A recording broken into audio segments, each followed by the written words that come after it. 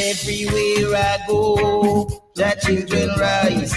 Everywhere I go, the children rise. I saw them just rise up, the wicked run. I saw them just rise up, the wicked run. Equal rights and justice, when I defend, we won't run away. Run away, run away, run away, run away. We won't run away. Run away, run away, run away, run away. If you go in America, if you go in Canada, if you go in Africa, I saw them just rise up, the wicked run. I saw them just rise up, the wicked run. I saw them just rise up, the wicked run. We won't run away. Run away, run away, run away, run away. We won't run away. Run away, run away, run away, run away.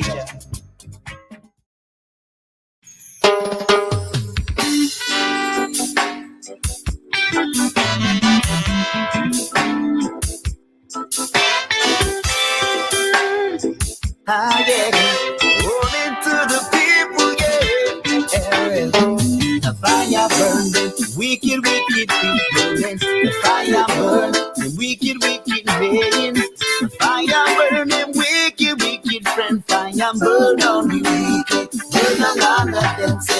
The fire burn the wicked, wicked country. The fire burn the wicked, wicked town. The fire burn them, wicked, wicked city. Fire burn on the wicked, burn them. When it's impossible to see what's become of our people in their life, we do it so much evil. We will wobble, a triple tongue and trouble them. Sell them soldiers to work for the devil. But judges say, judgment may soon come when the walls of our sword and once again can tumble down with beautiful Nash.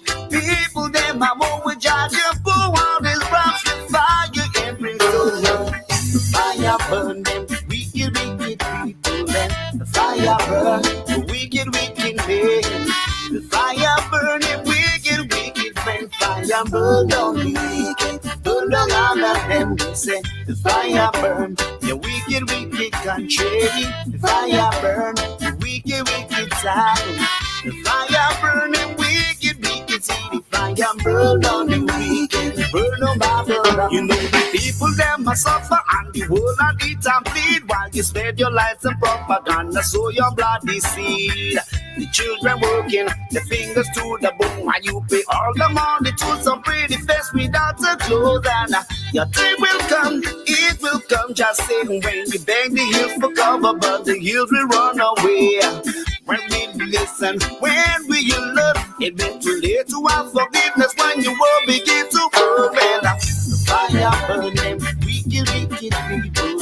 The fire burn the wicked, wicked men. The fire burn them, wicked, wicked friend. Fire burn down the wicked, burn down all of them.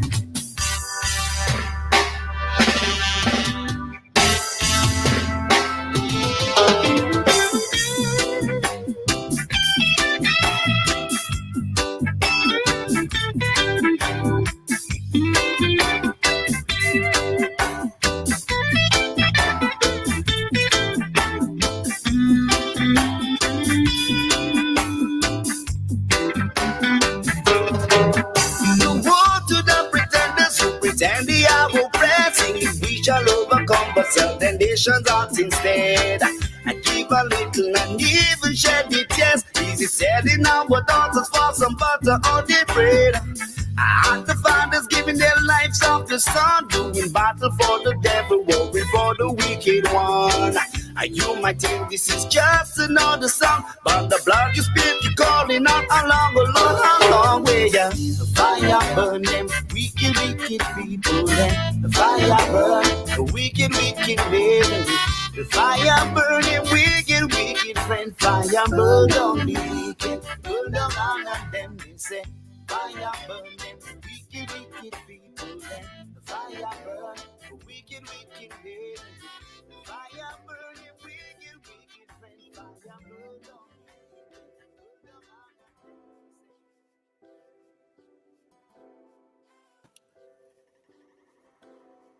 Hey, I want to say shalom and blessings to all of my brothers and sisters, all my kinsmen, according to the flesh, who are Israelites, to whom pertain the adoption and the glory and the covenants and the giving of the law and the service of Elohim and the promises, whose are the fathers, and of whom as concerning the flesh, our Adonai, Yahushua HaMashiach came, who is over all Elohim blessed forever and ever.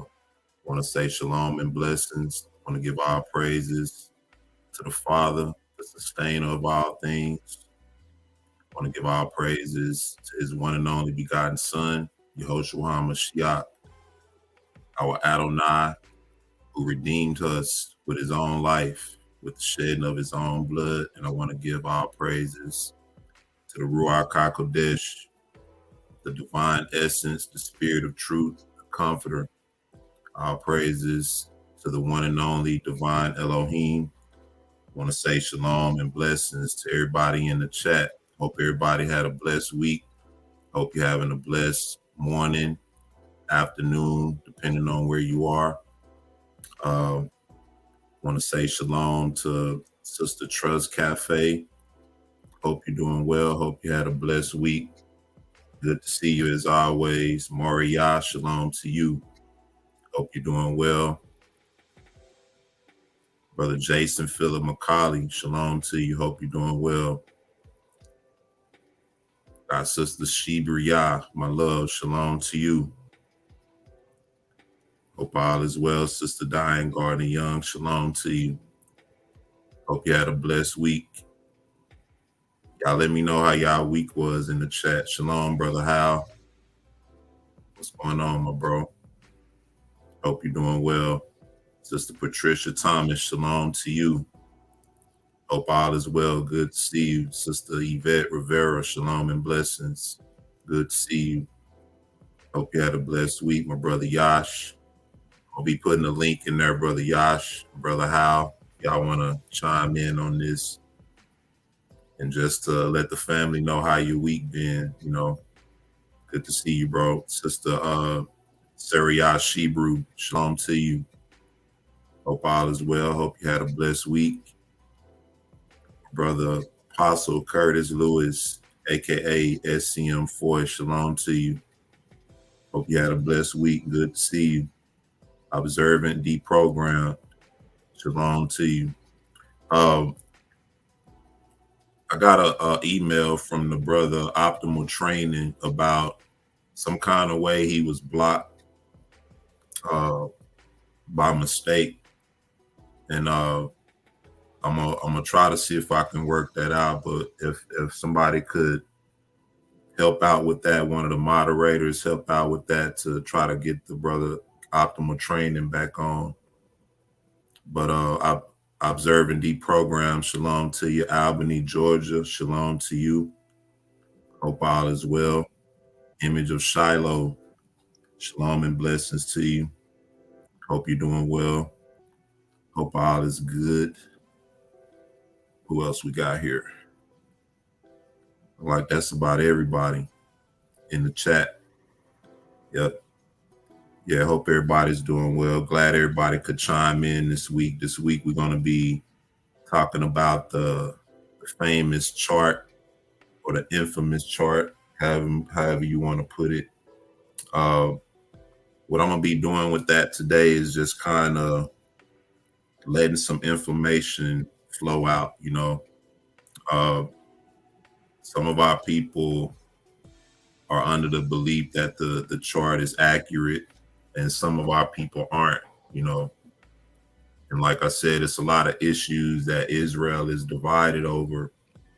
And, you know, no matter how heated the issue is, one thing we try to do over here at this platform is try to, you know, make way for these things to be discussed. because these are like elephant in the room type issues, that need to be addressed among our people. There's no other way to address it unless we can, try to set up some kind of underground railroad and I'll meet up somewhere in secret, But nonetheless, these are not salvation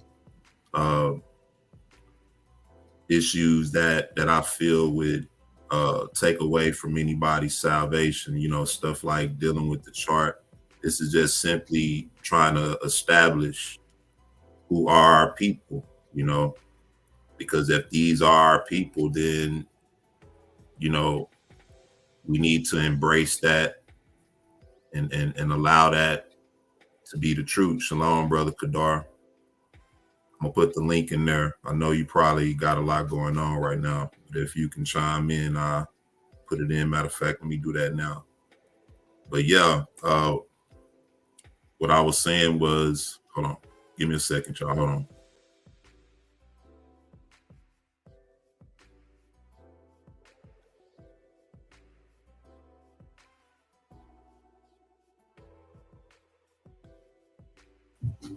All right. Apologize for that. But what I was saying was, if this is an issue where these are our people, then we all need to embrace that and welcome that as truth and try to build on that in a way to where, we can all come together some type of way. But, if it's not, if the case is that they're not, then we need to be honest with ourselves and move forward and focus on the things that pertain to us, because in essence, what we're doing is we're giving away something that pertains to us. We're giving it away to other people. And not that matters or that would work in the Most High standpoint, but that's what we're doing from our heart. And it makes us not sincere in our walk. And it makes us, have a lack of knowledge and understanding as to who these things pertain to, but we're going to get into it. I want to acknowledge my brothers over at the side of the earth, Brother Banya, Brother Cleo, Brother Kadar, Brother Yash, Brother Hal Goodwin, the family over at the side of the earth, and everybody else who contributes to the work that we do. On behalf of the Most High, I want to say shalom to you. And right now, let's get into the opening passage. All right. This is, give me 1 second. I'm kind of unprepped here, but not really. I'm not really that unprepped, but I'm kind of unprepped. All right, so give me a second here. Let me pull up this. As y'all know, I like to read from the scrolls. All right. So this is where our opening passage is gonna come from. Shalom, Sister Linya, Israel. Hope you had a blessed week. Good to see you. Shalom, Devorah Cotton, 2-1. Shalom to you. Hope all is well. Good to see you, Brother Enoch. Shalom, family. Shalom to you. Hope you had a blessed week. Let me get y'all this opening passage real quick. Since we're dealing with the concept of giving things away that pertain to us. All right. Let's see what this says. This is from the Dead Sea Scrolls. This is actually from the not the hymns and poems section, but it's from the Lamentations section of the Dead Sea Scrolls. All right, right below where the hymns and poems are. But I've read this one before, but check this out. It says, "Give not our inheritance to strangers, nor our hard-earned property to foreigners. Remember that we are the forsaken of thy people, and the forsaken of thine inheritance. Remember the desolate children of thy covenant, thy freely devoted. That's a fragment there. Thy freely devoted, they err with no one to bring them back. They are broken with none to bind them. They are bent down with none to raise them up. The damned of thy people have surrounded me with their lying tongues. They have been turned. That's a fragment. And thy bows to the progeny of a woman. All right. The progeny is talking about your lineage or your descendants. This is why oftentimes when you talk to our people, they'll always tell you who they are on their grandmama's side. All right. Or my grandmama was this, or my grandmama was that, because our progeny has been turned to the women. Now we don't know what our lineage is, what our blood ethnicity is. We know that we Israelites, but we don't know what exact tribe we come from. But we all know that our grandmama was Indian somewhere, and that we Indian on our grandmama's side. That's what most Black people understand. But it says, look and see the shame of the sons of thy people. For our skin is burning and feverish. Heat has seized us because of their revilings. All right. So what is our inheritance? Give not thy inheritance to strangers, nor thy hard-earned property to foreigners. All right. When you look at everything that pertains to us, how we open up in Romans 9, from the adoption, from the covenants, from the giving of the law, to the services, to the promises. And even the Redeemer came in the flesh as one of our own to make it certain that salvation is of us and from us, is for us rather. So we're giving these things away to people, or let me put that more in a question form. Are we giving these things away? When we say that other people are of us, all right, and they're really not, or is it true that they are of us? What's going on, Brother Yash? Wow. All I can say is this, looking at this is, I mean, it just kind of opened my eyes up, at this passage. But seems like pretty much everything that we're doing now, not only now, but this has been one of our main issues all along since the beginning. This is what the Most High was trying to prevent us from doing when he told us that we were to be separate from the other nations. Yeah. Other than that, hey, I had a great week, man. Shalom to the family out there. Great to see everybody in the chat. Mm-hmm. So you've been having a great week, huh? Hey, as good as it could get. Yeah, I hear you, man. Shalom, Brother Hal. Brother Hal, good one. Hey, hold on one second. I got something here. Let me know if y'all can hear this right here. Hold on. Because I want to start trying to up the tone a little bit. So since I got my brothers on the platform, can you hear that?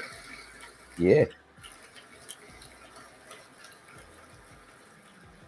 What it sound like? Oh, I don't know. It sounded a little like I don't know. First, I thought you was hitting the blender, maybe running some water or something like that. Oh, well, yeah, it sounds like a faucet or something. Yeah. Right? Yeah. Okay, well, I'm not gonna do that no more. That was supposed to have been a round of applause, but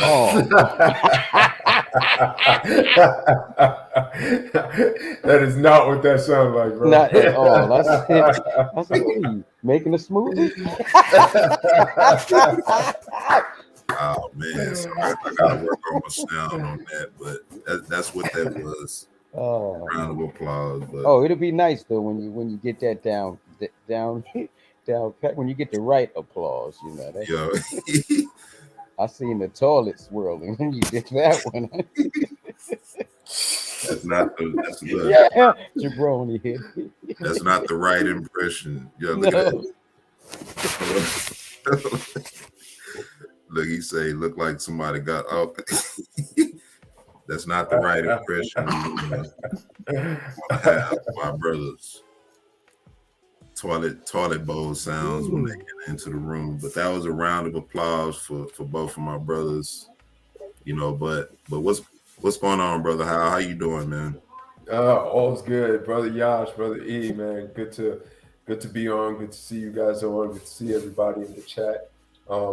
Yeah, been as you guys know, I've been out for a while. I'm pretty much 99% back, y'all. So I'm feeling good. I got maybe a little cough every now and then, but other than that, man, I'm feeling good.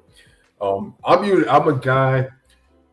You know, I guess my weight just kind of wavered around, yeah, between like 200 and 205, somewhere around there. Yeah. I wound up losing like 15 pounds straight up when I got sick. So I'm gaining that weight back just a bit too fast. So I'm trying to slow it down, trying to do some gym workouts and stuff like that. But all that said and done, man, glad to be back. Praise Yah. And yeah, I had a great week, man. The work week was fun. Feeling good now. So praise Yah. Praise Yah. And thank you all, everyone, for your prayers and support. It definitely helped. Thank you. Absolutely. Always is glad to have you back. Glad to have you brothers on.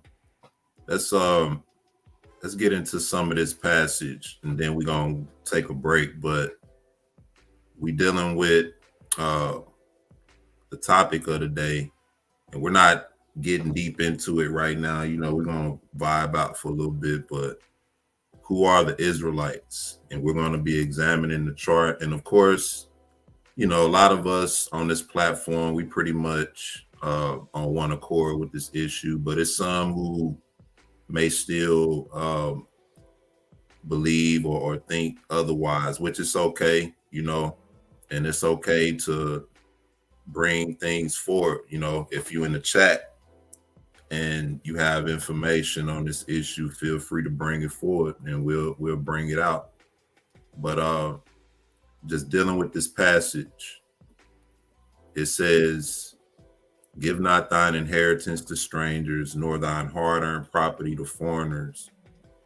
Then it says, remember, we are the forsaken. All right. So I don't know if you brothers and sisters remember last week when we came together, I showed a video dealing with the Seminole Indians and the Negroes. And this is a fairly old video back in the 90s.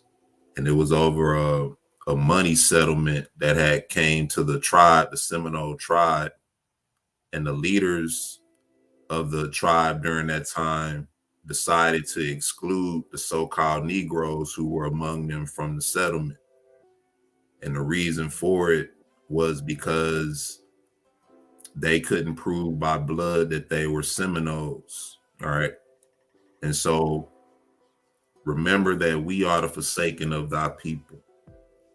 All right. And even when it comes to the narrative dealing with the Native Americans or the Indians and how our people fought with them, the same thing applies with just this overall nation in general. The work and the efforts that our people put in. And then when you look on the back end of things, we are the forsaken ones. All right. We are the forsaken of thy people and the forsaken of thine inheritance. Because what are the nations doing? they are imposing on that which the Most High gave us, just like he read in Psalms. You know, the nations are imposing on our inheritance, the covenant that the Most High made with our people. Now, all of a sudden, all the nations are at the forefront of that, and we're at the back. All right. Nobody will admit this, you know, verbatim. Nobody will say these things, you know.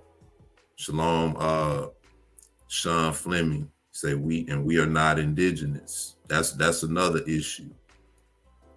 The indigenous, you know. That's one of the things that when our people hear that mentally, we get triggered, you know, and think that this is ours. But he's saying that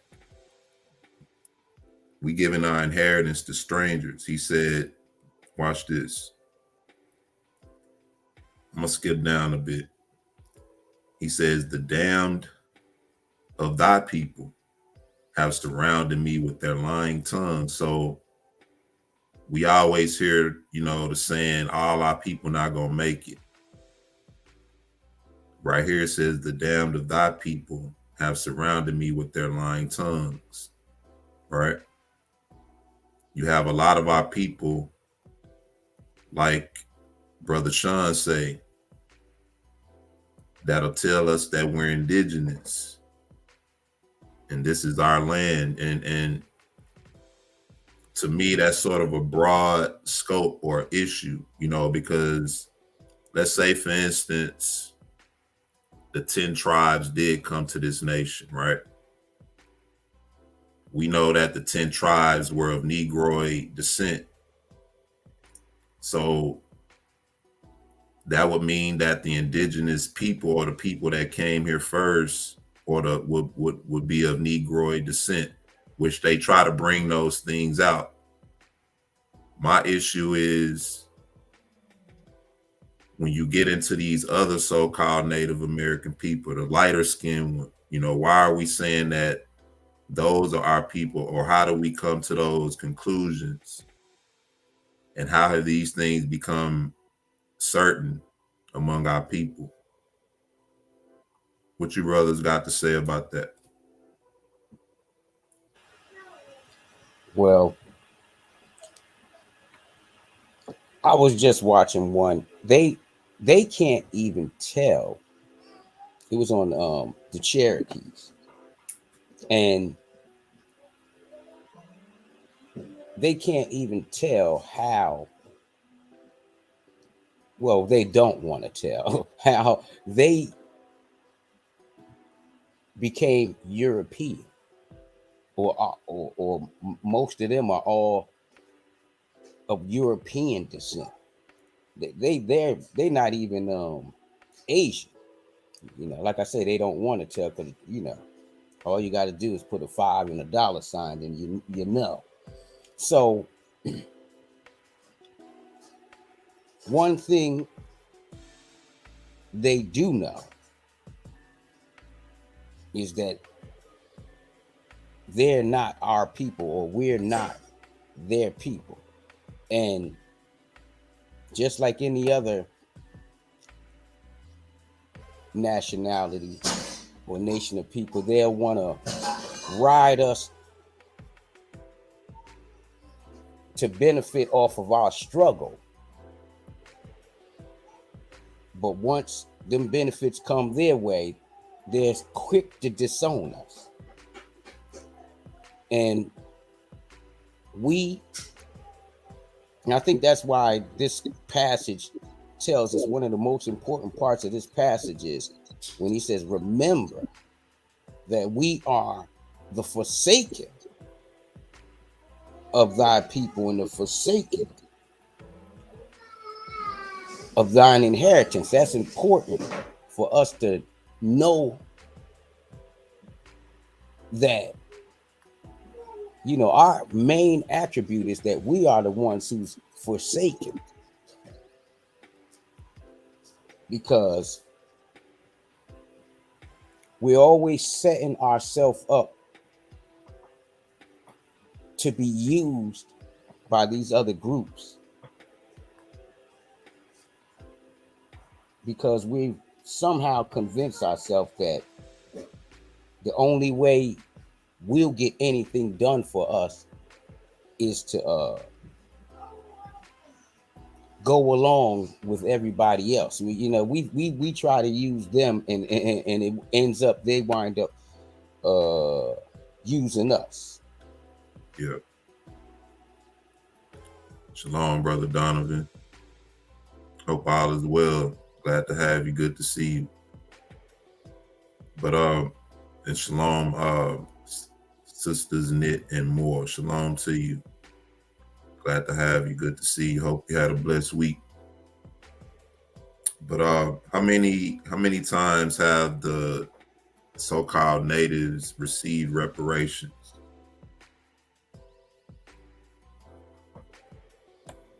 You brothers know, or how many times have we seen where the natives received large sums of money? I mean, that has been many times, many times.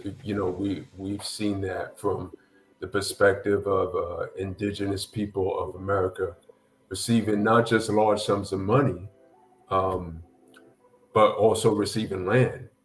And even though they've been duped around in terms of how America dealt with them with treaties and stealing their land, let's not take that away from them.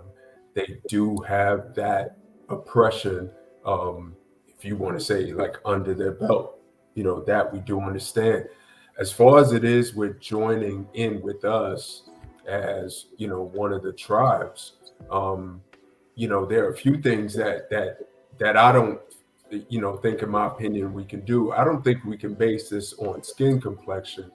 I can tell you, in my family alone, the skin complexion ranges from milky white to blue black.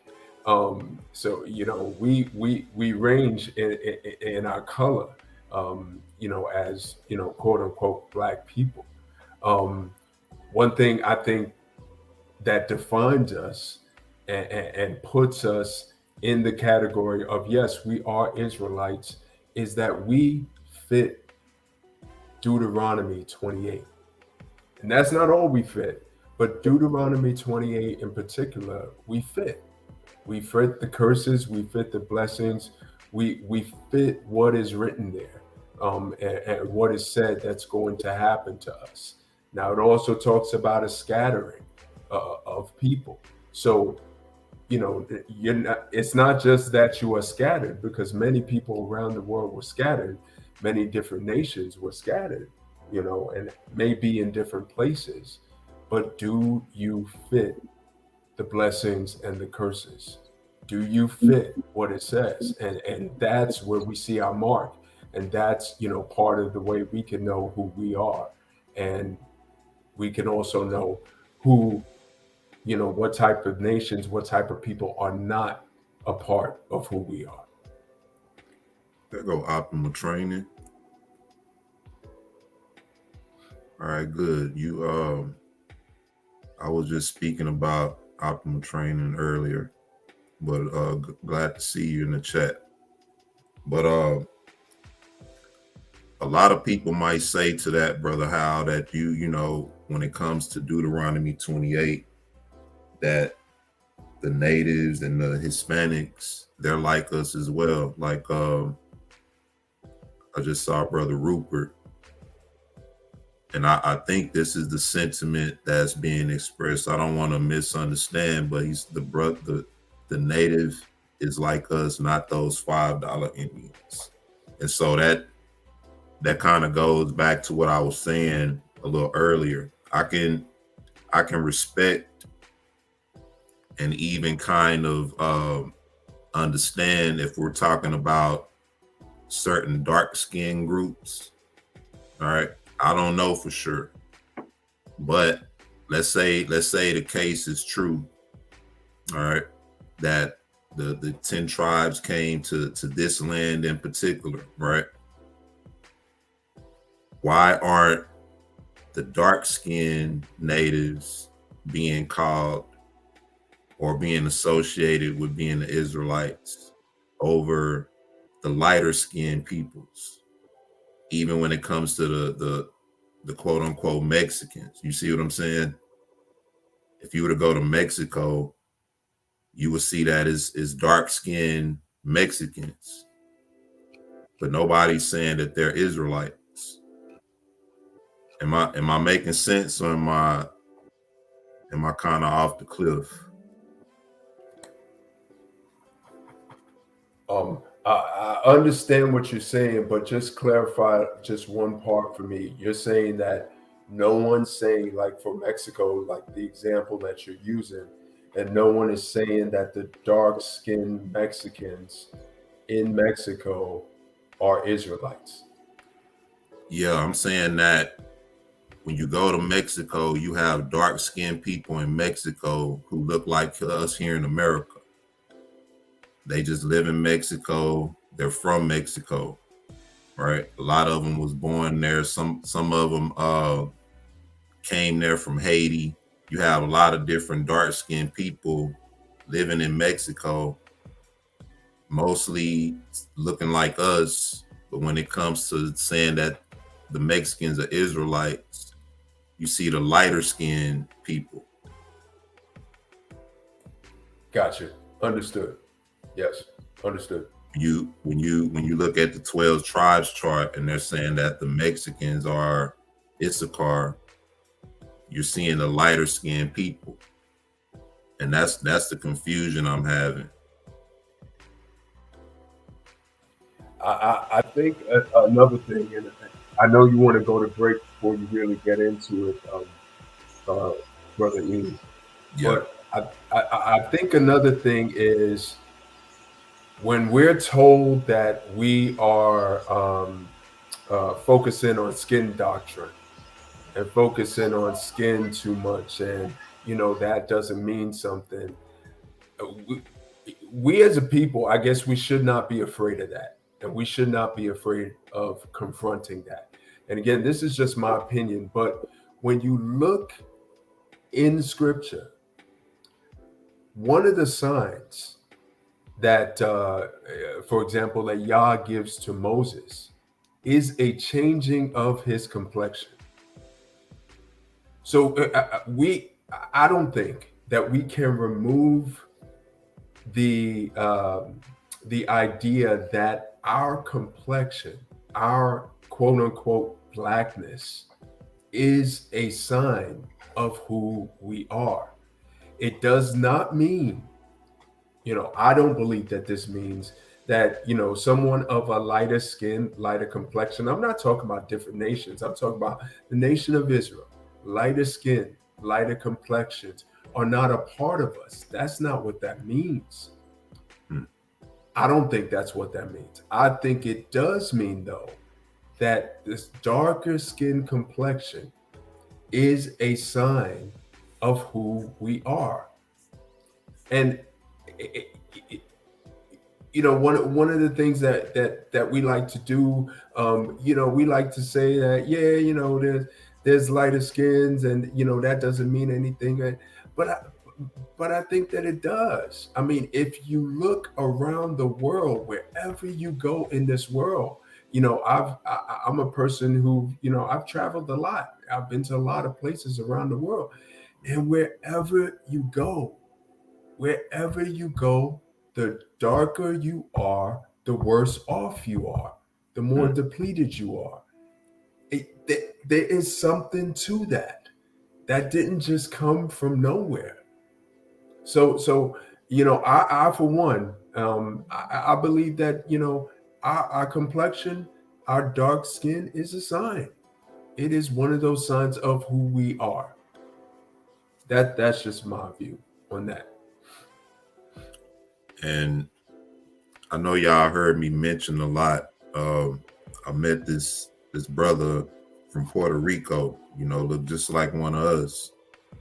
And I asked him, where he was from. Real cool brother, we chopped it up a little bit. And he was telling me he moved down here with his dad, you know, and he helping his dad and everything. And I asked him how they treat people down there, man, in Puerto Rico. He just said, man, no matter where you go, you look like you and me, they treat us all the same. You know? Mm-hmm. Mm-hmm.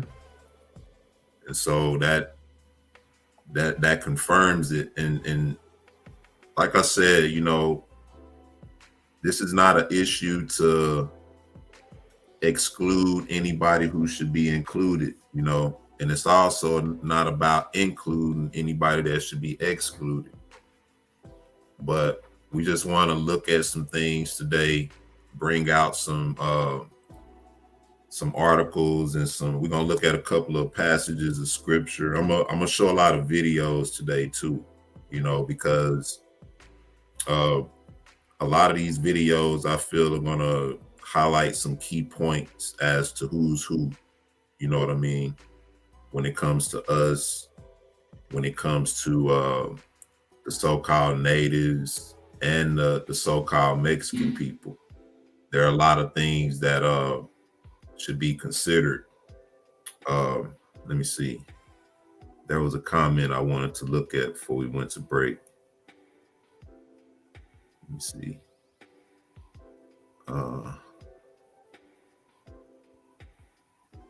It has something to do with the natives and the Mexicans having ties to Asia. When you trace their DNA, it traces back to Asia. But I can't find a comment, but we're gonna get into that though. I want to thank all you brothers and sisters for chiming in with us this afternoon or this morning, depending on where you are. We're gonna take a break real quick. When we come back, I want to get into a few things, a few events, things happening around the world as it pertains to our people. And then you know how we do. I want to show y'all what's happening this week in the church. Y'all know how we do. We vibe out, we fellowship. This is the afternoon before everybody comes in and winds down, takes off for that day of rest. And so we want to help everybody get propelled into that. You know, I want to thank my brother Yash, my brother Hal for joining in for the conversation today. We're going to take a break. I'll be right back. Shalom.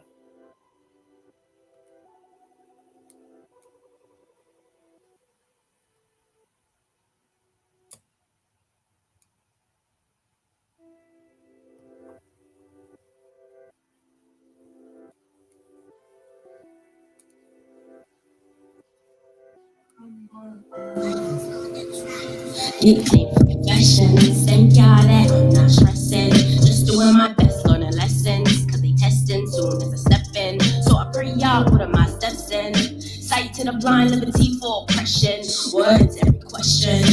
Only if you question. Armor up cause the sword is the weapon. No Smith and Weston can protect you from your sins. Cup of iniquity looking like oceans. Controlled by emotions. Beat the man down to the man stay broken. Y'all raise dry bones be chosen. Broken hearts they need consoling. Adversary wanna take our souls and we can't give up. We just need love, yeah. Bigger than us. We have to trust, yeah.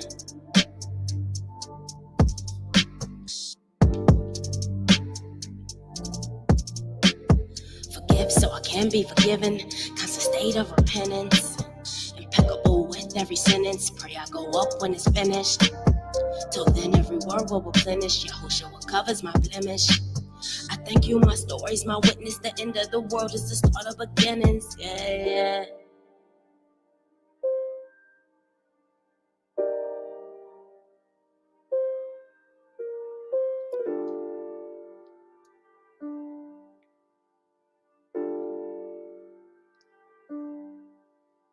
Forgive so I can be forgiven. Cause a state of repentance. Impeccable with every sentence. Pray I go up when it's finished. Till then every word will replenish. Yahushua covers my blemish. I thank you, my story's my witness. The end of the world is the start of beginnings. Yeah.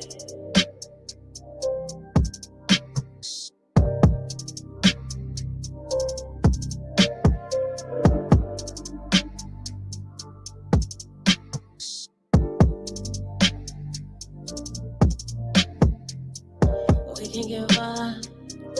We just need love. Yeah. Bigger than us. We have to trust. Yeah.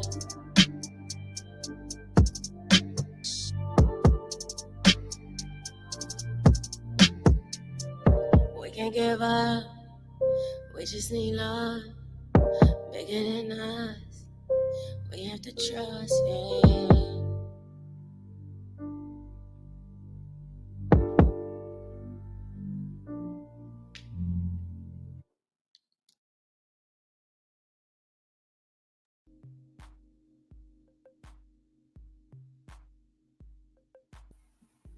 Shalom, shalom.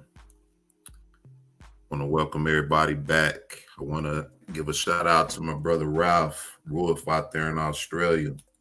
Him and Sister Paula. Well, I think they may be relocating now, thanks to the Most High, thanks to all the prayers and everything. But I want to give a shout out to him for the track. I want to give a shout out to Trust Cafe and Sister Ayin for the track as well. And thank you once again for that track you put together for us last week. You know, that was some real good stuff. And I'm gonna be bringing that out later on this afternoon in the fellowship. But I want to thank everybody for that. For those who have any music tracks or anything you want to dedicate to the family, feel free to get that to us via email, saltoftheearth144@gmail.com, hebrewstory@gmail.com, morriscales1@hotmail.com, either or, you know. Get that to us, and best believe we're going to put you on the spot. But I want to thank you, brothers and sisters, once again for all the contributions. If you haven't hit the like button, please do so. Feel free to do so. And share as well, subscribe, do all of those great things. You know, those things would be greatly appreciated for the growth of the platform. You know, we would be disingenuous to say that we don't want to grow our platform, you know, but we want to grow our platform for the right reasons and with the right people and for the right purpose. And so that's just keeping it true, letting everybody know what we're about. But I want to thank my brothers Yash, brother Hal, once again for chiming in. Y'all want to say something to the family before we get into some of this news? Yeah, shalom, all the family that's joining and all the family that's here. Glad that y'all can chime in with us. Good to see everybody. Welcome. Let's get it rolling, Brother E. Absolutely. And shalom to Sister Cindy Clark. Hope all is well with you and your son in the surgery. We pray that the Most High is with you and with your family, and we pray for a recovery in that. And so good to see you in the chat. Keep us up to date on what's going on with that. Shalom, Sister Unorthodox, daughter of Zion, out there in the cliff. Shalom to you. Hope you're doing well, you and your family. Shalom to you. Hebrew Messiah is Savior. Hallelujah. It says natives are not Hebrews, but they are Shemites. Natives are the sons of Lud, who is the son of Shem. That's a excellent point. Real good point, you know, and that would allude more so to the position of the natives of this land being dark-skinned, you know, which is not a far-fetched belief or notion for me. You know, my issue is with, you know, a lot of, who was that? talk about the $5 Indians and a lot of these other descendants, you know, claiming to be, or not even claiming to be. Our people are teaching this, you know, and so we just want to bring some things out today. But let's get into some things. Let me see.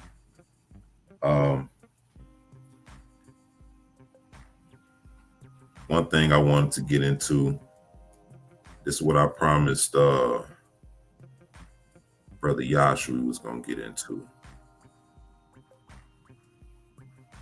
Brother Yash, I know you remember this.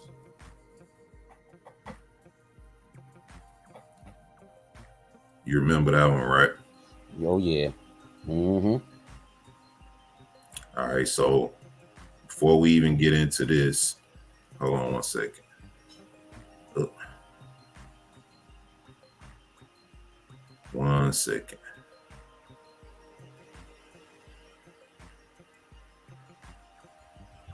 Before we even get into that,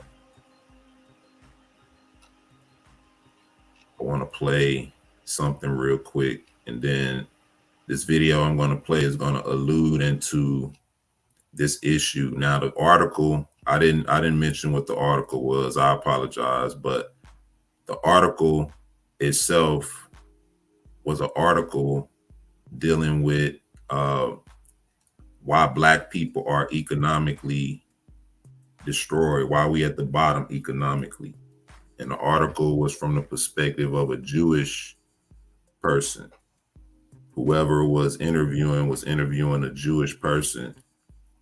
I didn't see the date of the article, so I don't really know the full authenticity of that article. But I thought it was rather interesting because it alludes to a lot of what the nations feel about us as a people. And that would explain why we are a spoil to the nations. The nations have made a spoil of us. But let's check this out. A lot of y'all are familiar with this elder brother that I'm about to show, Dr. Claude Anderson. He's well known and respected in the Black hierarchy. I don't want to say he's well respected, but he's well known for having a good understanding of Black economics and why we're at the bottom, which to me is not really hard to understand, you know, especially when you know the scripture and everything. You don't even really need to know that, but you can look at us and see why. But I just want to play some of this real quick. Check this out. Black folk about men and everybody, because you don't have a code of conduct, it doesn't mean anything to you. That's why you all can't get ahead, because you don't play as a team. You all play as individuals. You listen to these Black activists on the streets saying we're not a monolithic people. You know, just because he did it, we don't have to do it. He's wrong. All of you should play as a team. Even if you don't like something that the group is going to do, you should play along with the team, and so you got team power. Wealth and power follows the numbers. You haven't got a lot of Blacks with you. You're not pooling your money, pooling your votes, pooling your attention, pooling your interests, pooling your labor. Then other people will pick you clean and cherry pick you. You'll stay at the same spot. That's why right now, Blacks in America only own and control almost exactly what they had in 1790. Did you know that? No, I know now. All right, y'all. I'm way out of line right now. I'm way ahead of myself. So let me rewind a little bit. All right. Before we get into any news or anything like that, I usually start out with my disclaimer. So let me go back a step. We all seen the video. We're gonna come back to it, but let me go back a step. Fair Use Act disclaimer. This site is for educational purposes only. Fair use. Copyright disclaimer under Section 107 of the Copyright Act of 1976. Allowance is made for fair use for purposes such as criticism, comment, news reporting, teaching, scholarship, education, and research. Fair use is a use permitted by copyright statute that might otherwise be infringing. Bam. All right. There we go. I apologize once again, brothers and sisters, for leaving that out. So now back to the video. All right. We heard what that was Dr. Claude Anderson. Like I said, a lot of us are familiar with him, and if you're not, he's well known for his understanding of the economy and how blacks are pretty much excluded from the economy. And a lot of what he does is supposed to be solution oriented, in terms of what blacks need to do or what blacks can do in terms of, coming back economically and being where we need to be to compete. That's what you'll hear a lot of these people talk about, blacks competing. All right. But we know what the Most High said in Jeremiah.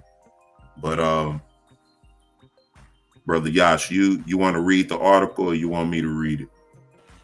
No, you go ahead and read it. Okay.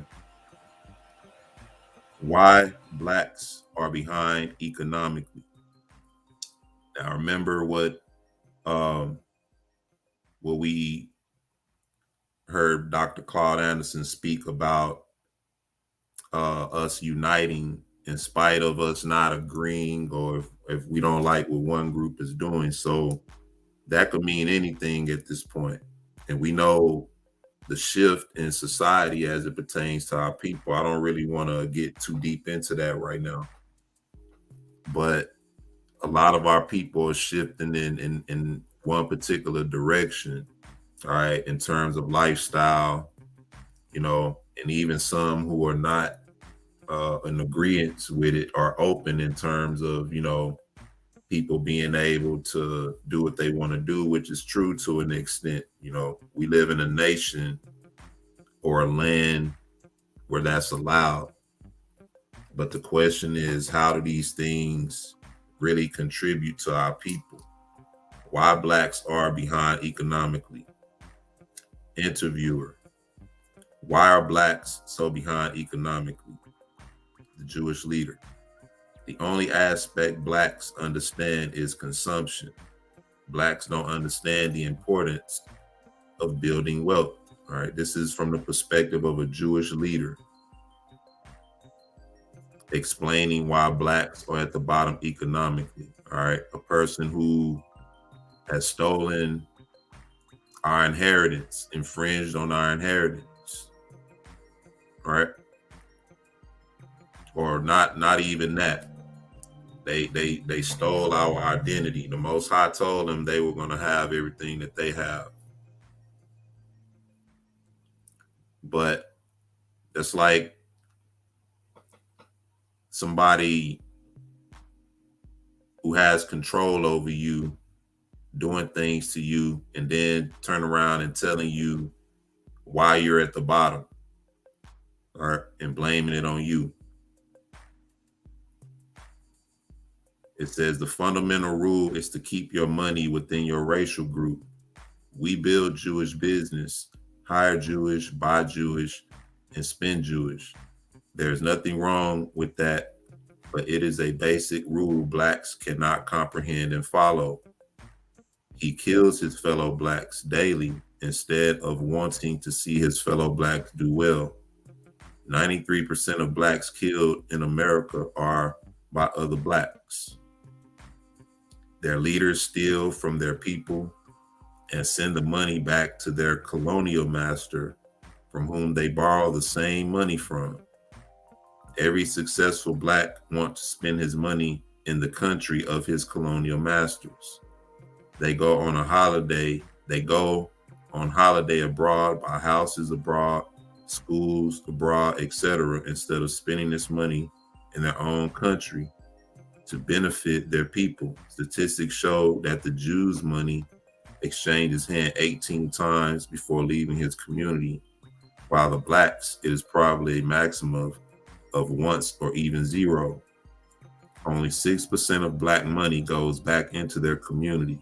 This is why Jews are at the top and blacks are at the bottom of every ladder, because of money.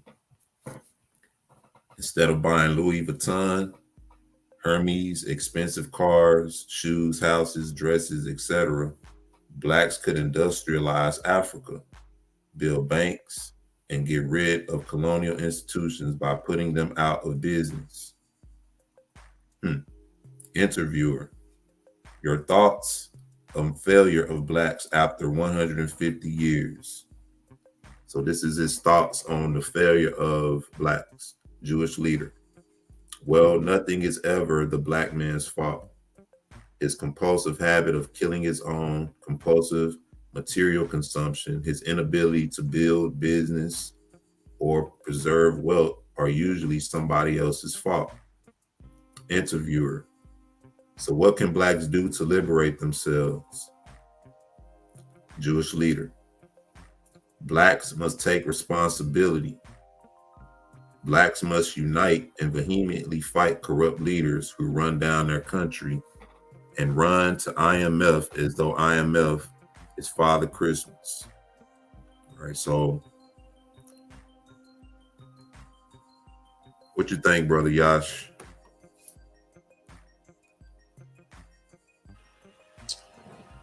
Pull yourself up by your bootstraps. That's basically what he was saying. It's a whole lot in there. I mean, first he's addressing, and he's saying a lot while not actually saying anything. I mean, by saying as little as he can.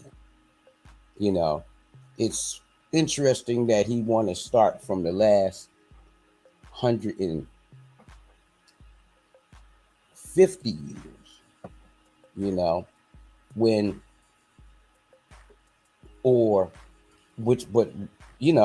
if he would have went back even 151 years, he would have had to start it off by saying, first off, blacks was set free and given nothing. We weren't even set free from slavery. You could just say they were let go, sent out there to fend for themselves. No home, no land, no money. You was just left with the clothes on your back and say, get out there. No, you're free. It's like getting let out of jail and after you did 20 or 30 or 40 years, you let out of jail and they just opened up the jail cell and all you left was with the uniform on your back that you had in jail. So that forces you into the consumer position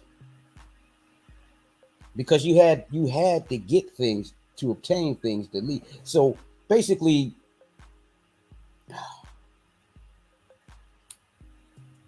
that's why, they say, well, now we should take the blame and we should do this and we should do that. No, we shouldn't. We started with nothing. And then everything that we had scraped to get, they made laws to take it from us. You got set free and you had nowhere to go, so they made a vagrancy law to lock you up because you had nowhere to go. So, and we all do know and understand the curses. Yeah. So, I'm gonna just take that off the table for now because it's understood. And that's given, like I mentioned, before I showed this article, that's given the authenticity of it. Like Hebrew Israelism said this sounds like a fake interview, and that's, I respect that perspective, but this kind of, if it is, let's say that this article is not authentic, right? Then it sort of puts us in the mind frame of the Willie Lynch letter. There's a lot of debate behind the authenticity of that. Is this something that a Jewish leader would be saying in terms of how our people could, regulate? I mean, there's a lot of truth in what he's saying, given that that's the Most High's will. We know the Most High is going to fulfill, the word of the Most High is going to be fulfilled rather in terms of the prophecy. But, these are things that a lot of higher ups know and understand about our people. They won't speak these things openly. And like you said, there are a lot of systems in place to even keep us from being mindful or having a presence of mind to do these things. And so the authenticity of this article is in question. However, the legitimacy of it is not. What's contained in the article is not. And so somebody else put a comment that said, Sister Sariyah Shebrew, it says, that's what he's saying, but not addressing what his people's role in our demise was. So that's also another true point in terms of this article as well. There are a lot of systems in place to keep us from succeeding to a degree. A lot of things we can put on us, and I think we're really at a point as a people to where we can't really stand as a people and fight. In order to do that, we would have to be organized, and more so now than ever, they want to keep that from happening. But Psalms 83 conspiracy is real strong in terms of that. But what you think, Brother Hal? Yeah, there's a lot being said here by this Jewish leader that just doesn't fly. What 93% of quote unquote blacks are killed by quote unquote blacks. I mean, as we know, Yahushua HaMashiach told us that if you hate your brother, you kill your brother. You're guilty of murder. And that's just for Israelites, correct? Right. But this is not, the gun and the sword is not the only way to kill people. And we have been, pummeled. We've been killed. You break up our family. Take the fathers out of the homes. Make the mothers the rulers, and tell them they could do it alone, and lock our brothers and our fathers up, and that is a way to kill people. You are killing people. You are ruining families. That's death. Make the only thing that we could get at a supermarket in our communities. We can't even get fresh fruits and vegetables. That is a way to kill people. So if you're going to talk about, and I don't even know about this, 93% garbage that he quoted here, but let's, for sake of argument, let's say that it's true. That is not the only way to kill people. And this country has been killing us since we got here, So, and that's just one thing. And then this other thing that tends to be thrown around a lot, and hey, the dollar only spends this amount of time in the black community. Well, What happens when Chinese restaurants and you know Middle Eastern bodegas and 7-Elevens, what happens when these places infiltrate our community? Where else do you want us to spend and buy? We can't even start our own businesses in our own communities. You won't lend us the money, but you'll do it to others to infiltrate our community. So this whole thing about us, not holding the dollar in the Black community, it doesn't stay there because you won't let it. You won't let it. It's not us. We would love to keep our money in our communities, but we can't because you infiltrate our communities with your stuff. You commodify us. You turn us into, money grubbing people where we will, my woman will run to a Korean shop to get her nails done before she runs to a friend's house who's might be charging her less to do her nails just as well. These are the things that you do, and then you come back and you blame us, and you say we're not capable or able to do it. Hey, brother Hal, hold on, let me interject for a second. Yeah, go ahead. That was deep what you said, because it was going, even when that was going on. Remember, the sisters was doing hair out of their houses. Absolutely. And they came and they outlawed that. Absolutely. So there's a war. And you may finish. Sorry for interrupting, but that was just too heavy right there to pass. No. I know exactly what you're saying, Yash, and bring it on. Feel free to interrupt, because I can tell there's a fire burning in you about this. There's a fire burning in me about it.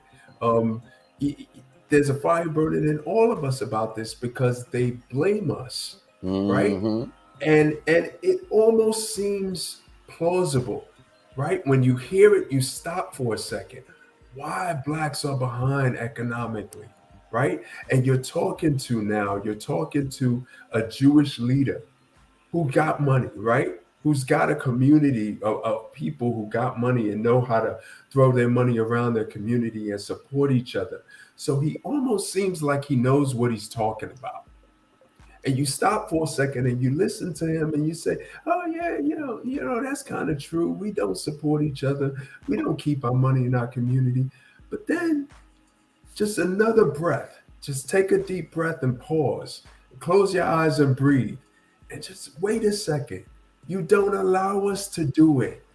And every time we take a step forward, you knock us 2 steps back, 3 steps back, 5 steps back. This is not our doing. Yes, we understand the curses. We understand the curses. That is our fault. That is our ancestors' fault. We got to get back to Yah. But Yah also said about these people oppressing us, you went too far. You went too far. Are you? Now you making excuses, brother Hal.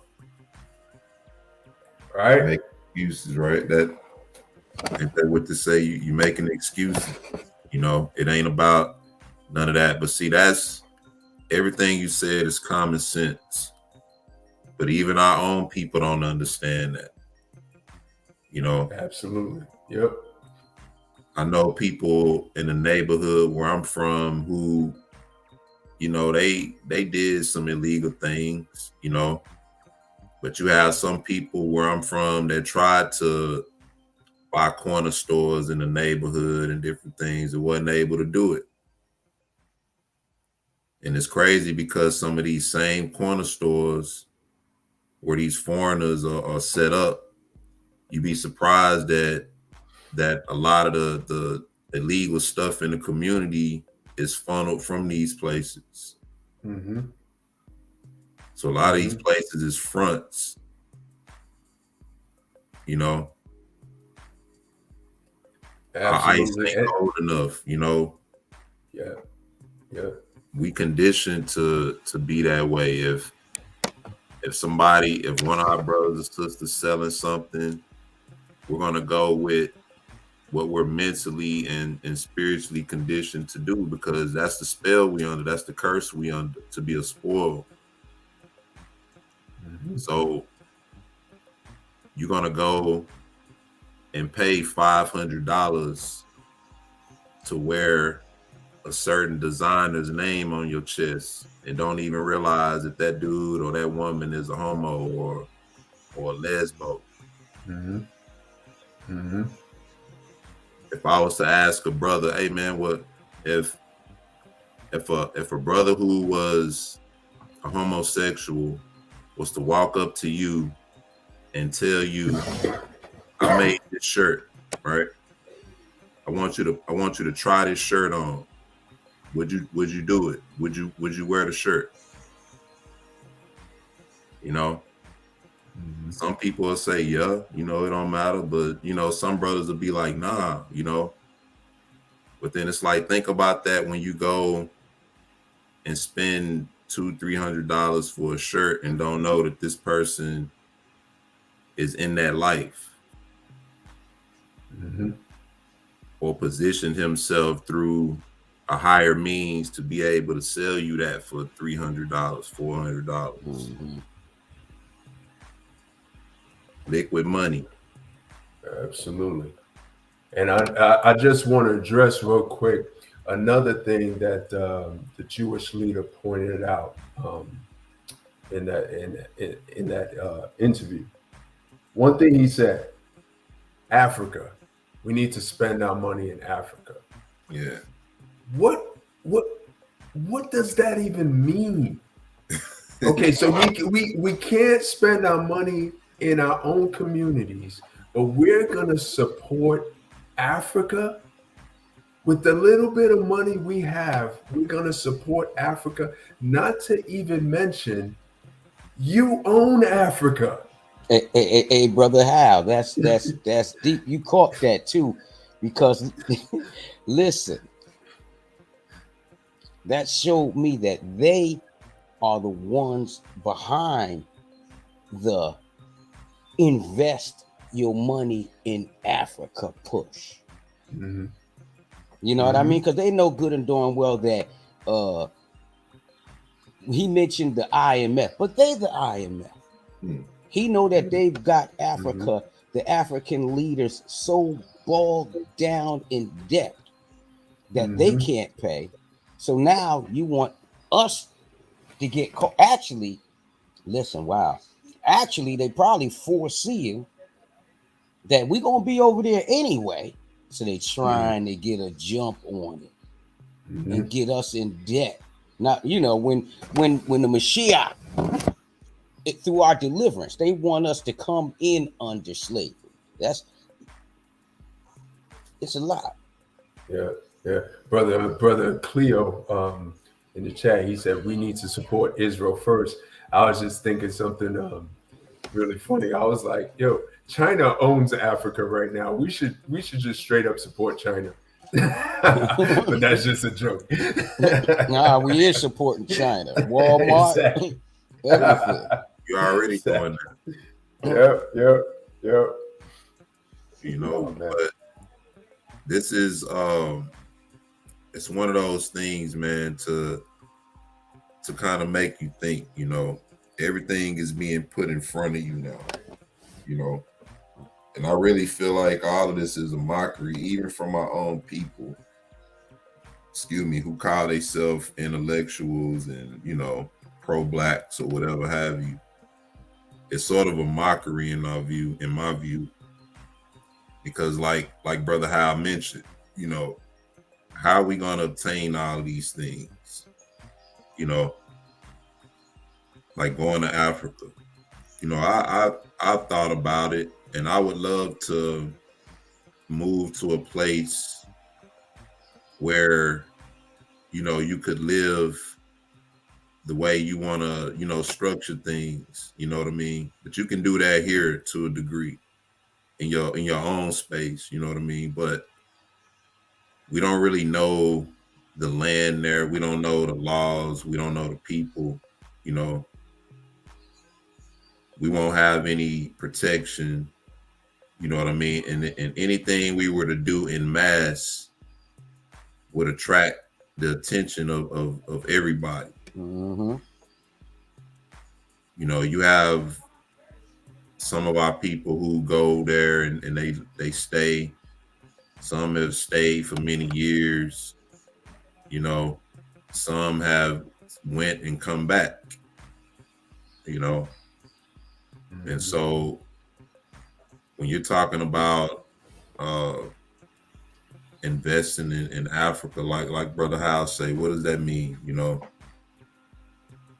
do we buy land and just go set up shop, or you know, how do we protect our interests? You know,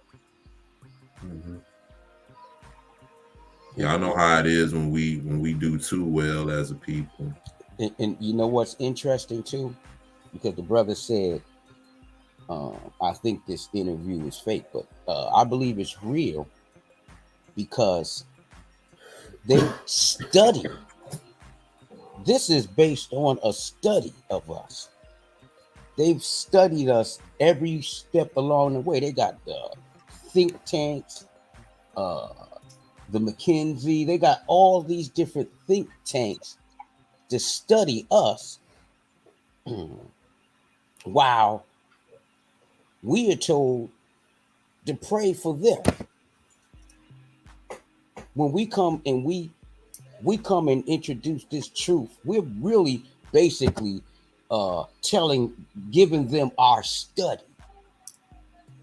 Yet our study of them is not accepted. Yeah. While we're looking at their studies of us and blaming ourselves. blaming ourselves.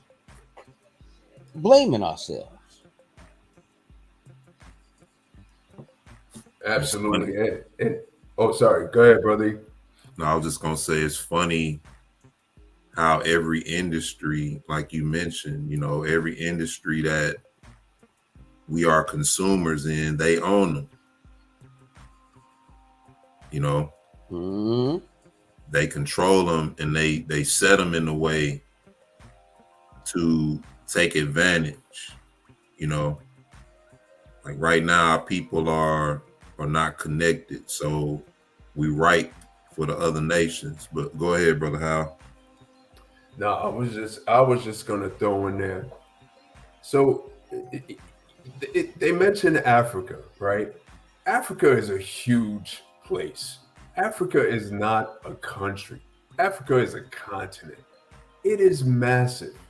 And there is not one place in Africa, on the continent of Africa, where they have not colonized. They say, oh, you know what, I believe it's Ethiopia was never colonized. You look into it further. You see how uncolonized Ethiopia actually is. They have taken over and raped every single country in Africa. And then they tell us, right, that's our culture from way back. That's our home. Now we find out from the grace of Yah that we are Israelites. And in realizing that, we also have to realize another thing. African culture, whatever it is, from whatever country, is not our culture. Our culture is Israelite culture. And that's what we need to get back to. Stop telling us we're Africans. We are not Africans. We are Israelites. We are Israelites. This is what we discovered. By the grace of Yah, this is what we found out. And this is what we need to get back to. So this is just another case of the quote unquote white man telling us who we are, what we need to do, why we need to do it, how we need to get pick ourselves up by our bootstraps. Now they're leading us or trying to lead us into another form of how we progress. No. We've discovered we are Israelites, not Africans, not anything that you've conquered. We are Israelites, the true children of Yah. And with that said, us returning back to our heritage, laws, statutes, and commandments. That's how we come back. Listening to all this other stuff is pointless. It's fruitless, rather. Listening and not listening to it, following after it, because we need to be woken up as a people. You know.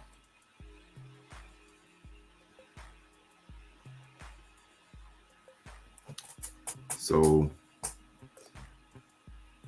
whether the article is authentic or not, it kind of puts you in the mind frame of that Willie Lynch letter. And when it's also amazing to me when you see a lot of these things and when you hear a lot of Black intellectuals, when it comes to what we need to do, everything is centered toward us becoming competitive. You know, it's centered toward us pretty much doing everything that still somewhat keeps us assimilated into society, which,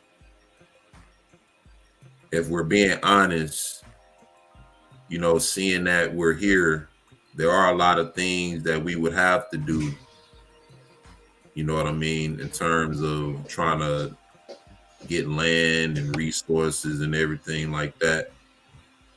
And it's a lot that they can do to try to stop that, you know what I mean? But I just think stuff like this, I wanted to bring this out because, you know, I feel like things like this are somewhat of a mockery in a way. You know, even listening to what Dr. Claude Anderson was saying, you know, anybody can find a niche looking at our people and finding the issues with our people and understanding what we need to do, because it's not hard to see, you know. It's not hard to see the issues that befall our people and why they fall, even without an understanding of the Bible. You know, as a child growing up, you know, I looked at our people and I knew other people was different. You know, I knew that they had certain cultures and things that they did, and everything that we did was like them. You know,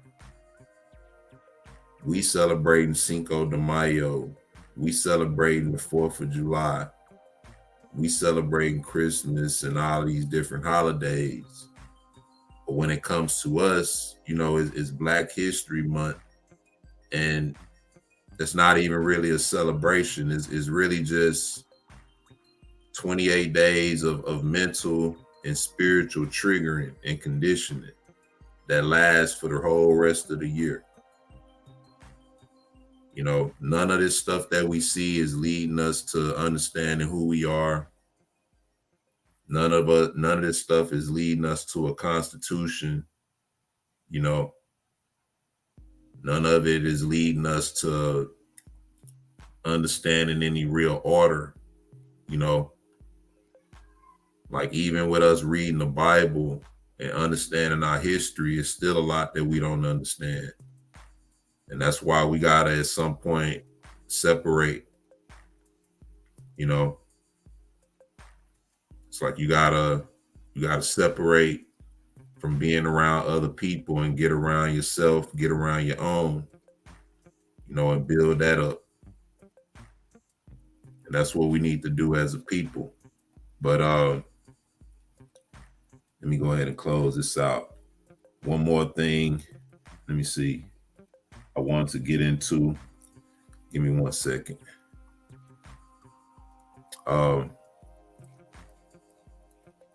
We're all aware of what happened recently, or if we're not aware, I'm about to share some things now. if I can get this thing to load properly.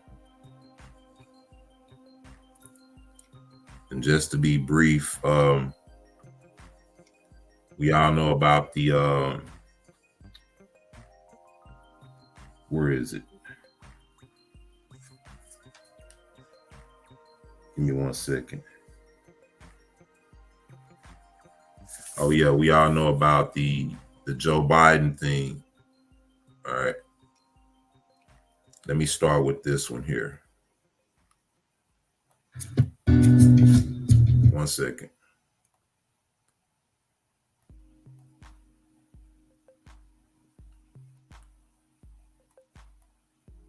All right, I'm just gonna share some of this real quick.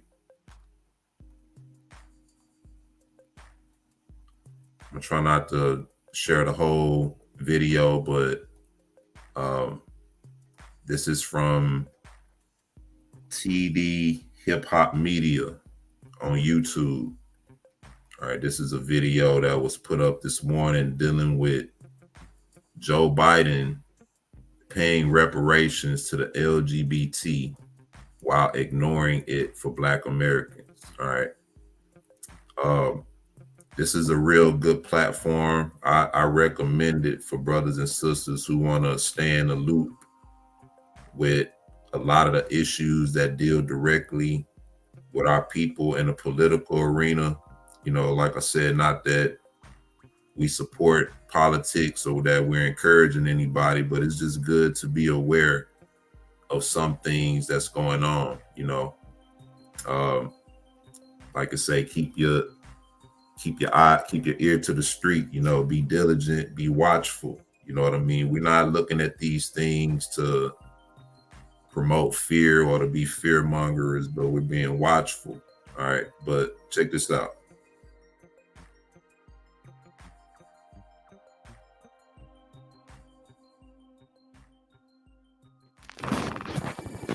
Since Joe Biden has been in office, we've sat here and watched pretty much every other group in this country receive what the Black community has been asking for decades now. We've watched the AAPI community receive a hate crime bill. We've watched the Native Americans receive a criminal justice reform bill. And now the elderly of the LGBTQ community will be receiving reparations from the federal government. The Biden administration has been giving other groups everything they want. And what's interesting about this is that they've received everything they wanted without a single march or protest. I find that very interesting because that is the result of not only having actual representation within government, but also having proper non-governmental representation as well. And unfortunately, as of now, Black America has neither. The Congressional Black Caucus, as well as non-governmental organizations like the NAACP, are fully compromised, pushing a Democratic Party agenda instead of an actual Black agenda. Now let's get into this article from Slate.com titled, "The Biden Administration is Paying Out Thousands to Victims of Anti-Gay Discrimination." It sounds almost like a scam or a very aggressive legal advertisement. Gay? Discriminated against? You, yes, you may be eligible to collect a small fortune from the federal government today. But it's no scam. The Biden administration is paying out substantial sums of money to the surviving partners of same-sex couples who are denied the right to marry. No one knows exactly how many people are eligible, though the best estimate reaches into the thousands at minimum, and the pot of money stretches into the millions. Unfortunately, few of these individuals know they're entitled to these payouts, and many are elders of advanced age. So LGBTQ groups are in a race against time to identify and assist this population in vindicating their constitutional rights before it's too late. Lambda Legal, the organization leading the campaign, laid the groundwork in 2 lawsuits filed during Donald Trump's presidency. Both challenged the Social Security Administration's denial of survivors' benefits to individuals affected by same-sex marriage bans, which have been unforeseeable since the Supreme Court found them unconstitutional in 2015's Obergefell versus Hodges. The first suit was filed on behalf of widows and widowers who could never marry because their same-sex partners died before same-sex marriages were legalized. The second was filed on behalf of widows and widowers who were married for less than 9 months before their same-sex partner died. Typically, survivors' benefits are only available if the marriage lasted more than 9 months. But if an unconstitutional law prevented the couple from marrying until the end of the partner's life, Lambda argued the government had an obligation to alter this rule. In each case, a federal judge agreed that the denial of survivors' benefits violated the Constitution. These judges ordered immediate payouts to individual plaintiffs and certified nationwide class actions on behalf of every other LGBTQ person injured by this exclusionary policy. Predictably, the Trump administration dragged its feet in paying out benefits to the plaintiffs and appealed the class action, attempting to squash them. Now, here's the important part highlighted in blue. Once President Joe Biden entered the White House, however, the Department of Justice started to sing a different tune. With Biden's officials in place, the federal government is eager to start paying out survivors' benefits to victims of anti-gay discrimination.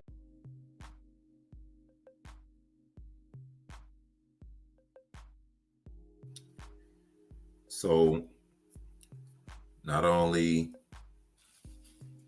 is the president the leader of this nation, he insulted our people through this one bill. I didn't even want to believe it, where they was talking about he gave like millions of dollars to make sure that people who do drugs can do drugs safely without transmitting diseases. Some people call it a crack pipe bill. But what you brothers think, man? I mean, this, and you know, he said that some people who applied for it, a lot of their partners died. You know, how do you think that happened? They most likely died from you know what, right? Some sort of disease they caught from doing homosexual acts to begin with. You know, all of this, right? All of this is just a means to show us, right? They keep showing us over and over and over again. They don't care about us. They have no interest at all in our well-being. It doesn't matter. They will give a bill of $500 million to a group of dogs to, you know, for animal rights before they give so-called Black people any type of reparations for what's been done to them for at least 400 years. I mean, this is just over and over again. We see it from the crack epidemic to causes like gay rights, women's rights, all these causes they take and link them and force them on to the civil rights movement. And so now diversity, equity, and inclusion doesn't just involve you know, so-called Black people. It involves all of these causes, and all of these causes are getting their due. They're getting their money, they're getting their reparations and their payments, and then we are again placed on the back burner. It's just this over and over again. And people, if y'all don't see this by now, and you know, I'm preaching to the choir, I know, you know, everybody on the panel and in the chat, but if we don't see this by now, then I don't think we're ever going to see it. Yeah, it's a slap in the face of the Most High. You know, it's because our face has been slapped. So it's a slap in the face of the Most High. He's saying, we're going to take care of ours. We could care less about yours.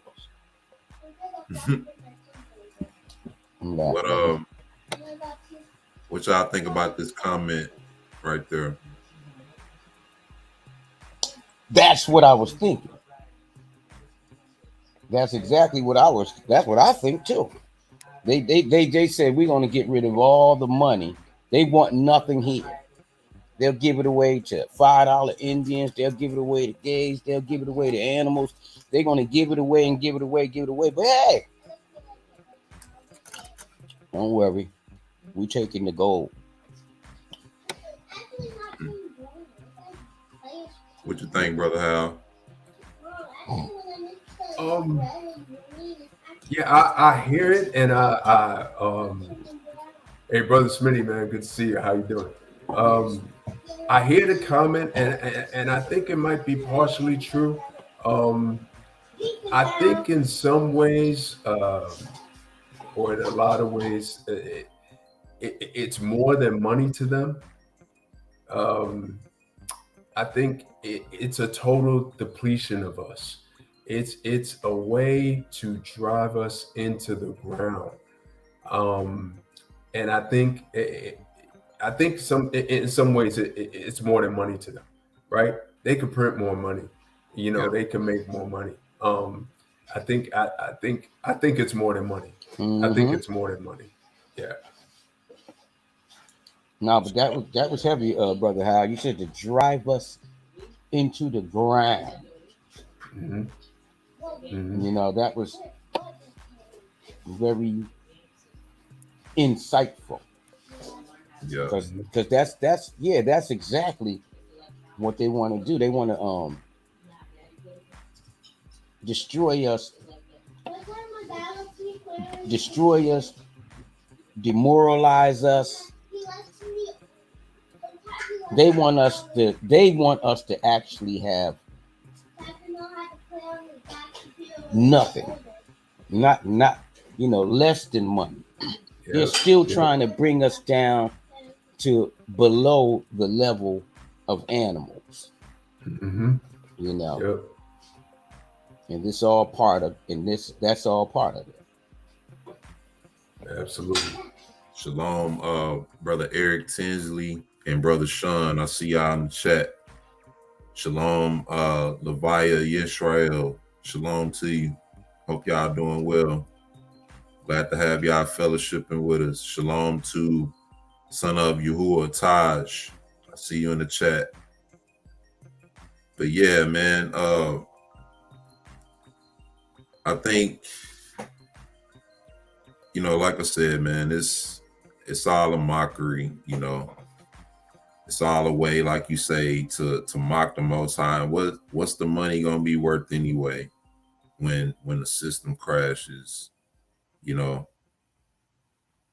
have a lot of different wavering currencies right now, so it's a lot going on that the Most High, like the scriptures say, He's in control of it. A lot of this may be to incite our people. You know what I mean? They talking about his presidential rating and how upset our people are. So a lot of this is also, I feel like, a way to try to get a rise out of our people, to get us to respond in a necessary way for them to react in the way that they want to react, and they'll be justified in their own eyes. Just like how they, back during after chattel slavery, how they made certain laws so that it would be easy to offend. And a lot of our people got locked up in jail and did time for that, and all that did was just create another slavery for our people. And so that's the concept that I feel like is going on. It's something that they want to do, and we're not reacting in the way that they want us to react. So they have to try to do something to get us to respond in a way so that they can do what they really want to do, if that makes sense. But it does make sense, brother. Yes. Now they not telling us what this is. We all look at things and see things, and it's only by the Most High's will that these things don't befall our people. But that's one of them. Reparations means to repair. And at no point have the LGBT been established. They've had their movements and their representatives and different things like that, but at no point have they been openly established as a culture up until now. This is what led to a lot of chaos back during the civil rights era when they tried to go full steam with it. You know what I mean? But it wasn't until now that they became fully established and recognized. And that's through many, many efforts, many movements, many side movements, a lot of organizations pushing it and supporting it to where now people like, all right, man, all right, whatever, we accept y'all, So you had that kind of thing going on. But now you're giving them reparations, which would imply that these people had a culture, a heritage that was established. It was known, it's well documented. All right. And this heritage, they had a land, all of that. And all of this was destroyed at some point by somebody. That would denote somebody needing reparations. Am I making sense? Yeah. Yes, sir. But hey, man. Hey, Brother E, real quick. I just want to take just 1 second to address a sister in the chat, Sarah Yash Shebrew. She wrote a last comment, and I think she might be just misunderstanding what I wrote and what I said before. Hey, sister, I just want to quickly clear this up. Your last comment, you said, I believe Africa is Israel. Africa is the land of Shem, not where they told us Israel is today. Sister, I totally and absolutely agree with you. What I was saying before is that we are not Africans, we are Israelites. When Yah changed Jacob's name to Israel, he did not change his name to Africa and say you are Africans. Later on, when his children, the 12 tribes, they weren't named after the land. They were named after Yah, and named after Jacob, whose name was changed to Israel as the people of Yah. They were promised that land and named Israel before they even went into that land, before they had any possession of it at all, and way before we were scattered. So the point that I'm trying to make is that we are not Africans. We know now that we are Israelites. And what that means is that we eat certain foods, we wear certain clothes, we speak a certain way, and most importantly, there is an Elohim that we follow and worship, and his name is Yahweh.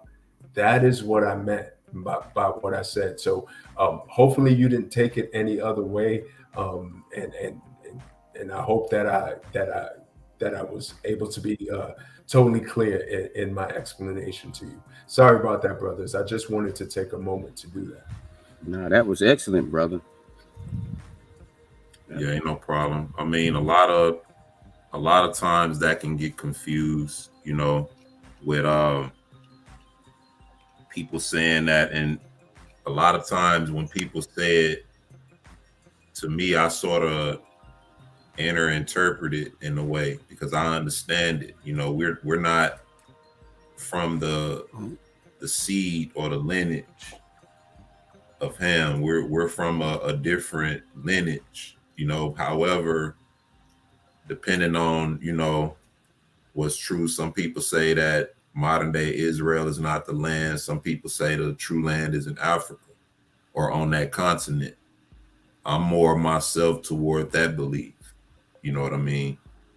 But like you said, that doesn't make us quote unquote African, you know what I mean, in terms of the seed of Ham. However, we do have our plot in that, on that land, you know what I mean? Yeah, because go ahead, brother Yash. Go ahead, bro. Oh no, I was gonna say because basically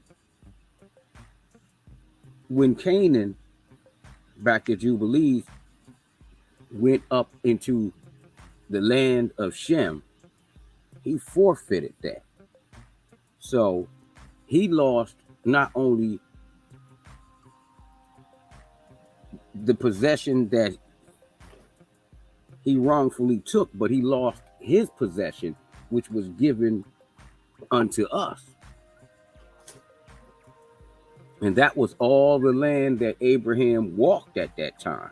You know, Canaan would have had a portion in Ham. He lost that too. All that's ours. That was belonged to him.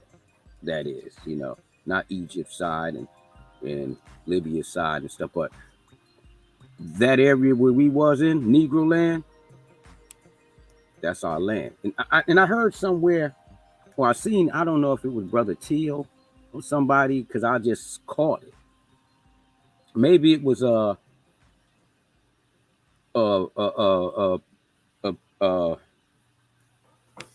name is leaving me right now. Pastor Kelly. Yeah. And he explained it about Africa being the promised land and Jerusalem being the holy land. Yeah. I mean, so, and then another thing to consider is just the map itself. You know, we know from certain sources, you know, that the map is not accurate as we know it. So it's a lot to consider with that in terms of lands and where lands are. You know, in the 1500s, you know, how were they able to determine the actual shape of an entire landmass unless they had some technology we don't know of back then? And if you want to look at those maps as more accurate, then we have to consider those as opposed to what we see now, unless the land has shifted. You see what I'm saying? So it's a lot to consider with that. But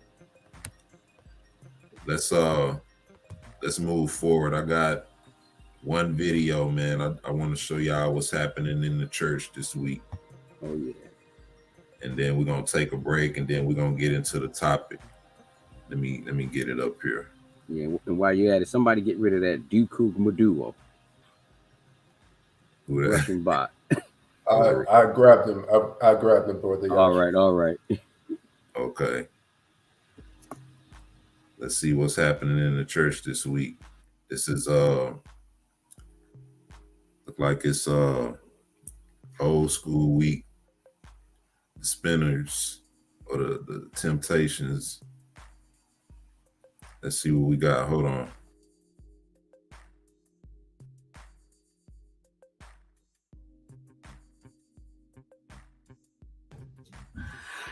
Jesus is all I need to get by.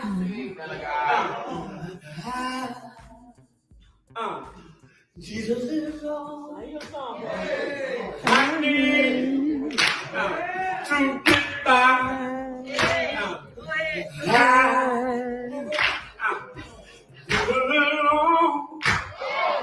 I need to get by. To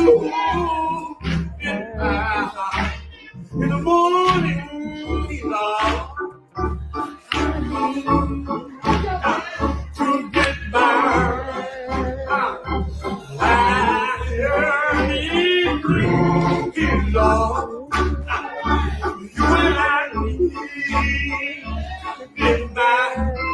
There's a midnight hour. Hey, listen. I don't need no sugar mama. You don't need no sugar daddy. But here's all you and I need.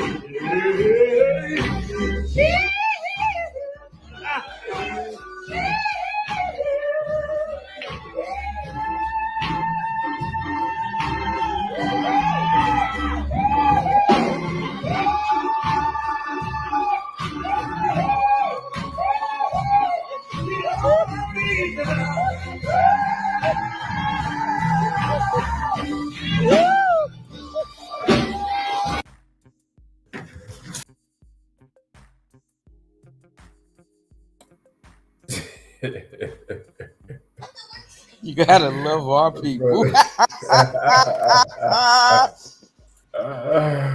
went from the Supremes to Al Green.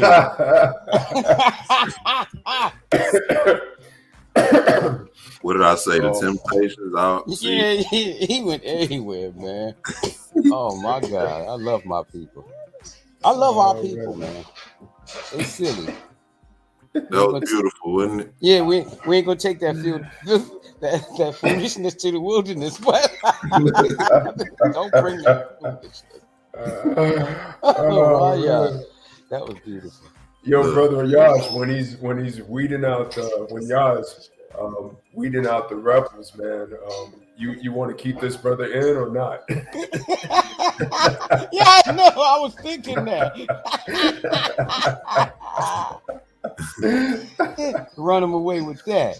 This nigga's fools. I think Christianity has either ran out of songs or, you know, I don't know if you know, y'all remember growing up in church, you know what I mean? The songs was different. You know what I mean? Songs even hit you different. When I was coming up, you know, you had actual choirs and people in the choir looked like they sung in the choir, you know what I mean? It was just different. The songs was different, you know, but you see nowadays a lot of people infusing rap, you know, with the music, you know what I mean? And I guess, you know, it's nothing wrong with that, depending on the purity of it, you know what I mean? But he went all the way out. Shout to one more time. He even hit a note, didn't he? Yes, he did. He hit it. He hit it.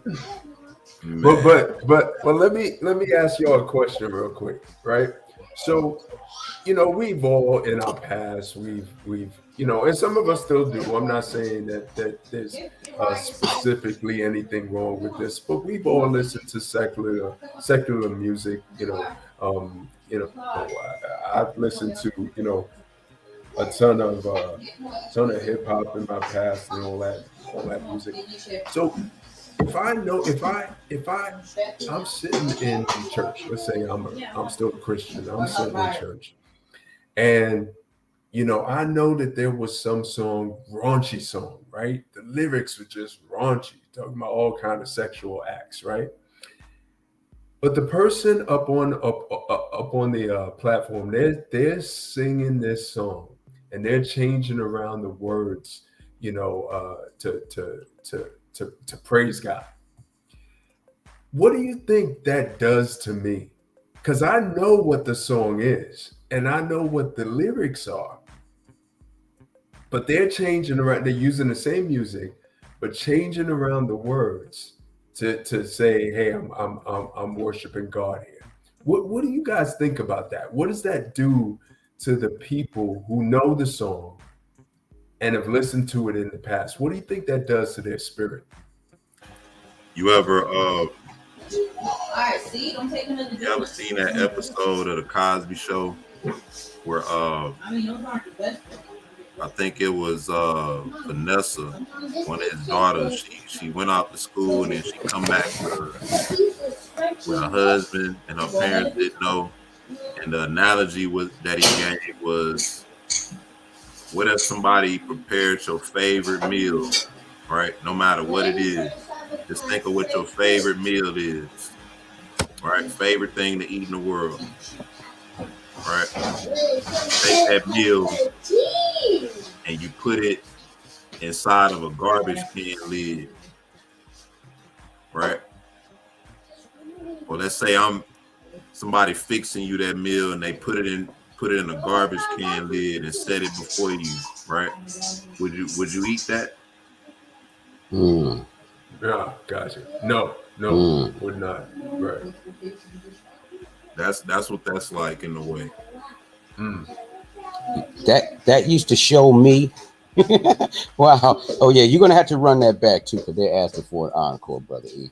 But that used to show me when we, because I guess, believe me, I've experienced it plenty of times in the church, and it used to show me how, and it used to grieve my spirit, because back then I was trying to be holy, but not that I ain't trying now. It's just, that surface Christianity stuff. However, that used to show me how everyone, from the head, from the pastor to the person just walking in off the streets, how everybody was listening to that stuff. And it used to kill me, because I used to be in there like one of the only ones to myself who like really didn't even know what it was. Yeah. I didn't, I mean, I knew, but I didn't, because I purposely didn't want my children growing up listening to that stuff. I didn't want it in their spirits. But I used to say, look at it and say, Dad, everybody's in here doing this, and everybody's in here doing the same dances, and there is no change in our people. And I'm talking about from the pastor on down. Yep. Let me go on and run this back. Y'all asking for Yeah, they need it. They need it. Yeah, that. Let me get y'all to. All right, hold on one second.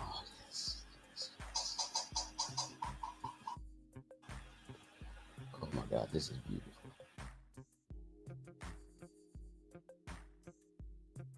Jesus is all I need to get by.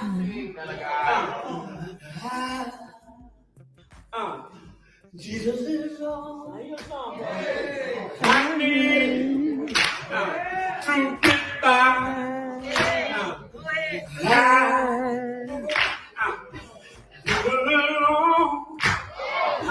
I need to get by. To get by. In the morning, Lord, to get by. I need you, Lord, when I need to get by. There's a midnight hour. Hey,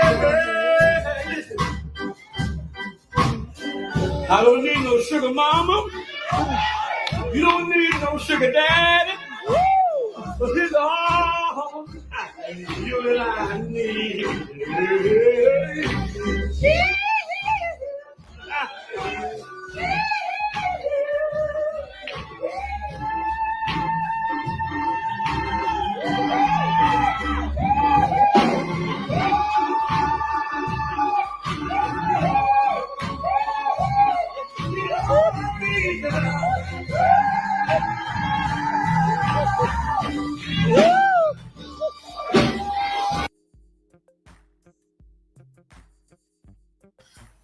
know, do that James Brown note, do that count as a note?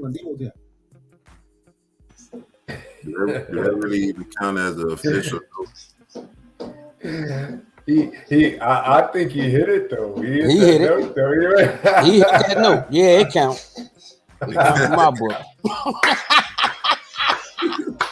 That James Brown say, look, Ma say, is that brother Ben Yaakov? Is that you singing? Look, you don't know how many times I'd have been told that before I could sing back up to somebody, man. Tell you what though, who was that? Brother Smitty said, let me find it. He said he's trying to relive that failed temptations.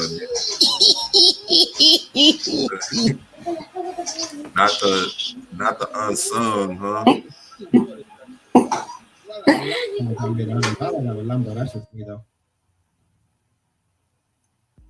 That ain't the unsung, is it? The failed temptations out there. Hold on.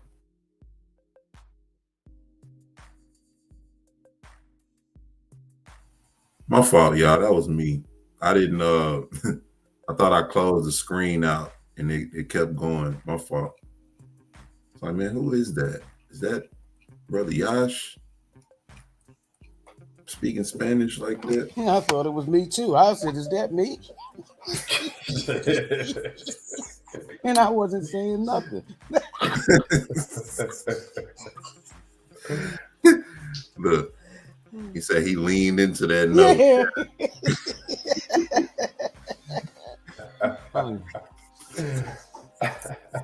He leaned into it. That's that old school choreography right there. Oh, yes, it was. Back then, you had to have good spin moves. You had to know how to rock from side to side, and you had to know how to hit that note. Mm-hmm. The good thing about it too is he didn't even look like he rehearsed that, man. That looked like that looked like it was like, I'm gonna pick up the mic and I'm gonna do this right now. Yeah, just straight off the top, huh? That was crazy, man. He said, I'm gonna go for it, brother Hal. Yo, I'll give him props for that, man. I give it to him. I would have at least had to rehearse to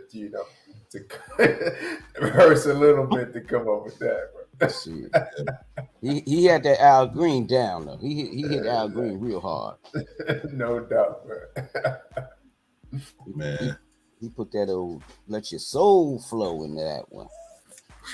Yep, that's all you need in church today. That and then a good sermon, where people can say, Pastor so did preach today. And I guess that just means, you put on the show, however much sweat you was able to perspire, a pastor preaching when that shirt get wet. You got to take that coat off and that whole shirt get wet. You know what I'm talking about? Get the dancing around. Yeah, T.D. Jakes. Sweat all up under the arms. Man.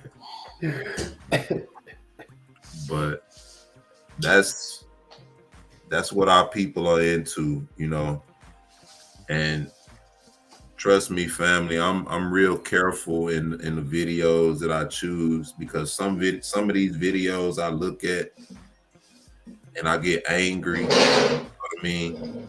Some of them I look at and it make me feel sorry for my people, sometimes. So some of these that I choose the ones that I know, like stuff like that. You know what I mean?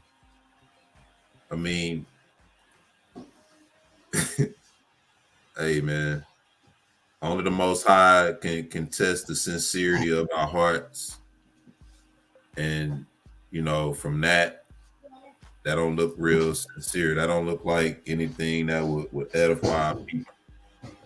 That's the concept that most Christians have. Jesus is all I need. Not taking any truth from that, but there's some understanding that goes behind that we're not getting from that organization. But you know, that's it on that. You brothers got something to say before we go to break? I'm good. Yep. Same here. I'm good. All right, let's take a break. I want to thank you, brothers and sisters. Shalom, brother Big Red. I see you in the chat. Shalom to you. But we're gonna take a break. When we come back, we're gonna get into the topic at hand. Who are the Israelites? Discussing the 12 tribes chart. I want to thank you, brothers and sisters, for spending your time with us. Salt of the earth. Shalom and blessings once again. Be right back.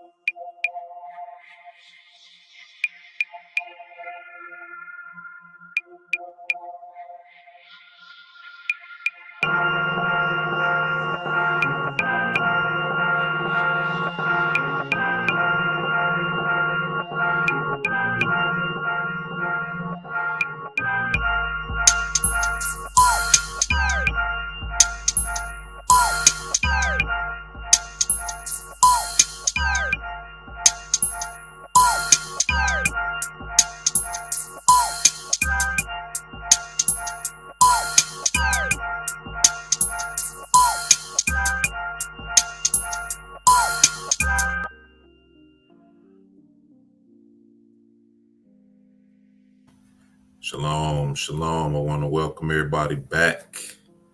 I want to say shalom and blessings to everybody. Hope you're doing well. I want to Shalom to my brother Smitty. He said something in the chat. Let me find it. He said, wow, I can't find it.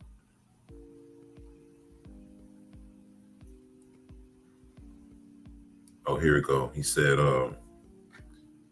you know what happens when you take too long to get to the topic? People be getting frustrated. And you know the thing about it, that's the beauty in not being a teacher, Smitty. You know, like these ain't lessons right here. You know, we do this once a week. We come with a subject matter, but before we get deep into the subject, you know, we chop it up, we fellowship, and we kind of get warmed up. You know, that's what we do over here. You know, we try to provide every aspect we can for our people. The more people, our people in particular, are turning away from the world and turning to platforms like this, you know, that makes all the difference. And so I want to thank all you brothers and sisters for being patient. You know, looks like everybody's pretty cool with the order of things, and I want to just thank y'all for that. You know, just vibing out, fellowshipping, and now we're gonna get into the subject matter at hand. I want to let my brothers give some intro on this, but I want to give some brief intro in terms of my view on it. You know, when I first came into the truth, this wasn't really an issue that was solidified or taught, so to speak. You know, when I first came into the truth, I used to hear two different perspectives. You know, one perspective I heard was that all of the tribes were Negroid. And then another perspective was that, you know, over time, certain of the tribes mixed, you know, and so that's why certain tribes look the way that they do now. You know, but as far as this issue being true or false, in my view, I gotta be honest, I don't really see it being true. I could be wrong, and I stand to be corrected. And we know that dealing with the truth is not an issue of how we feel. However, we know that truth resonates in the heart.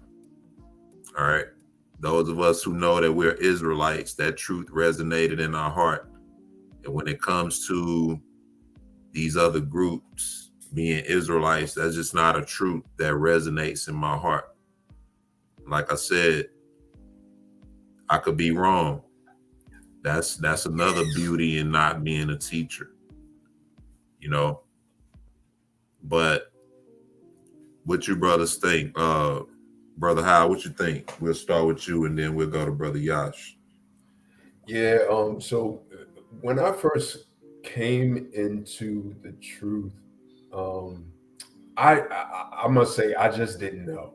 I heard a lot of different things. I heard like you did, Brother Ibri, that all Israel, northern and southern kingdom, were and are so-called black people. I've heard that we mixed so much and we were spread around the whole world. So places like we see all these places in South America.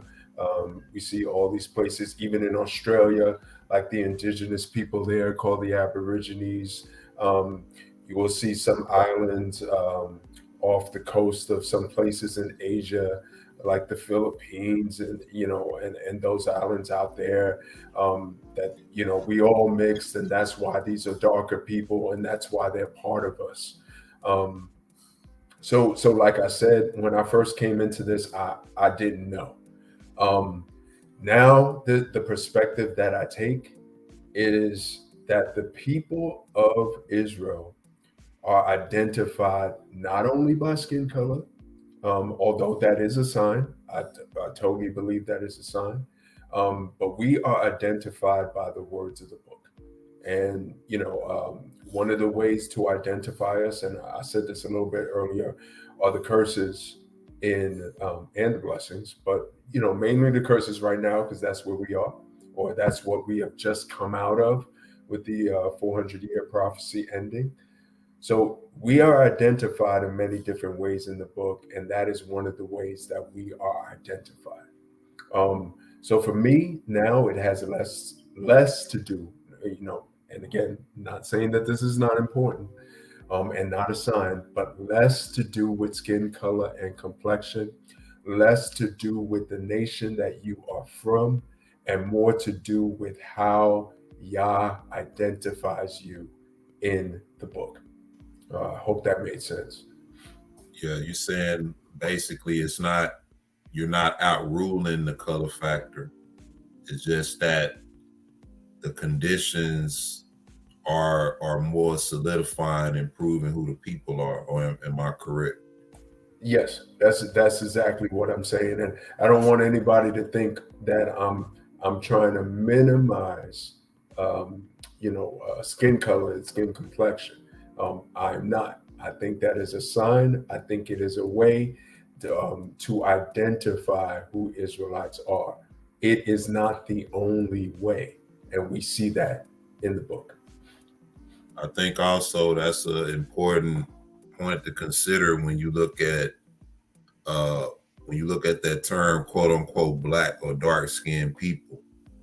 You have other dark skinned people who come from other lineages. It's still not our people. So Exactly. not to get too deep into that, but that, I can see where that point is solid. Brother Yash, what you think? Yeah, I agree with Brother Hal. I want to add on to it also. Another factor was that we would be hated among all nations, where and among the Gentiles wherever we went, and that has become like a built-in safeguard for us. It caused them to set us up in the ghettos in the European, I don't know what you call that, Middle European, Europe,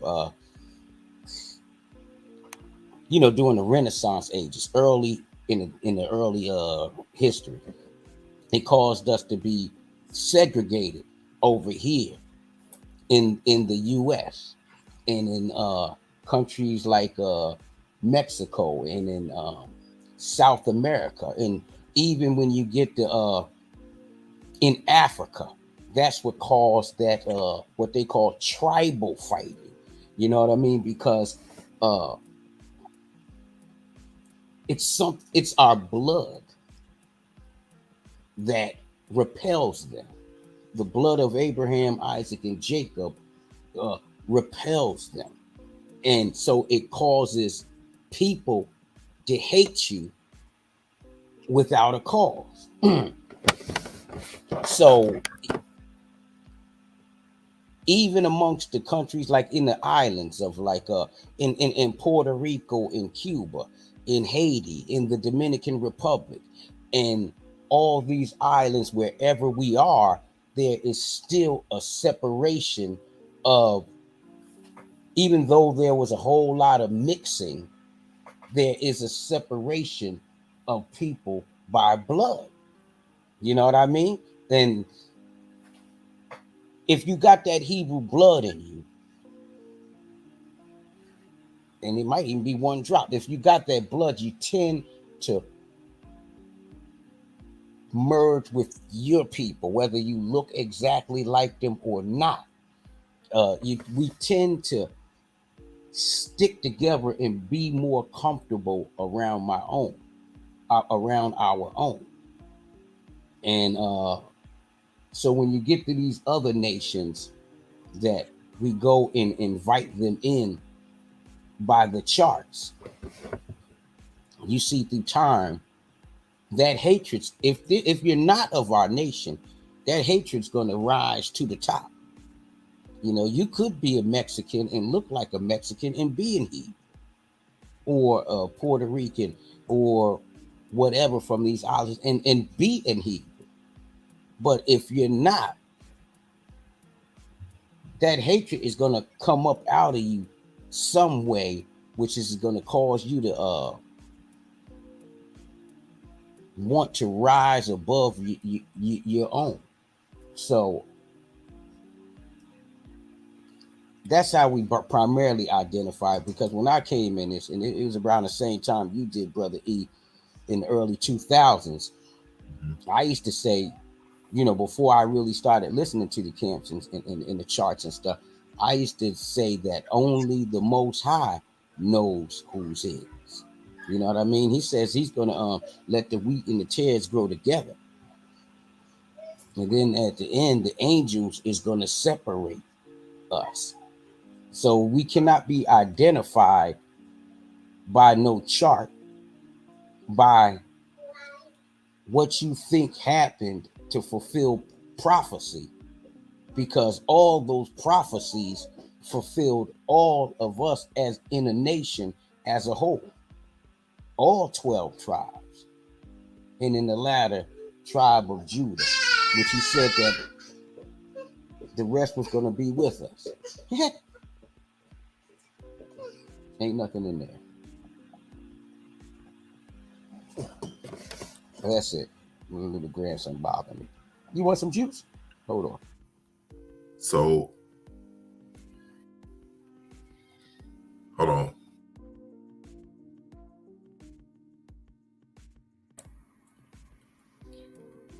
Let's consider the discernment factor. All right. And what I mean by that is this. There's a level of discernment that comes with identifying the truth. All right. Discernment is like an inner confirmation of something, you know.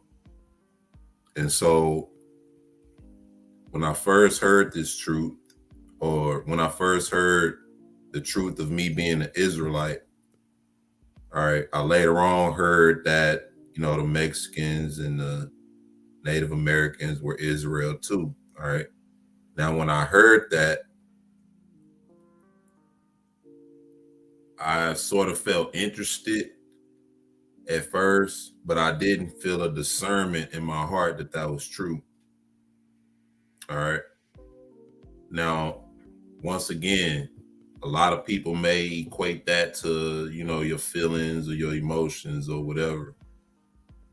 But even when we look at these people, all right, everything that's happening in the world, do we see any sort of revelation or any rising up among those people as a whole of them claiming that they're the people? Or am I missing something? What you got, Brother Hal?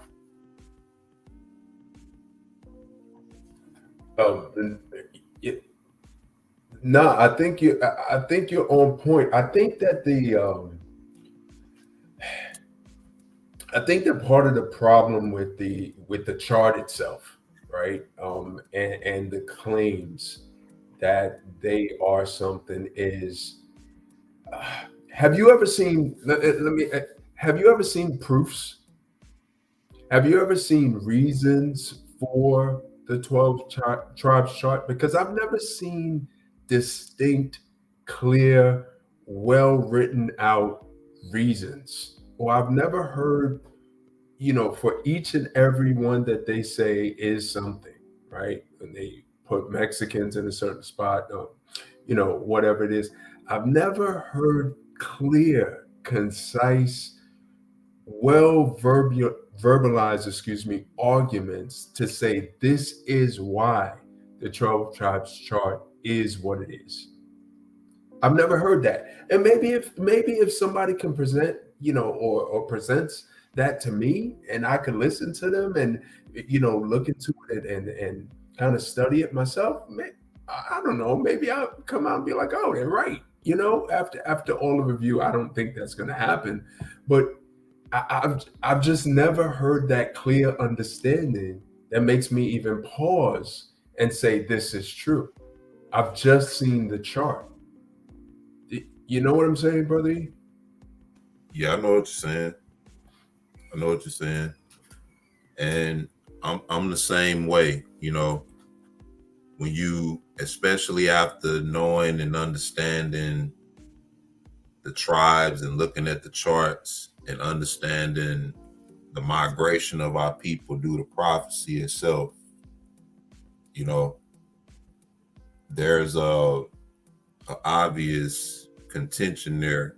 But once again, I'm coming to the forefront and I'm making myself a sacrifice, you know, because I would admit I'm not an expert in this subject, you know. However, that's why I say this is not a teaching. I just want to lay forth some things that sort of leads me to my conclusion that I don't believe or think that these people are a part of us. And if so, if you want to say that the Mexicans, the Native Americans are our people, why not the ones that look like us? Whenever you bring that issue up, the only answer is, well, it's not about skin color. Well, you know, Brother Howell made it clear that that's not the only indicator in identifying our people. However, it is the one of the most obvious, one that you can't deny. Now, when you get beyond that, you have to consider other things depending on where you are and who the people are. Because like we mentioned, not all dark-skinned people are our people. So it's a lot of factors in that, but when it comes to this, it's just not, it's not hitting me the way it hit me when I learned that I'm an Israelite. And I'm not a jealous person like that. You know, I grew up around Mexicans, some of them, never had an issue with them, you know, never had an issue with the brothers and sisters that call themselves Native Americans. I never even really had any real dealings with any of these people like that. But it never fazed me one way or the other. But what you got, Brother Yash? You was finna add something? I'm finna share a screen. Nah, but you know what? Another point is, first off, I agree wholeheartedly with that discernment part too. And another part is, you have a chart that doesn't deal, it doesn't deal with Africa. It just automatically places every African in the as Hamites. And another sister, I forget who said it. Okay, Trust Cafe. She said the chart is immediately disqualified in my mind because it doesn't cover the four corners. Yes, some of us are everywhere, including those few nations, because he scattered us, but not those nations as a whole. So you can't just limit the four corners to one side. Right. So it's lacking in it's just lacking. And like Brother Howell said, it doesn't stand up to scrutiny. So, you know, and as far as, see, I remember I used to listen to this Native American show up in New York, and they was always fighting against the Israelites, fighting for their identity, and they were always bringing back the proof in the facts showing how they were not our people. And I'm like, here you are fighting a people that's proving to you that you're not theirs, yet you're trying to fight with them. It's different if the person, if their ancestors came over on slave ships like ours and they're fighting against you. That's one thing. But if they were already here and they telling you they not ours, I believe them over, over my what I think.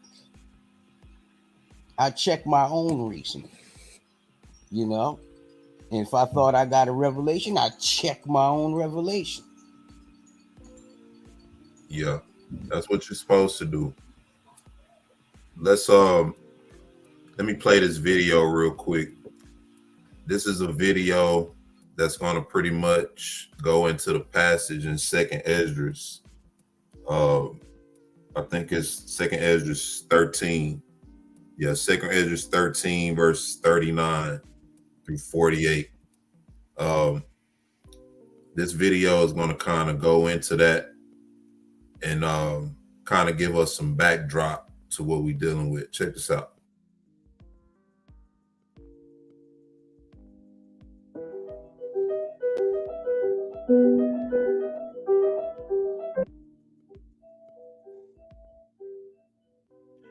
Those are the 10 tribes which were carried away prisoners out of their own land.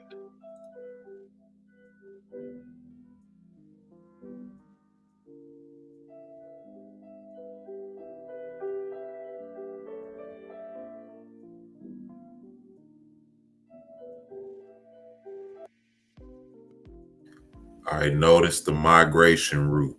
All right. This is them leaving from Assyria. All right. And these arrows are pointing outward. All right. And it's going to show you another diagram later. In the time of Hoshea the king,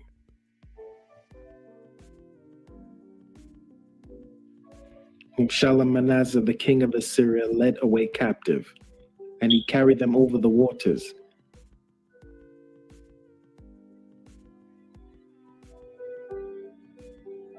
So came they into another land. But they took this counsel amongst themselves, that they would leave the multitude of the heathen, and go forth into further country, where never mankind dwelt.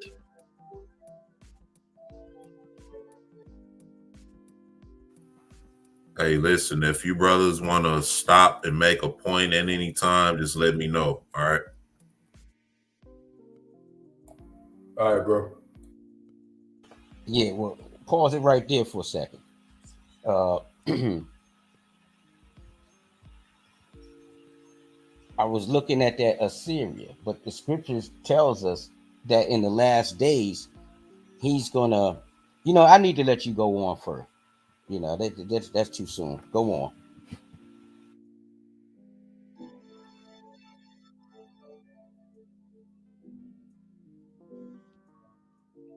And they entered into Euphrates by the narrow places of the river.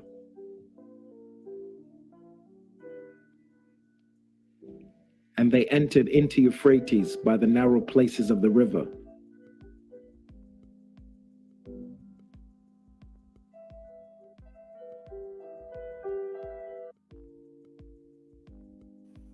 I wanted to make a point right here. The narrow places of the river, they entered into the Euphrates in the narrow places of the river. And there was a passage or a portion right before this clip that said 31 verses mentioning ships. So are there any verses mentioning ships, the 10 tribes building ships, dealing with this situation with them leaving Assyria? If anybody's aware of that, feel free to either chime in or post those things in the chat. Yeah, that would be great to know because I've never seen it. Sorry, brother, you didn't mean to cut you off, bro. Nah, you was right. Go ahead. No, I was just saying I would love to see that because I've never seen it or read it. So I would just love to see it. All right, so interesting point being made here. You know, let's get some more.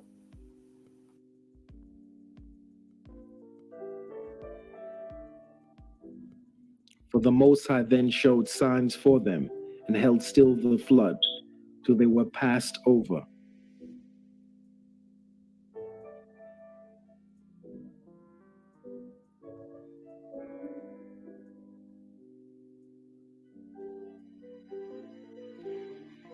For through that country there was a great way to go, namely 1.5 years.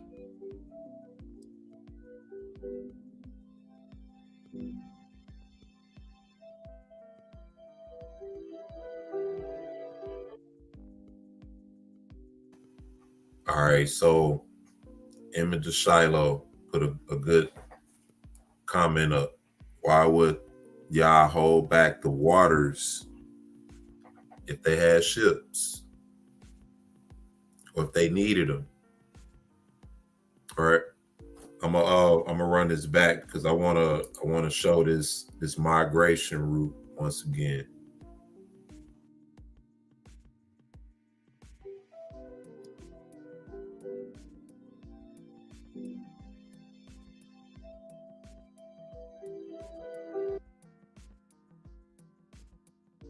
All right, so we see that they migrated from, it looked like the tip of this, I think that's right above where Ethiopia is. They migrated from up in here, from Assyria down. It said they entered into the Euphrates through the narrow passages. All right, and the Most High held back the floods. So if I'm not mistaken, it showed them coming through here and coming all the way around here. Now, that's, keep in mind, you have women, children, everybody. Where did they get the materials, right? And also, when you read 2nd Ezra 13, if the 10 tribes were in captivity to the Assyrians, and it said they took counsel among themselves, right, to pretty much leave this land and go into a land uninhabited, how were they able to just leave if they were captives to the Assyrians? When has that ever happened where a people who were taken captive just up and decided as a whole to just leave? And you brothers want to address that? Only thing I got to say is it hasn't happened. If you're held captive, you're only leaving if I'm taking you somewhere else to oppress you in that place also. It has never happened. It doesn't make sense. Now, I don't have the history on hand, but I have seen accounts that explain that during this time the Assyrians were at war. The sons of Sennacherib, were pretty much against him, and so there was a big war going on during this time. And so when you look at that concept of a war going on, where do you have time to build boats? Now, I can see if you say that they took some of their boats and were able to do that.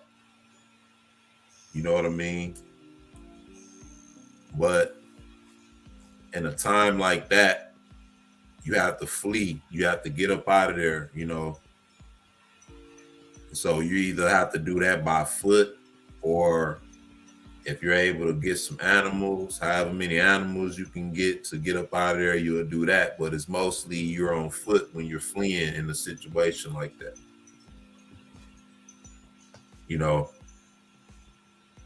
But let's get some more, man.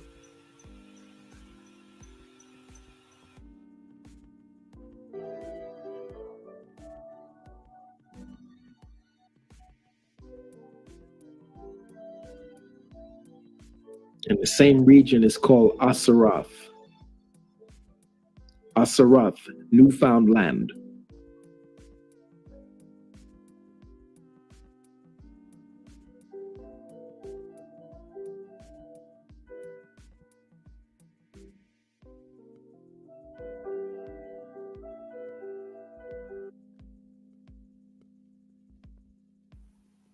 Now, there's a video I saw maybe about a couple of years back, and I forget this brother's name. Brother Kadar know who I'm talking about. His brother used to always be in contention with Sakari, and I forget his name, but he had a channel that was put down for a while, but he did a video showing where, the land of Arsarit was really somewhere within the interiors of Africa, or the African continent. He showed that, and he showed a source for that. But we see right here, Arsarit, Newfoundland, and it's showing the lands of the north, pretty much. You got South America and North America. South meaning south of the mainland, south of where we are. That's how you have South America. All right, but anybody got anything on that solidified on that? Or have you brothers heard anything on that? Yeah, I seen well, not on that. I've seen one. I think it was what's that? I think his name is Judah. I forget it. I'm trying to look and see if I have him on my old things. But they show where Osiris was in the actually right up there in Africa, like between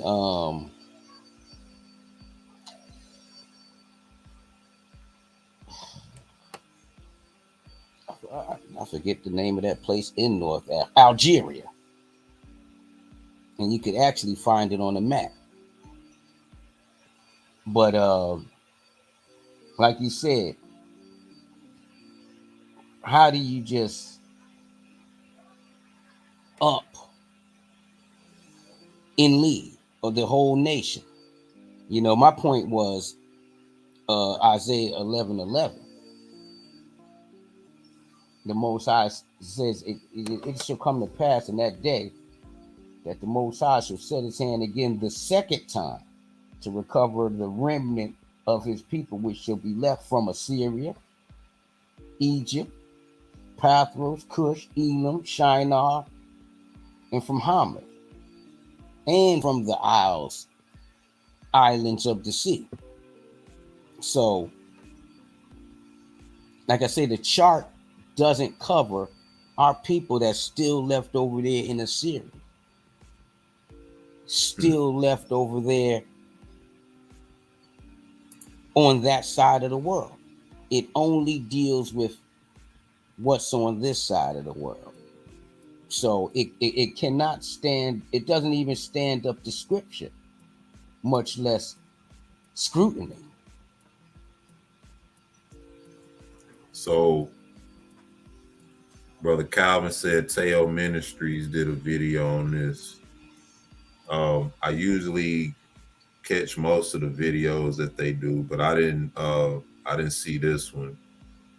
If you can, Brother Calvin, put the link to that in the video, because we know a lot of history is mixed up. So what makes sense, you know, when you're talking about a 1.5-year journey with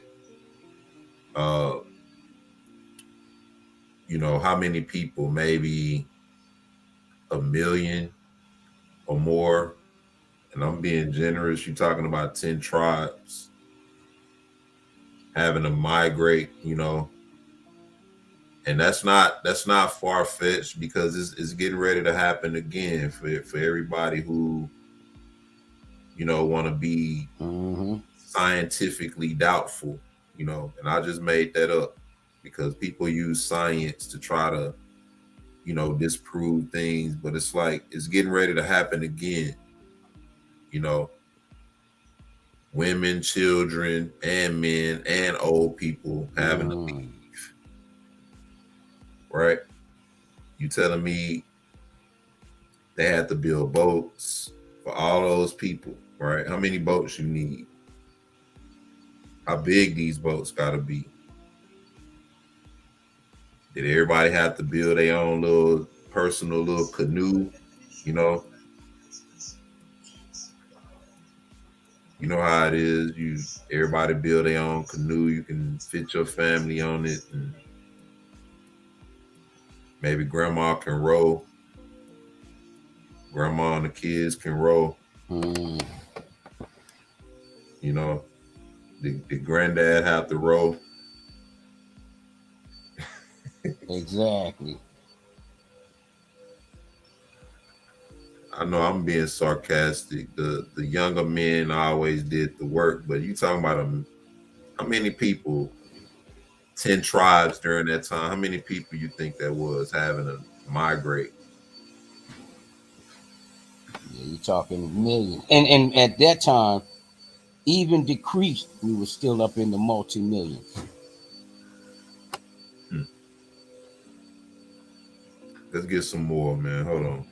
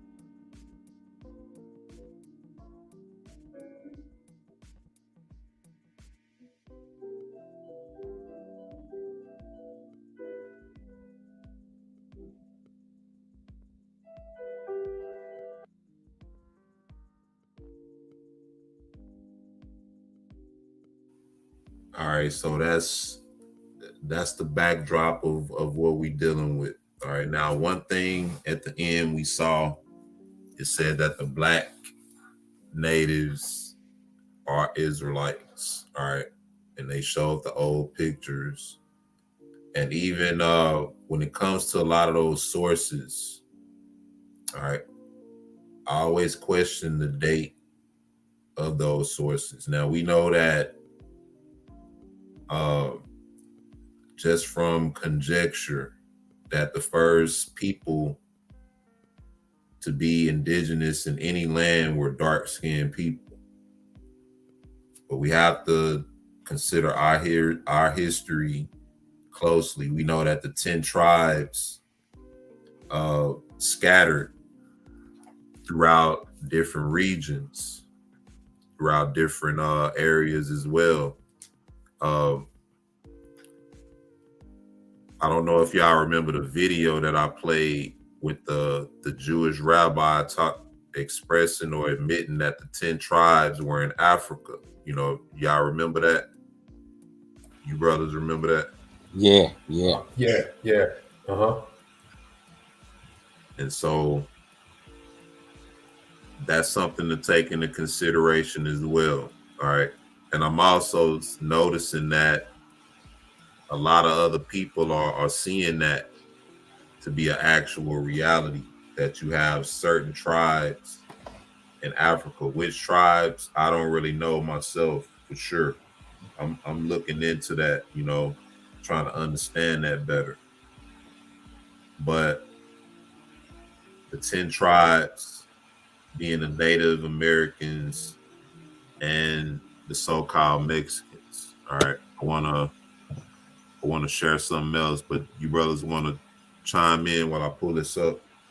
Yeah. I just had a quick. So at the end of the video you just showed, they showed a bunch of images, right? They look like drawings, kind of depicting. And correct me if I'm wrong. I think what they were trying to do was link the images of native Africans to those of indigenous people in places like the Americas. It Yeah, seems like that's what they were trying to do to me. But how does that make those people indigenous to the Americas Israel?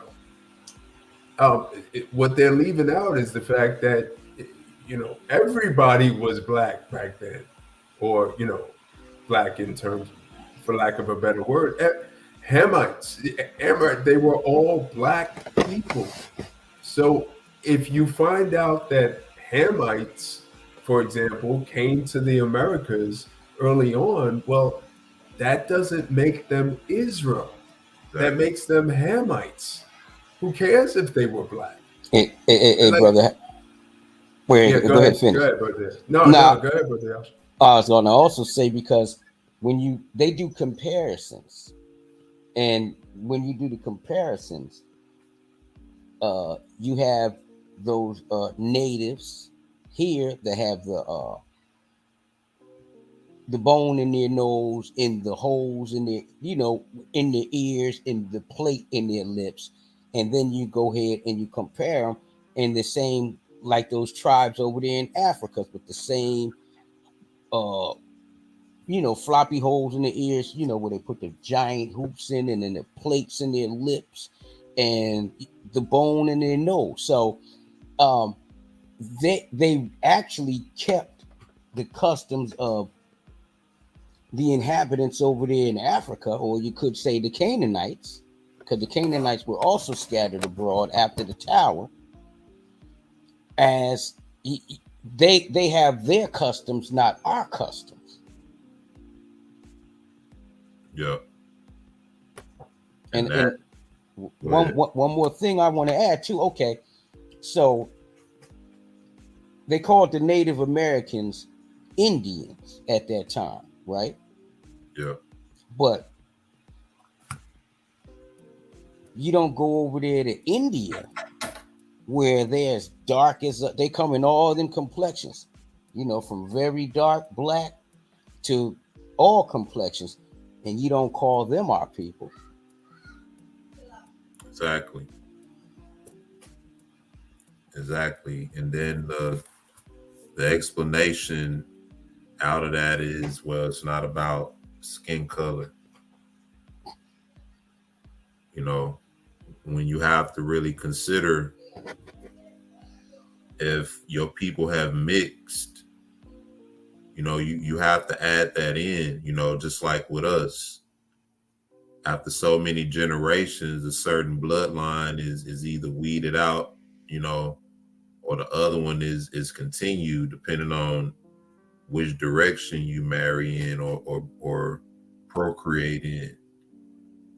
So if a Native American woman and an Israelite man mix, right, that child will come out mixed.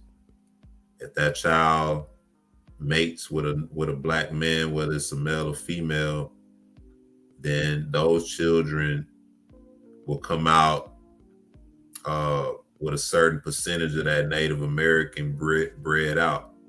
Then if that child goes into marrying another black man or black woman and procreating, then so forth and so on, you sort of breed out that lineage. So you have to consider that as well. These people who call themselves Native Americans, when they first came over here to this country, what language did they speak? When you look at the languages, their indigenous language, if the people that are or the 10 tribes now, if they're Israelites, then their indigenous language to this land should be Hebrew, right? Because what proof or what was said that while they were in Assyria before they came here or before they fled here from Assyria, that while they were there, their language was stripped from them and their heritage was stripped from them? Did they still speak Hebrew when they left Assyria? So when they came to this land, that should be their language, right? If they're the first to set foot on this land and come over here, but when you search their indigenous language, you don't see that.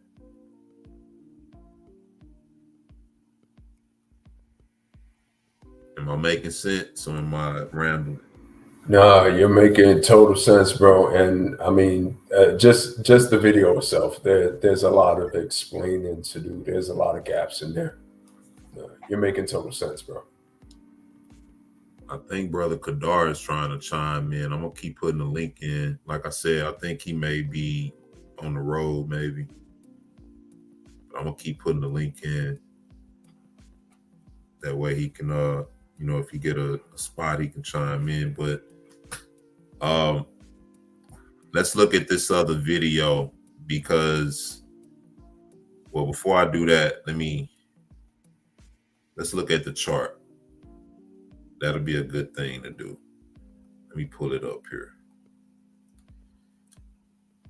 Let's look at the chart and let's familiarize ourselves with the chart. Okay.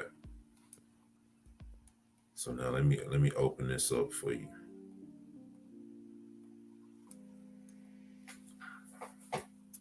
All right, can y'all see that?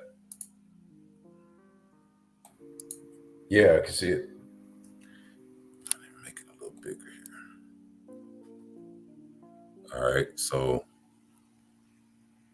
the 12 tribes, you have Judah, American blacks, Benjamin, West Indian blacks, and Levi are the Haitians. All right. Ephraim, Puerto Ricans. You got Manasseh, Cubans, Simeon, the Dominicans, Zebulun, Guatemala, Panama. Now I want to point out Ephraim, Simeon, and Zebulun because I'm going to bring out a video. All right. So just keep those 3 tribes in mind: Ephraim, Simeon, and Zebulun. But you got Gad, all right, the Native American Indians. You got Reuben, the Seminole Indians. You got Asher, Colombia, to Uruguay, the Incas. Issachar, the Mexicans and the Aztecs. Argentina, all right, that's Naphtali. You got Argentina and Chile. All right, so these are the 12 tribes. We all familiar with that. Now, this is the other 12 tribes chart. Hold on.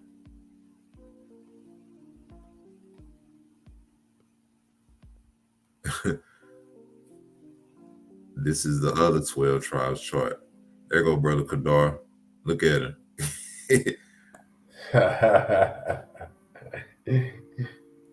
What's going on, bro? You muted out. You muted out.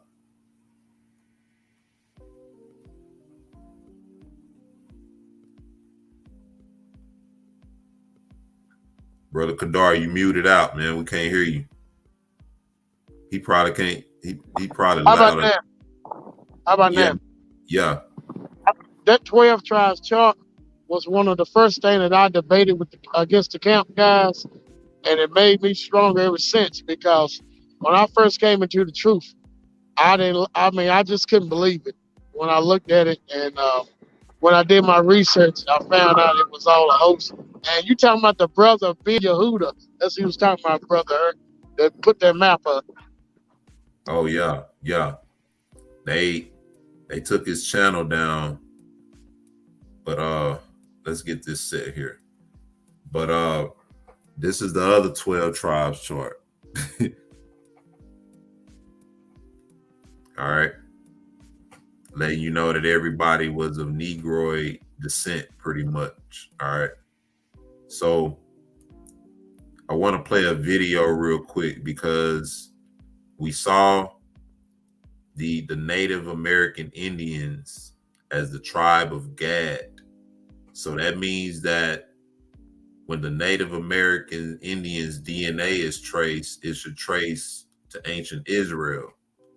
All right, at the least, they should have some DNA markers in the land of Israel, since they are traced or said to be the tribe of Gad. All right, so I want to play this other video real quick. Hold on.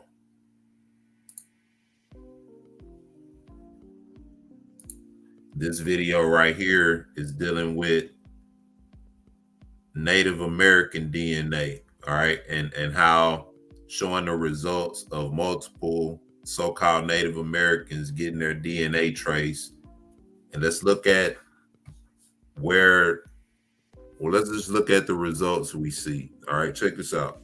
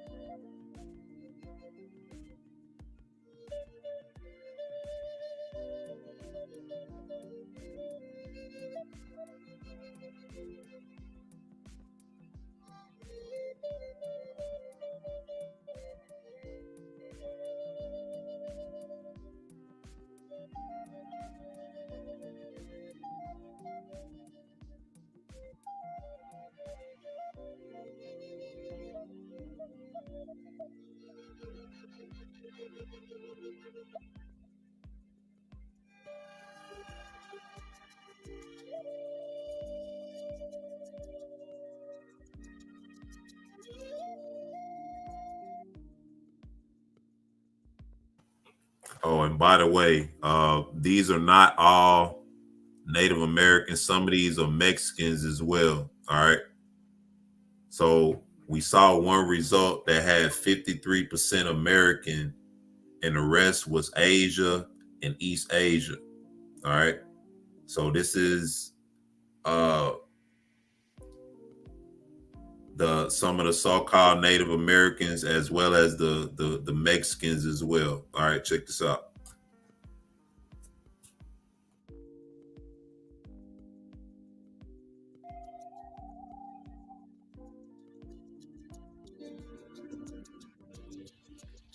%92 East Asian, 94% East Asian, 96% East Asian and Native American.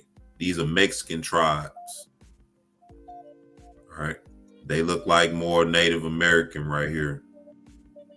East Asian and Native American, 93.5%. Navajo, U.S. tribe results. 95% East Asian and Native American. Guatemala tribes.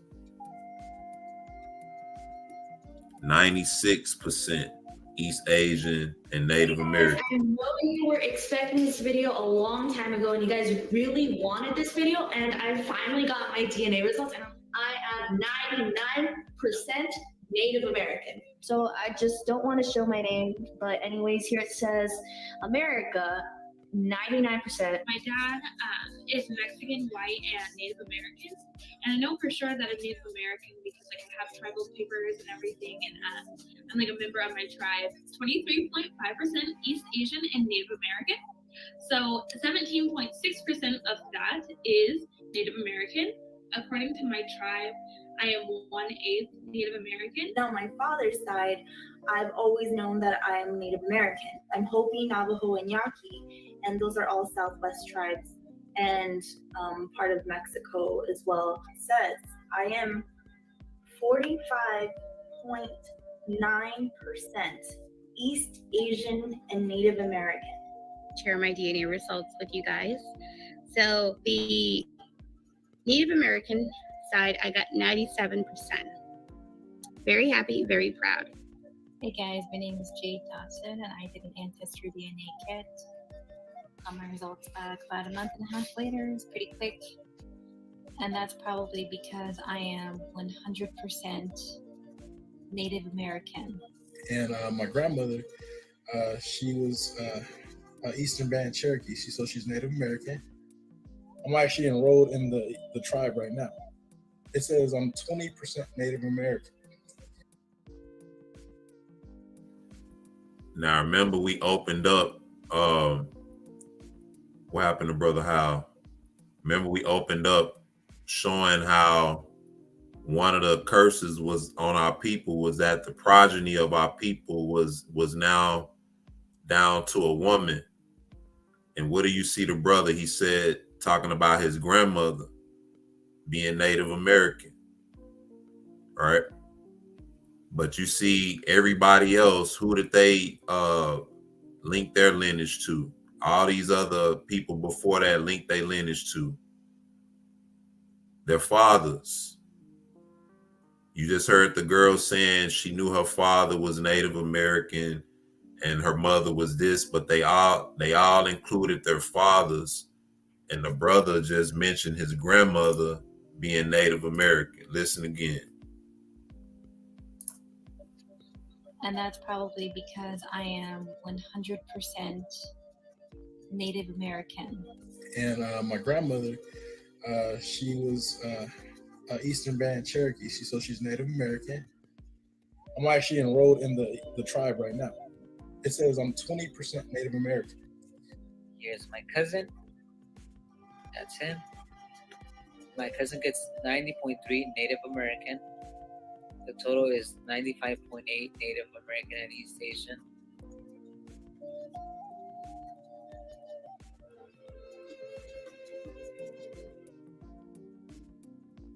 Notice that 1% Africa up there, because we know that these people migrated from Africa up to East Asia and different parts of Asia, and then they migrated over into these regions. And the evidence is in the DNA. My father. So on my screen is my dad's DNA results.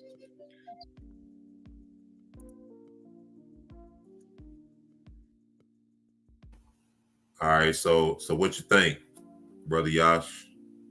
These are the people who live in the regions of South America. All the people that are said to be Israelites. But what you think, Brother Kadar?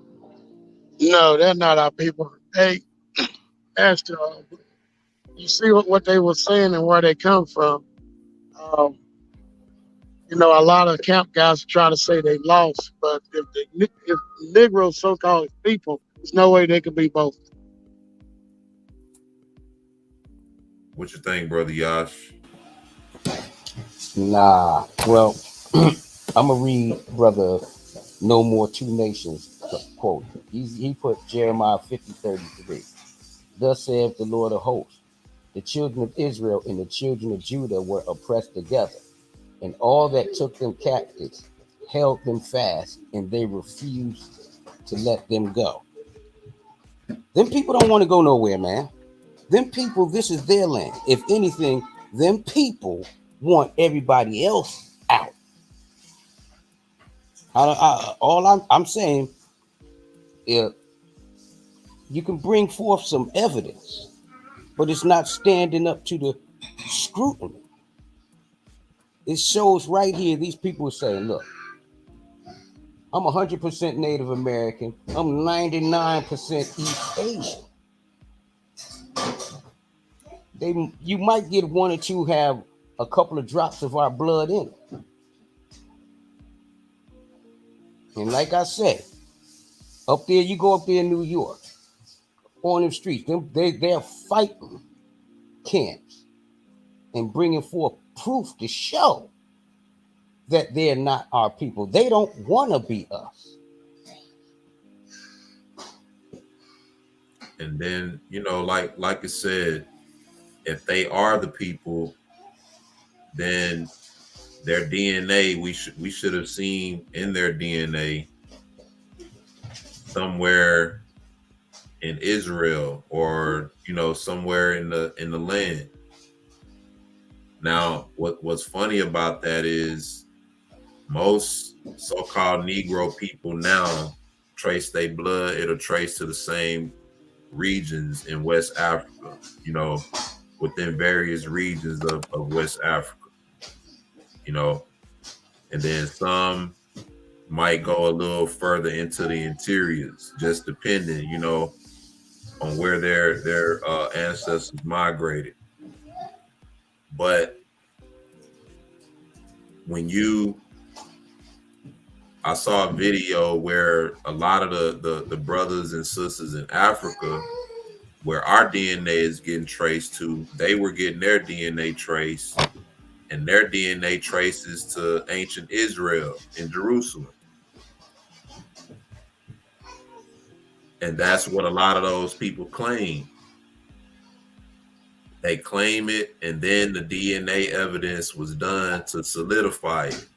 So somewhere, long story short, if our DNA is tracing to those people and their DNA is tracing to ancient Israel, then that pretty much tells us where our DNA is tracing to ultimately. So we should have saw a connection somewhere between those people and Israel, right?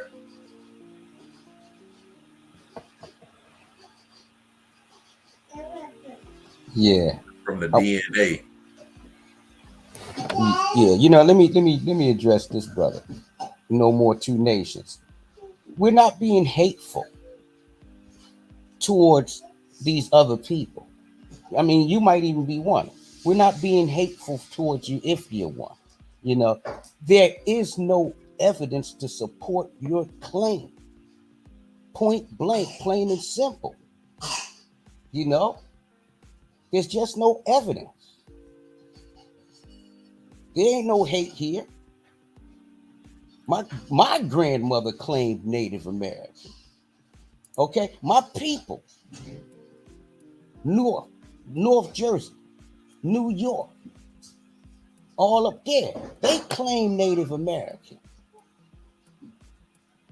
There is no hate towards that. All we trying to do is just separate lies from truth. That's all we doing. And the reality of it is, this is not even an issue of, you know, this should not be an issue that causes division between us. We're a nation of people that, you know, we worship the Most High, and we keep His laws, statutes, and commandments. That's the most important part. As far as who we are, I said it before, the scripture says it. It says, let the wheat and the tares grow together. And at the time of the harvest, the Malakim, the angels, is going to do the separation. If you believe you're from the Northern Kingdom, fine. And if even if you're not our nation, take hold of the laws, statutes, and commandments. And also, not only that, you know, like the brother's saying right here, try the spirit by the spirit. That's exactly what we're doing. That's why I ask about the discernment from the beginning. You know, if these are the Most High's people, why does it not seem like the Most High is waking them up to that reality? Right? Why is it that more of our people are waking up to that truth? If if we can find evidence and artifacts and different things, then they should be able to relate more to that side of things. We know that over time they assimilated with the nations and different things of that nature. All right. We know that the Most High cast them off from being a people. But like I said, where is it resonating, you know, in those people that they are people? He said, teach me scripture. And like I said, you know, this is the thing.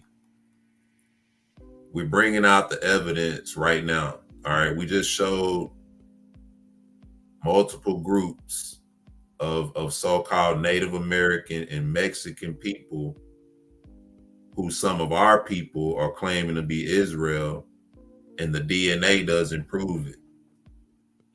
All right. And we're going to get into some of these things with the artifacts and different things of that nature, because timing plays a big part in all of this.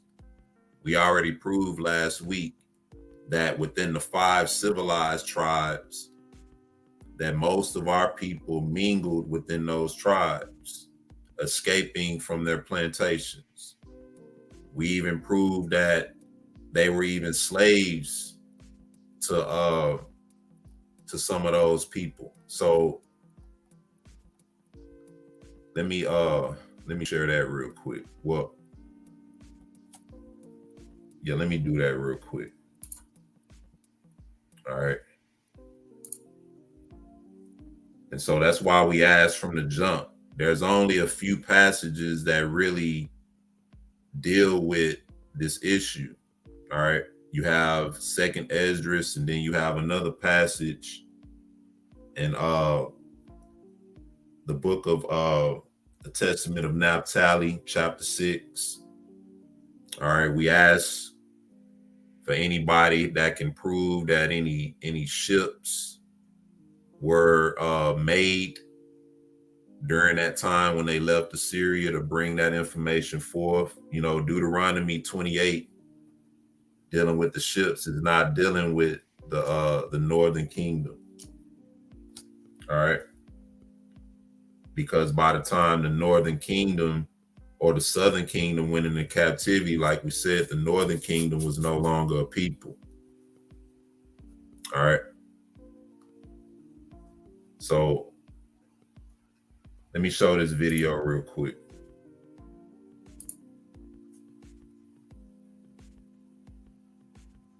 This is we showed the DNA of the Native Americans.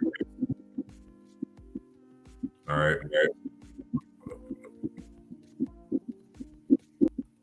We showed the Native Americans DNA, and now we're going to look at some Afro-Latinos. Like I said, there are people who live in these regions who look like us, but they're being bypassed and looked over and not being even considered our people. For the people that I showed in the first video, the Mexicans, the Guatemalans, who are said to be our people, all of their DNA traces not to Israel, but to East Asia. So at what point were the 10 tribes in East Asia? That's another question I want to put out there. All right, so check this out.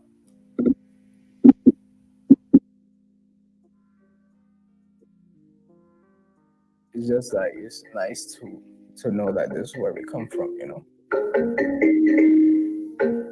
Hello, my name is Lexis, and my family's from Puerto Rico. My mom's from Panama. She's Panamanian. And my dad, he's originally from Brooklyn, New York, and he's African American. When I go back to Dominican Republic, there's no history on the African ancestry. When I talked to my dad, I was like, Papi. So you got, hold on.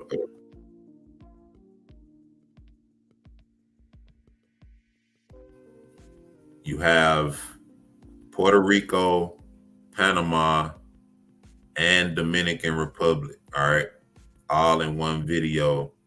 And these are Afro-Latinos And let's see where their DNA traces to. All right, I just wanted to play that part real quick. So let's get this out the way. We all saw that. Let me run it back.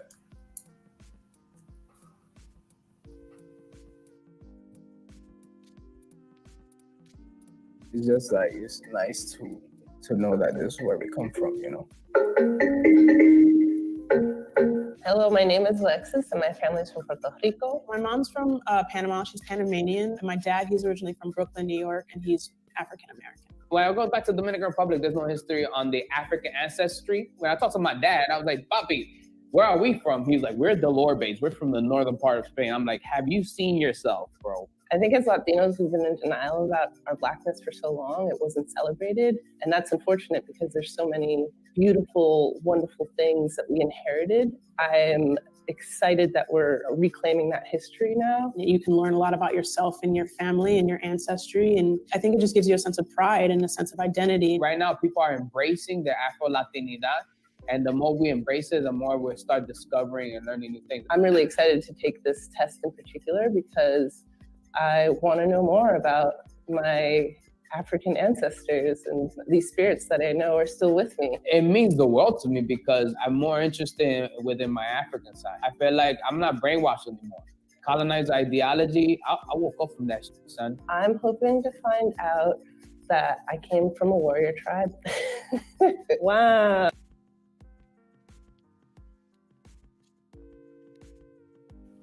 All right, so you have Mexicans and Native Americans who are said to be Israelites, whose DNA traces beyond Israel. It doesn't even stop in Israel. However, you have these Afro-Latinos who hoping to understand their African ancestry. And they represent Puerto Rico, Dominican Republic, and Panama. Let's see who those tribes are again. What you got, Brother Yash?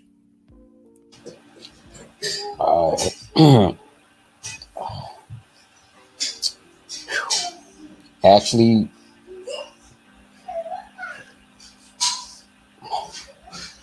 I don't know. Right now, my head kind of spinning. But yeah, let Brother Banya speak. What's going on, Brother Banya? Yo, peace and blessings, family. How you doing, bro? How y'all doing? All is well, man. We just vibing out. We trying to find out who Puerto Rico, Dominican Republic, and Panama is. All right. Hold on, let me type something in. Go ahead. While you doing that, I'm gonna find out who they are. All right.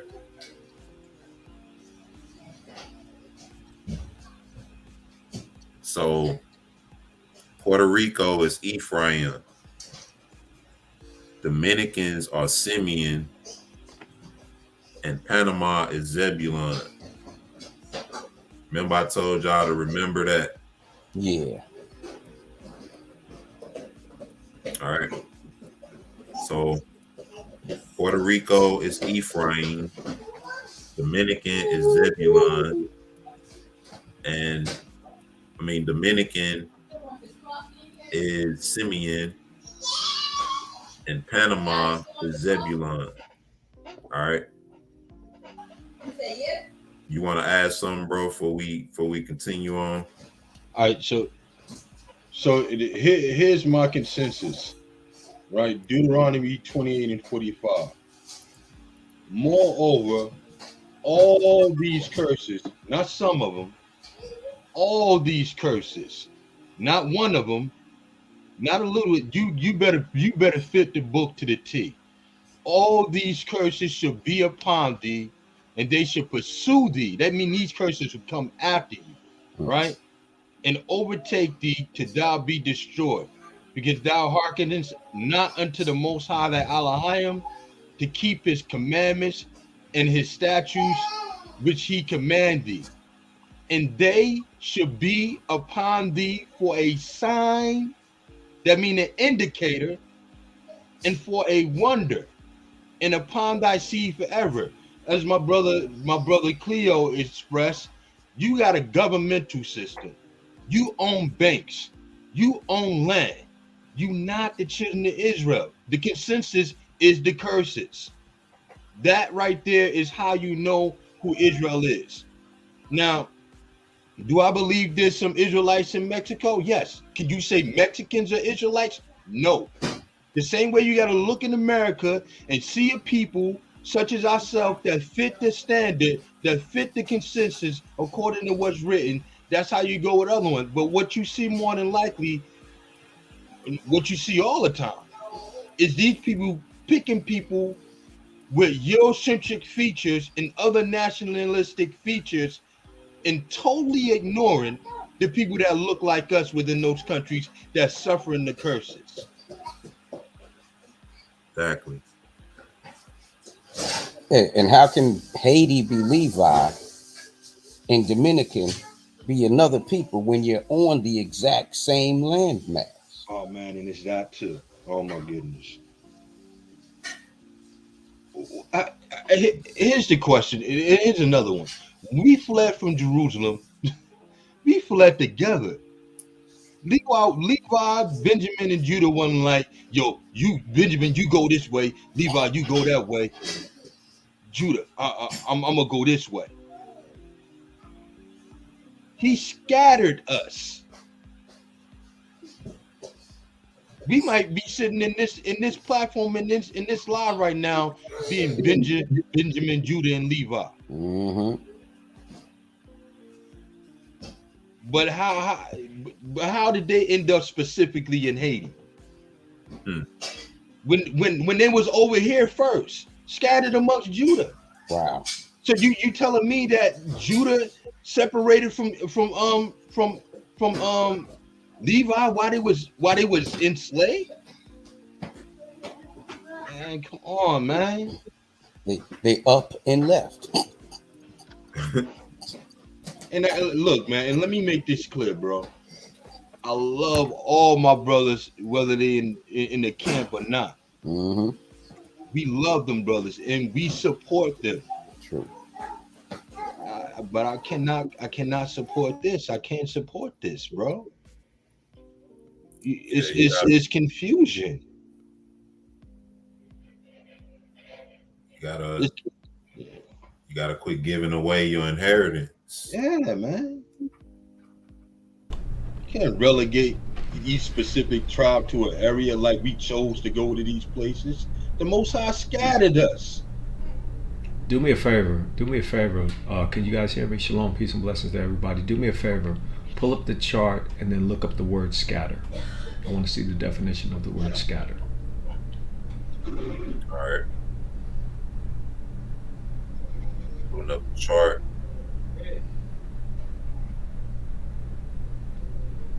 Okay, so I want to focus on the main antagonist, because the antagonist that was in the chat was obviously quote unquote Issachar. So can we pull up a dictionary on somebody's page and look up the word scatter, please? Absolutely. Thank you. Peace and blessings to you, to the whole family, to the whole house. The northern, which was Israelites that look like us, and the southern kingdom, which was Israelites that look like us also. You can't get around that, because that's what the book say. Go ahead, bro. Okay, so scatter. Scatter means thrown in various random directions. Scatter the coconut over the icing. Number 2, a group of people or animals separate and move off quickly in different directions. The roar made the dog scatter. Okay, I'm going to read the noun 1 at the bottom. A small dispersed amount of something, a scatter of houses of North Shore, the degree to which repeated measurements of observation of quantity differ. So, scatter means to separate and to just blow up. And so, let's go back to that chart. And this is the folly of this chart, the foolishness of it. Okay, so if we look at this chart, If you scatter something, that means you disperse it everywhere. And he said that he would scatter us into all nations. So how in the hell can you have one tribe being in one contiguous location? Like, for instance, Issachar being the Mexicans. Show me in the book where the Most High said that he would scatter Issachar to Mexico. But if he put Issachar in Mexico, they wouldn't be scattered. Right. They would just be removed. Yes, and it doesn't say that. It doesn't say that at all. So the notion of these heathens, because that's what they are, the notion that the heathen wants to take your identity is for the simple fact that you had people that look like us, the wheat, teaching the tares that they're Israelites when they're not, and that's folly for us to even do that, to even get into that, play that game with these people, because now what they'll do is they'll come back around and say that you Ham, right? Let me put another knife in Issachar's neck, right? Okay, so if I look at the country of Mexico, who runs that country? Who's the president? What does he look like? He looks like somebody from Spain. If I look at their names are Spanish. And it's not because they were conquered, because they don't have different names than what they had before. They have the same names. Right. If I look at their system, do they have a homogenized system? Irregardless of if they send their criminals here, back here, that's no different than England. So what, you got people locked up in jail? You got to do like my brother said. You got to fit all of them. You can't just fit part of them. Do you have your own banks? Do you have your own commerce where you trade amongst yourselves? And then when you see somebody that look like me, you say, no, I'm not effing with you. Or do you say, and don't give me that, oh yeah, it's just Issachar, Bex, and Judah. No, that's a lie from the pit of hell. Point blank. So you got your own complete system. You speak the same language as the conquerors because you are the conquerors. You have your own government, you have your own laws, you have your own civil defense, you have your own military, you even have the cartels. And you're in league with the other nations that's been oppressing Israel. So how could you fit that when you don't fit any of the curses? Book says it will be for a sign and a wonder and upon thy seed forever. What part do you fit, so-called Issachar? And I would submit to you, none. So what is a couple of y'all locked up? Okay. What does that mean? What does that mean? When you guys get to the snakes, what do you guys do? In LA, what do? You go into a neighborhood, you run all the brothers out. And no, we not Ham. But we know that you a heathen because Spain is your daddy. That's why you look like Spain. You don't look, if you look at a Mexican, what's the difference between them and somebody from Spain? You could Google it right now and show that. You can show and prove that. So when it comes to a heathen coming on the channel, immediate block. Because I'm not, and I'm the one that blocked the heathen that came in, whoever he was. I don't have time to listen to that. And I have very low tolerance for listening to a heathen talking about we Ham when more than likely somebody that looked like me taught him about the book anyway. See, that's what happened. That's what happened when you bring them dogs out. Mm-hmm. That's what happens. Casting out your pearls to swine, lest they turn and rent you. What's even more funny about what Brother Cleo was just bringing out, if you study the history of the slave trade, why is it that some of those people who invested in the slave trade and was over the slave trade have Spanish last names? And like you said, they, these weren't a conquered people. The conquered was in there because they was trading the conquered. Exactly. Yet these are the Israelites. Me and the brother was just having this conversation because we was watching y'all rock out, and I have to say this like I normally say. Yash, Ibri, everybody in the chat, none of y'all, it's official, none of y'all are saved. Here's why. Here's why. How y'all did that. That pastor who was dancing and singing that crazy jig he was doing, that crazy song he was singing, messing that song up. He did it. Y'all need to go to him and get saved. He did it. Y'all need to go there and get saved. But no, but me and hey, y'all had me cracking up. I said I gotta close my door. They gonna wonder what I'm doing. So if I look at the conversation that me and the brother was having this conversation as y'all was going on, and I just happened to look at my computer screen. I see, oh, we got a heathen in here. And the last comment he made that set me off was we some of us is Hamites. Okay, but you still Spaniard though. That's not going to change. And they so want to be the people of the book, and their main tenet that they stand on is a couple of their people locked up in jail. And you know what? And you know the serious, real sick part about it is some of their people is Hamites. They the ones who got the bones in their nose. They the ones who got the plates in their lips. Walking around thinking they jaguars and stuff like that. Jaguar. That's the truth. I'm telling you. What we don't do over here is, and I'll say this, and I am gonna get off, but I'll say this: when my family, y'all welcome, and I'm talking about book. If you're a person of this book or you look like us, then you more than welcome. If you don't look like us, you welcome. But there's a boundary that I have, and that heathen crossed that boundary. If you want to call us Hamites, or if you want to say that we not the book, or you want to say that you Northern Kingdom, I have very low tolerance for that. Very low tolerance. So that's where I draw the line personally, because here's the thing: we've been beat down so much that we will listen to a fool jumping on like him and be swayed and persuaded and be thinking, hey, well, maybe he does have a point. No, you don't have a point, liar. You a liar. None at all.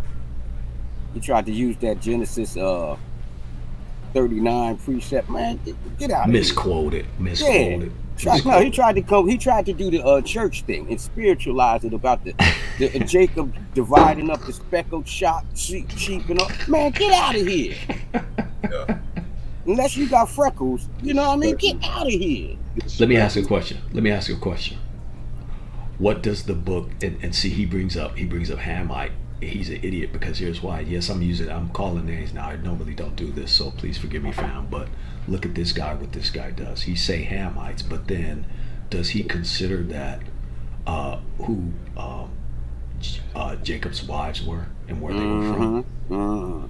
Okay, so if Jacob's wives were from that area, what would the lineage look like?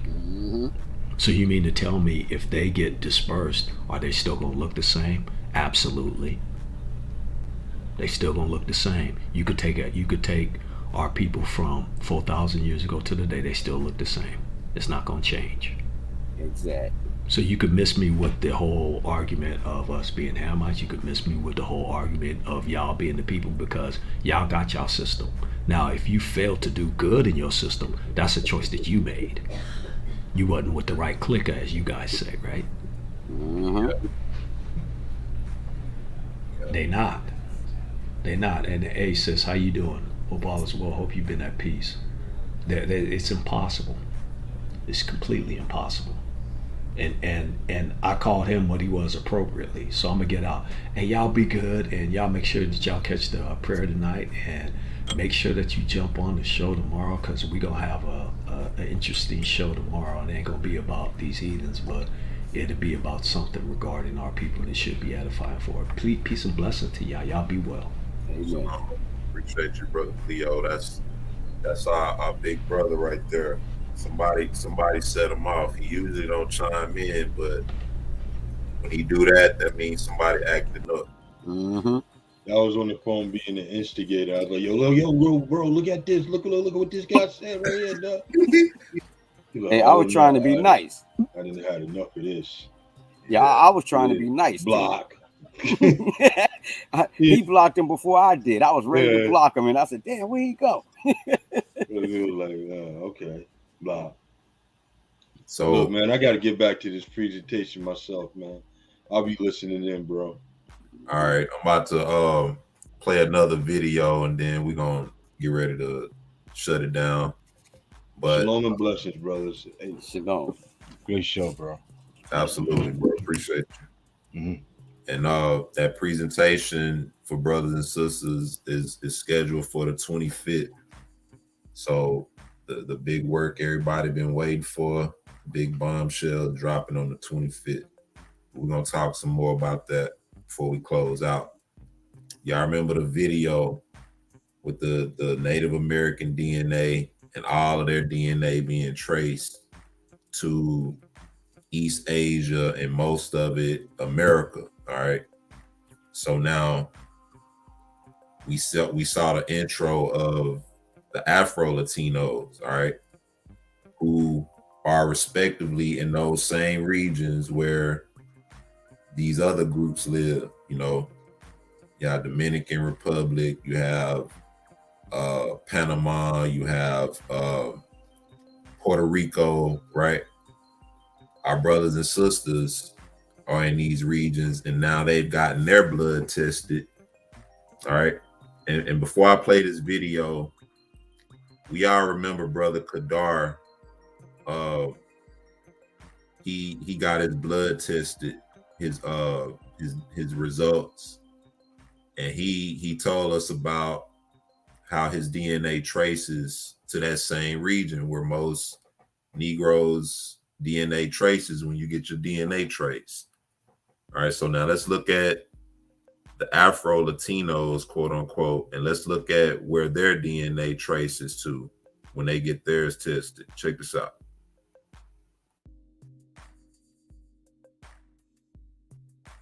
Today we're going to hear our results from the African Ancestry DNA test. I'm so excited. Hi, Dr. Gina. Hello. What kinds of information did you grow up with through your family? Well, actually, my family, we don't know a lot about our African ancestors in particular. My grandmother was an orphan. Her mother died of tuberculosis in the 20s. My grandmother doesn't know a lot about her ancestry. We traced your maternal ancestry. So we looked at one branch of your family tree using DNA that you have in your body. And that DNA goes back to your mom, her mother, her mother, her mother, her mother, all the way back 500 to 2,000 years. Oh my gosh. And so even though your grandmother didn't know her mother, we still get to find out where that woman was before Puerto Rico. This is so exciting. I'm like on the verge of tears. I'm so excited to hear. So we found your maternal ancestry in the most populous country in Africa. The country of Nigeria has more people in it than any country on the continent. Today, there are people living in Nigeria that have the exact same, when I tell you, Alexis, the exact same DNA that you inherited from your mother. Oh my God, that's amazing. And those people belong to a group, one of the largest ethnic groups in Nigeria today, called the Igbo. Oh, wow. Igbo people are primarily in the southeastern part of Nigeria. They are known as the business people of the culture. So they're the ones who are doing the deals and making the economic machinery work. Spiritually, The Igbo is where her DNA trace, and we all know about the history of the Igbo. All right. A lot of videos on that. We don't even have to elaborate on that.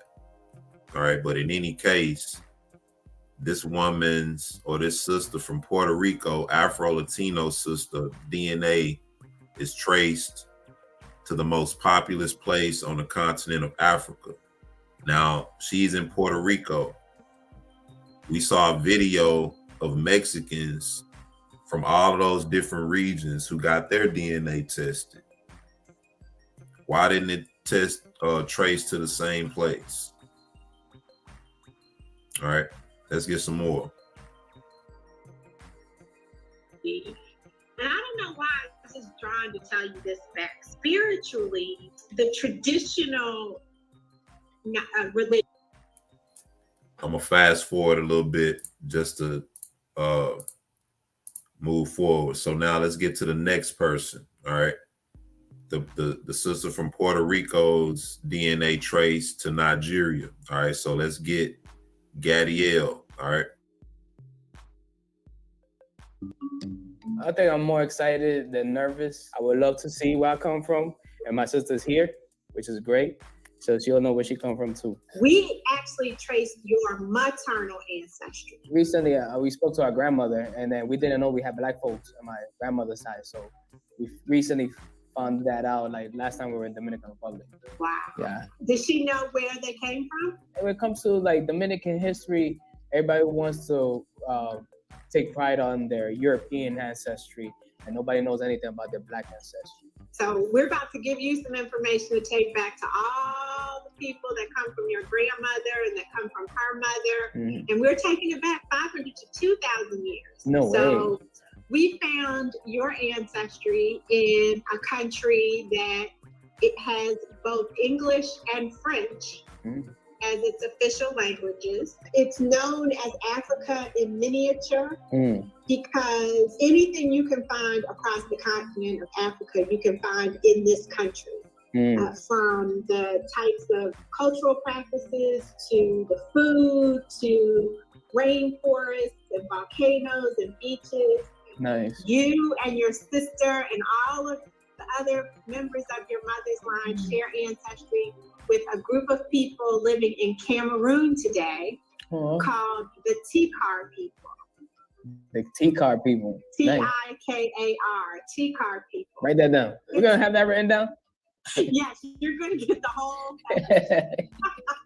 I gotta make sure I get that. You know what I mean? Okay, so the Tikar people historically migrated from Sudan into what is now northern Cameroon. Out of the Tikar people, we find that they are the artisans of the culture. They developed advanced techniques in many different art forms. One of the more well-known is in bronze. So in creating bronze sculptures, bronze masks, and other types of artifacts. That's so cool. But they're also known for being outstanding dancers, actors, writers. In fact, writing was being done by the Tikar in Cameroon long before any colonial power stepped foot. And this is emotional. I'm an artist myself. Like I do comedy, I do stand-up, do videos here, so I can see that. You do comedy? Yeah, I do comedy, yeah. Listen. That's my sister. That's right. Hey, sis. You got into your emotion. All right, so this is this brother here and his sister. Their DNA is traced to the Tikar people in Cameroon. All right, and if we look further into this video, the lady describes how there are many other celebrities like Quincy Jones. Let me see if she'll run into it. I wanted to share this. So recently, we revealed the ancestry of the comedian Sinbad, and he's Tikar. No way. Anthony Anderson and Wanda Sykes. Oh, we probably cousins, all of us, huh? We don't know anything about that, so it's just like it's crazy to get insight. That's like all of our members are. So she said they did Sinbad's DNA, Anthony Anderson, and Wanda Sykes DNA, and they all traced to the same people that this brother and this sister here got their DNA traced from, and they're from the Dominican Republic. All right. So let's move forward to the last sister.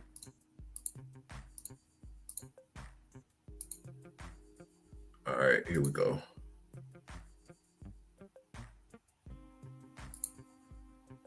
Let's go back a little bit. Of Equatorial Guinea. Wow. I've never heard of. Ancestry is actually shared by people living on an island off the coast of Equatorial Guinea called Bioko Island. I've never heard of that place, but it's beautiful. I've never heard of it either before I started doing this work. But let me tell you, so Equatorial Guinea is made up of a mainland. That's Okay. the part that's connected to the continent. Mhm. And then 5 islands that are off the coast of the mainland. It was colonized by the Portuguese. So in 1844, ownership of the island was transferred from Portugal to Spain. So today, Equatorial Guinea and Bioko Island are the only Spanish-speaking country in Africa.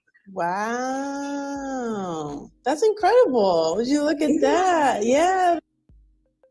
So the region where she's from is in New Guinea, all right, where the Spanish and the Portuguese established that colony. And we all know about that history of the Spanish and the Portuguese establishing those colonies and then transporting our people. But she's from Panama, all right? This sister right here, she's from Panama. Let's get a little more. That is funny. I mean, I guess that would make sense, but that's so crazy. The people that you share ancestry with are called the Bubi people. The Bubi people, I like that. Okay, dope. I'll ride with that. They have been there since the island was formed. Now, this island actually used to be connected to the country of Cameroon. Okay. But then after the last ice age, when the sea levels rose, it kind of like split off a little bit. Exactly. Okay. And so, well, in terms of Bioko Island, it's basically one big tropical rainforest. Oh, that's which beautiful. Is kind of cool. Yeah. That makes it very, very beautiful. Mhm. But it also means that it has a strong ecotourism. I see. Yeah, so it's still like inhabitable, like people can go there and visit and do all that kind of stuff. Wow. Oh yeah, absolutely. I would love to You see got it. a lot of cousins living there. Yeah, you know, I gotta check out the family out there. That's crazy. This is crazy. So it gets a little crazier. But Cameroon is the other country that we found people living in today that share your maternal. Okay, well that would make sense then. Yeah. So the people that you share ancestry with in Cameroon are the Tikar. Tikar, okay. The Tikar people. And the Tikar are the artists and the artisans. They're known for their mask making. The Tikar were... All right, so we see that this sister right here traces particularly to two different parts of the continent that are closely connected. New Guinea and Cameroon. So she traced her DNA traced to the same place that the brother from the Dominican Republic DNA traced to part of it. So that could mean just a simple migration from one area to another. But most Negroes, like I said, when they get their DNA traced, they get it traced to the same areas on that West African continent, just depending on, you know, the migration patterns of your particular ancestors. But those are the same regions. You know, Brother Kadar said his DNA is part Igbo. You know, and so the question is, why don't we see the DNA matches in these other so-called groups that are said to be Israelites? You know, I don't even really see them calling themselves Israelites. And I know I may have a strong stance in this, but this is something I've been sitting on for a while. I've seen many other videos and discussions about it, you know, artifacts, you know, which I want to share something on that real quick. Hold on. What's on your mind, Brother Yash? Nah, this is interesting because, like you say, they're from the islands. They don't know. You know, they, especially from the Dominican Republic, you know, they totally try to just wipe the African side off, even though most of them are, are black, and it's crazy because we started off with don't give your heritage, to strangers, and even though they're tracing their lineage from their mother, it's still taking them right back to the motherland. Right. Yeah. But we still listen, but still at the same time, we can't be including all these other nations. That's why I say the Most High, he's going to have to sort it out. Who's who? Yep. Because that, like Donovan just wrote, Dominicans prefer the Spanish and Indian ancestor. It's like they're ashamed because no one wants to share in our plight. No one wants to embrace the curses. Like he told us, we must accept it. No one wants to accept it. But when they see these blessings come upon us, they all going to want to try to jump on at that time. Yep. Yep. And, like I said, it's not, my thing is I don't see it adding up. You know what I mean? Now, I want to play this one video, and then this will be the last one we'll play, because my thing is with the DNA.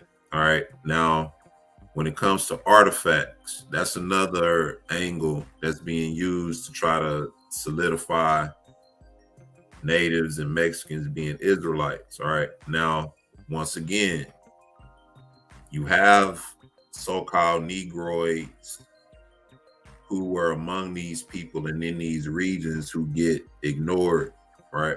And we go right to them. So I want to play some of this video right quick because I want to check some stuff out. Hold on.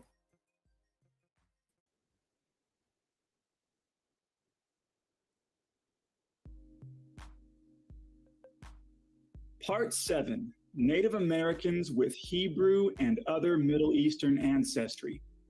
All right. All right, now notice the title. All right, Native Americans with Hebrew and other Middle Eastern ancestry. Now let's look at what's determined to or let's look at what's used rather to determine these Hebrews having these Native Americans having Hebrew ancestry. Check it out. This section probably should have been part 1 because it's loaded with solid evidence. But I'm kind of glad that it's part 7 because even though I knew enough in 2015 to make a video about it, I've learned so much more since then, which is why this section is so long. And it's still a condensed version. So stick with me to the end. So not only is this section going to go over some controversial ancient writings found on artifacts, rocks, and caves in North America, but it's also going to go over actual Hebrew and Middle Eastern languages and customs that are still preserved in some Native American tribes even to this day. So for people...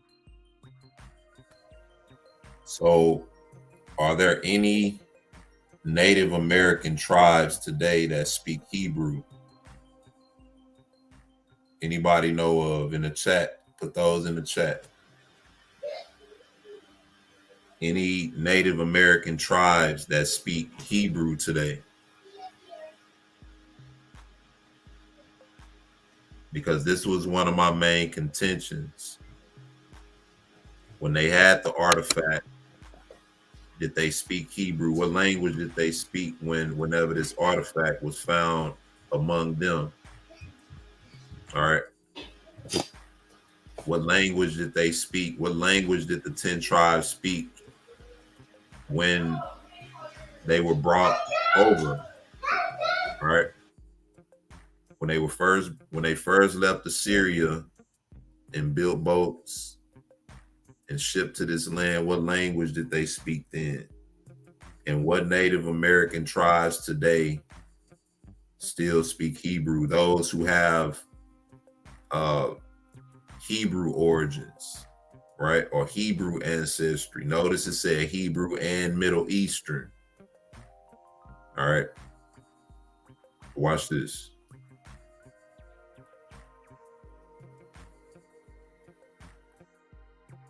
People who insist that there's no evidence of Middle Eastern ancestry in any Native Americans, they just haven't done their research. Because again, this video is loaded with examples, which are only the tip of the iceberg of what's available out there to learn. Now, there are people out there, especially in US academia, who love to dismiss the tens of thousands of artifacts showing ancient Middle Eastern languages and customs here in North America as fakes. But then how do they explain some of the Middle Eastern languages and customs, particularly Hebrew, that are still preserved among some Native American cultures? Is it just coincidence? Of course not. And I'm going to show you a few examples. Now, I'm not saying... All right, I'm still waiting for if anybody know of any Native American tribes that speak Hebrew today. Currently. All right. I'm looking in the chat, but let's get some more. Unless you know of some, Brother Yash. Nah, I don't think they know. All right, because it said that some of these customs are preserved today. All right, let's get some more. Saying that all Native Americans have Hebrew or other Middle Eastern ancestry, but there definitely are some. Now, if you're a Native American watching this video, it may or may not apply to you, depending on Hebrew or other Middle Eastern. Coincidence? Of course not. And I'm going to show you a few examples. Now, I'm not saying that all Native Americans have Hebrew or other Middle Eastern ancestry, but there definitely are some. Now, if you're a Native American watching this video, it may or may not apply to you. So he's saying that he's not saying that all Native Americans have Hebrew ancestry, but there are some. But if I'm part of a group, an ethnic group, why wouldn't we all have the same ancestry? Right? If I'm part of an ethnic group, if I'm a Native American and I'm part of a group, right, ethnically, why wouldn't we all have the same ancestry? Right? It's just like when they trace the DNA of the so-called Native Americans and Mexicans, and when they tested these people, they tested groups. They didn't just test individuals, they tested groups. And these groups, DNA traced all the way to East Asia, over 90% each time. And the rest was America. And I have another video where there's a Mexican guy whose DNA traces to the Caucasus. He actually has that in his DNA. But he's a Mexican. Traces to Spain, parts of Europe, different parts of Europe. And it says the Iberian Peninsula. All right. I don't know. One Google says that they had an Asiatic language. So some say it was an Indo-European language, which really a language. Those languages are from right to left, I believe. But let's get a little more. Depending on what tribes are in your ancestry. If it does apply to you, I'd love to hear what you have to say. So let's get into it. I'm going to start with the name of God. Here are two columns. One column shows the name of God in Hebrew and various pronunciations of it. The other column shows various pronunciations of the name of God or Creator, as he is more often called, in various Native American cultures. Look at his name. Coincidence? No. Next, I want to show you a list of Algonquin words and phrases from a book printed in 1825 called View. Now, notice when he showed you the word comparisons for Elohim, they were similar, but he didn't show you any ancient or any writings that they had in particular. All right. One thing you also have to consider is when our people escaped their plantations and assimilated with these particular people, all right, that would be understood as to how they understood those particular names for our Elohim. All right, but what were they worshiping before that? All right, let's look at some more. Of the Hebrews by Ethan Smith. Now, like many books in this time period of the United States, it calls the Native Americans savages, which I don't agree with. Just because the Native American tribes had different cultures than the European settlers doesn't mean they were savages. But anyway, be prepared to see that term in old books like this. So here's a list of words and phrases from View of the Hebrews shown in 3 columns. The first column is in English. The second column is from Algonquin.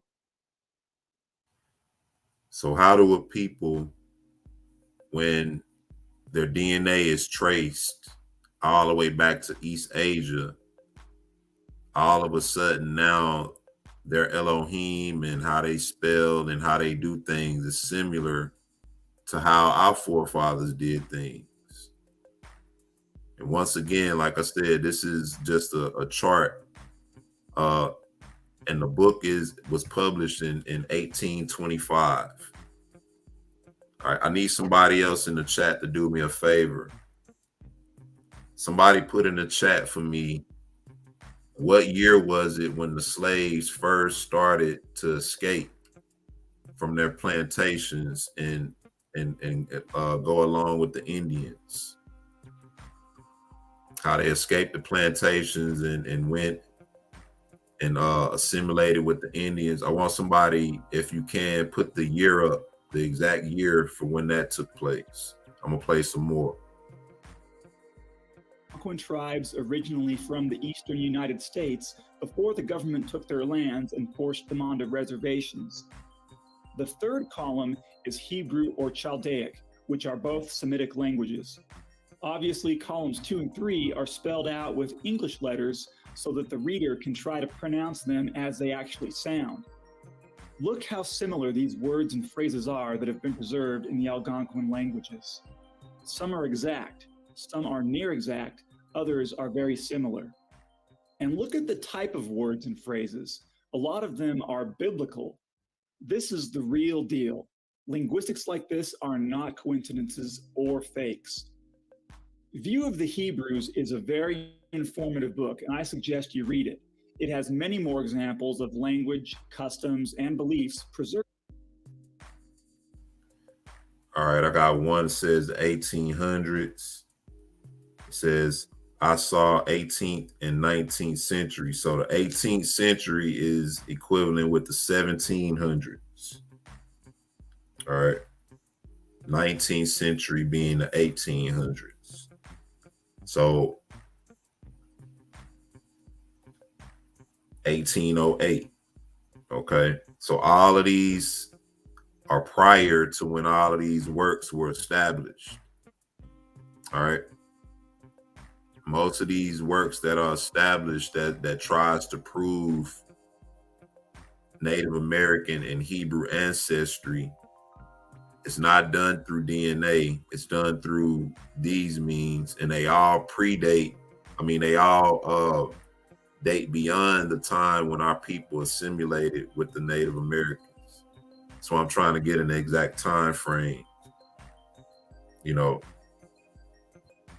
we know that our people assimilated among them. We know that our people were servants to them for a while. Right. And after a certain point, those of our people who were among those people were given their freedom, given land and rights and different things of that sort. And they were recognized as equals within whatever respective tribes they were a part of, but they were not indigenous to those tribes. Let's get some more. If y'all got some more dates, go ahead and put them in. Among Native Americans that tie into Middle Eastern ancestry. Another excellent book is The 10 Tribes of Israel by Timothy R. Jenkins, printed in 1883. There are many other old books like The 10 Tribes of Israel, printed in 1883. All right, check this out. these. I'm going to give an example of an account from the 10 Tribes of Israel. It's on page 16, and I'll just read it for you here. It says, "The following is from Alexander's Messenger, published many years ago in Philadelphia, Pennsylvania." And again, this book was published in 1883, so many years ago from 1883. Anyway, it goes on to say, "A government officer stationed at Lake Superior at an early day, before any white settlers had invaded that part of the country, after becoming acquainted with a number of Indian tribes, found one tribe in possession of a copper tube, tightly soldered. And when asked what it contained, they said they were not able to tell, but they had received it from their ancestors a long time ago. The officer finally prevailed upon them to let him open the article, and when he did so, he found it filled with parchment, with inscriptions that he could not read. But by sending the parchment to Washington City, where it was examined by competent Hebrew scholars, it was declared to be part of the 5 books of Moses." So that's the first 5 books of the Bible. Here we have another link in the chain proving that Hebrews were... So this was published in 1883, and they're asking this group of Indians, they found what was it? It said a copper tube tightly soldered, and when asked what it contained, they said they were not able to tell, but they had received it from their ancestors a long time ago. So not able to tell, what does that mean? They weren't supposed to tell, or were they not able to identify with what it was? It says the 1842 slave revolt in the Cherokee Nation. 20 African American slaves owned by the Cherokees escaped and ran away to Mexico. 15 slaves from the Creek Nation, according to Wikipedia. All right, so we know those numbers could be fabricated. It could be well more. All right. In any case, we see our people migrating from plantations and assimilating with these other groups. And the evidence is clear that, but I'm trying to get some more of this. All right, they had a scroll, basically parchment paper, and it was said to be the 5 books of Moses by Hebrew scholars. All right, that to me is kind of vague. It doesn't really point to anything directly. All right, they had the books of Moses, and they weren't able to identify with what it was, or either they weren't supposed to. All right, I'm gonna leave it open for both possibilities. Let's get some more. Here many years before the white man came to this continent, and that the present North American Indians are their descendants. And again, like I said earlier in this video, I'm not saying that every single Native American tribe has Hebrew ancestry in it, but there definitely are some tribes with Hebrew ancestry in them. Anyway, this book, The 10 Tribes of Israel, and also View of the Hebrews, are filled with awesome stories like this. And like I said, there's many other old books like these out there. You just got to go looking for them and read through them. Now I want to move on to the Micmac Native Americans from the Northeast US and Southeast Canada. So the prophet Joseph Smith said that the original metal plates that the Book of Mormon was engraved on had a reformed Egyptian language. Here are some of the characters from the metal plates copied onto paper in the 1820s. Now, look how similar some of these characters are to characters. Now, this is a book showing you, remember it said they had Middle Eastern ancestry, all right? Now, they showed a comparison with this, but they didn't show a comparison with any symbols or writings of the Native Americans that compared to Hebrew. And I'm not saying that there aren't any out there. Feel free to put those things in there. But it's interesting how now he's able to show their writings and their letters as in comparison to Egyptian hieroglyphs. All right, check it out.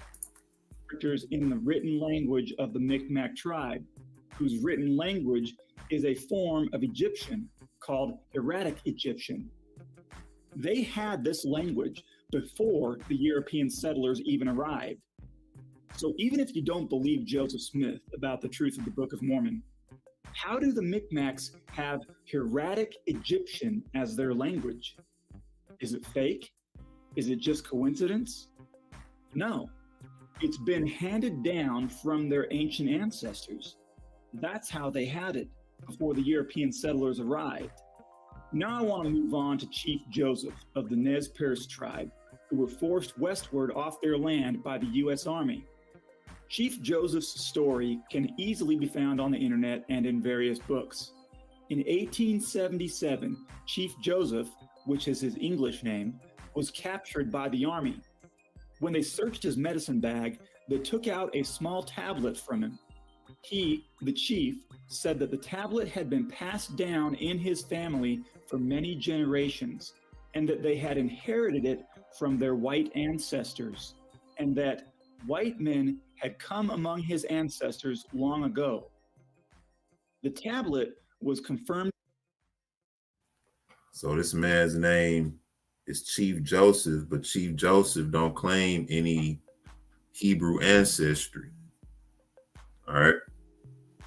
None whatsoever. So let's get some more. Now they found a tablet with some inscriptions on it, cuneiform. All right. Let's get some more. By Professor Robert Biggs to be an ancient writing called cuneiform. Robert Biggs was a professor of Assyriology at the Oriental University of Chicago. The tablet was simply a sales receipt for a lamb bought around 2040 BC in the Assyrian Babylonian area of the Middle East. I'll let you read the translation here because I'll butcher the names. Now it says the Assyrian Babylonian area of the Middle East. All right. So now let's get some more.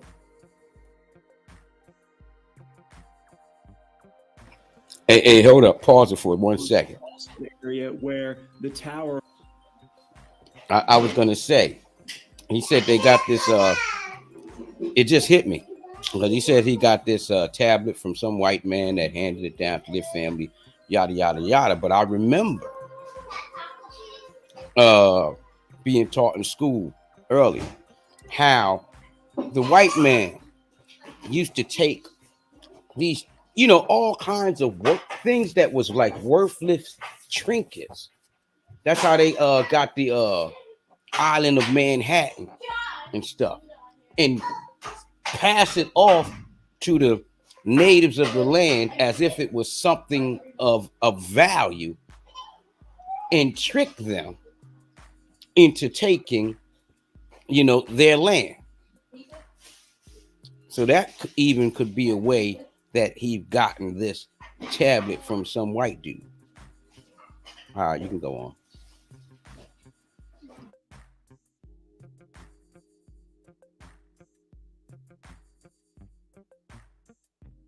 You got Chief Joseph with no Hebrew ancestry. All right, watch this. Babel was built. And the Book of Mormon tells us that the Jaredites came to ancient America sometime after the Tower of Babel. And for anyone who assumes that Chief Joseph was lying about the tablet, take a look at his medicine bag. On his medicine bag is a symbol known as the Star of Asher, which is an ancient symbol for an Assyrian Babylonian god. As of 1971, in honor of that ancient symbol, the Assyrian flag has the Star of Asher on it today. The 4-point star has 3 streams of light going out from between each point. The main difference in Chief Joseph's star is that each stream of light starts out as one stream and then separates into 3 points at the end. This is not fake. This is not coincidence. This is real. Now I want to talk about the Cherokee. All right, so go ahead. What you was gonna say? I'm gonna say you got to rewind that because these things. Hold up, that don't even look like that. How are you not Disney and I'm Disney?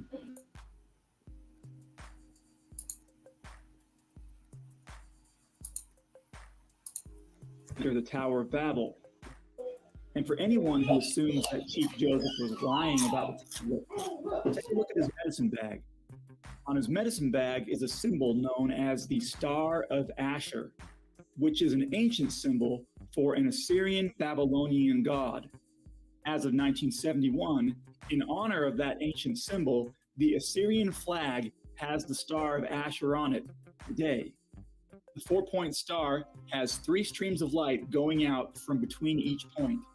The main difference in Chief Joseph's star is that each stream of light starts out as one stream and then separates into 3 points at the end. This is not fake. This is not coincidence. This is real. Now I want to talk about. All right, so I'm gonna show a picture that relates back to that in a sec, but the Cherokee creation story ironically relates to our story.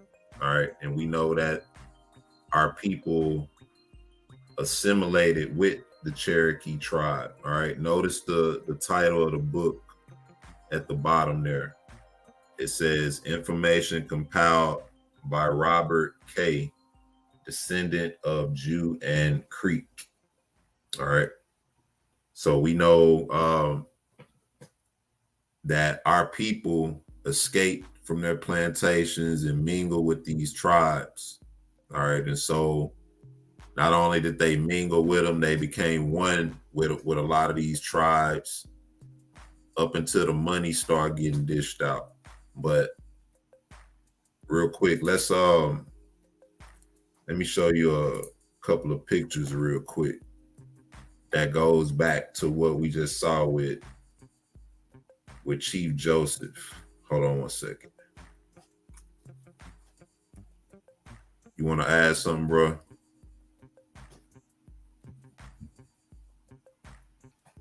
No, brother Yashi, cool right now. All right. Let me see if I can find this. Yeah, I got distracted for a second, bro. I didn't even know what you said. But you know what? When I looked at that image, I mean, they was, come on, man. It seems like a lot of reaching to me. Well, this is what I want to show you. All right, hold on. That's what I want to show you. All right, you can see that. This is one of the reliefs, the Lachish relief from when the Assyrians invaded, or when they came and took the 10 tribes. All right, notice the writing at the top. All right, that's cuneiform, the same language that was on that tablet he had. Notice the image that they worshiping. But more than anything, notice what the brother looks like kneeling down, who they have worshiping this image. What does he look like?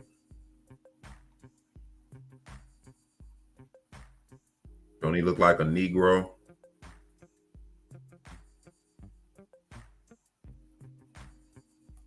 You there, bro? Yeah, I'm there. That's a Hebrew kissing down. Plain as day, right? Plain as day. Okay. Let's get some more. Hold on.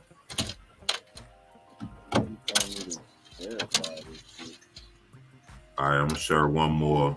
You can go. Anybody can go online and look up these photos of when the Assyrians came and took the 10 tribes. All right. Hey, and another chief name was Chief Joseph. Yeah. So he already got his name changed. You know, what happened to Chief Looking Bear or Chief, you know, Flying Eagle or Chief Fox Paul, you know? Chief Man Killer. yeah. Chief White Killer and all that.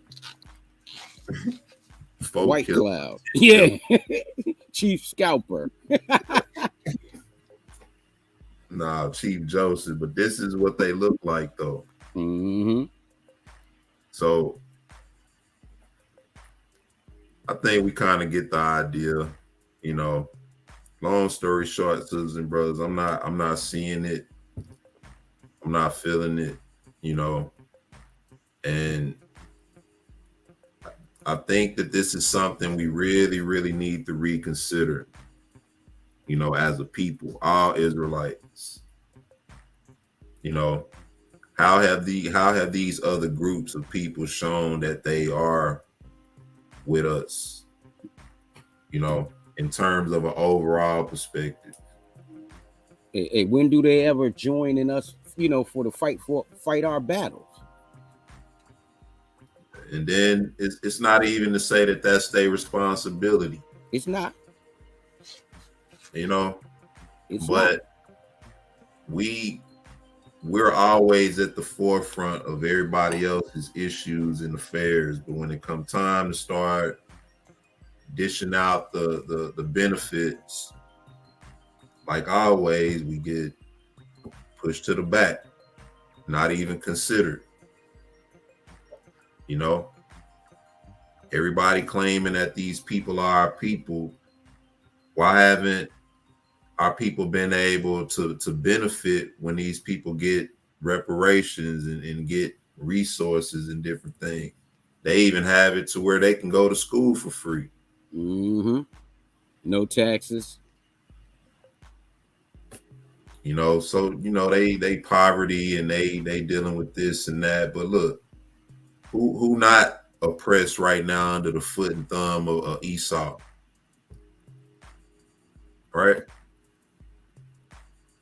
Even you got other nations that's afflicted by Esau, and the people who ain't really being afflicted by him, they tired of him. Shoot, they tired of themselves. So who not being affected by that? We can't use that to say, you know, that's why I was saying with that Deuteronomy 28, you know, people can run with that too and say it's a lot of people dealing with that. But we know that no, not under the whole heaven has not been done since what has been done unto Israel. We know that. We the only people who've been scattered and to this day still scattered and separated from the truth of who we are. Look, Chantel Smith say Esau afflicting Esau too. Real talk. Who not affected by them? See, you got some of their own people that'll look at us and say we po too. You know, what is that telling you, man? You know, but just a discussion. I know we into it. We went a long way today. just chopping it up, man. These are things that's on my mind, you know, things that's on my heart, the elephants in the room. Some people are already certain on this issue. Some people are not, you know. When it comes to the natives, Native Americans and Mexicans, like I said, I'm no expert on this issue and I don't claim to be. However, this ain't nothing that I'm convinced about. You know, I'm not convinced just based on the evidence from the scripture and evidence from other sources that I've been able to put together myself. And trust me, it's much, much more, you know. I'm just not convinced, bro. I'm not convinced. I don't feel compelled in anything, more than anything, rather. I don't see an awakening in them. Mm-mm. You know, not unless we teaching it to them. And even still, you know, all it takes is for a person to go and look at DNA proof. Where do your ancestors trace to? You know, the proof doesn't line up with them tracing to the land. They don't. The 10 tribes don't even have to trace to the areas we were in. We know that the 10 tribes were scattered during that time, and we was separate. We was taken separate from them. But we should at least see some DNA evidence of them tracing to Israel. They don't even trace to Africa nowhere. You know what? And another thing, how those go, they find those inscriptions going way back to ancient Assyria or ancient Babylon, that land. And it said that after the fall of the Tower of Babylon, the Canaanites was spread abroad. They the first ones who got scattered to the four corners. And they just probably, you know, and I believe they just kept up their same old customs.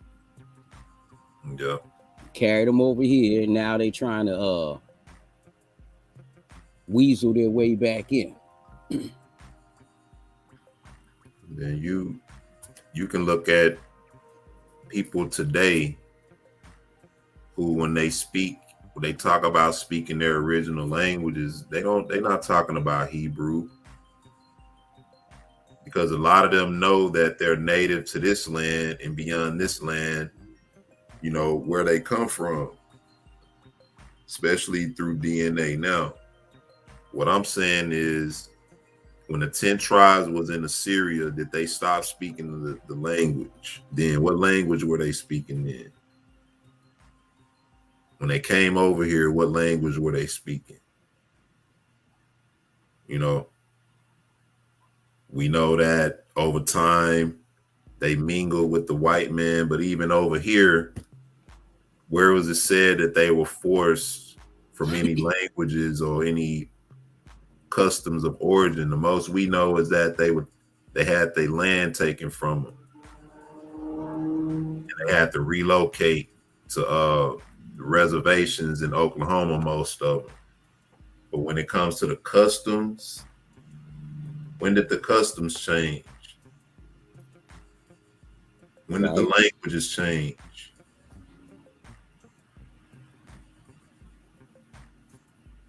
But I could see, it's just like when people try to say, you know, the Bible comes from Egypt, right? Because we found text in the Bible that Egypt. Well, weren't our people in Egypt? Shoot, our people was always going back and forth to Egypt. Egypt was like our second home. But see, they have to deny that fact in order to make that point elevated, to say that the Bible comes from Egypt. But they fail to mention that not only were our people in Egypt, but we had one of our great forefathers that ruled in Egypt. So our people were held in high regard in Egypt. When you're held in high regard, that means things that you do, people will mimic it. During the times of Joseph, our people were at a high point in Egypt. Hey, not only that, if they say the Bible came from Egypt or got plagiarized from the book of Egypt, and you're Egyptologist, then why don't you believe it? Exactly. We're the brothers and sisters on the street corners with the Book of the Dead, trying to wake up their people.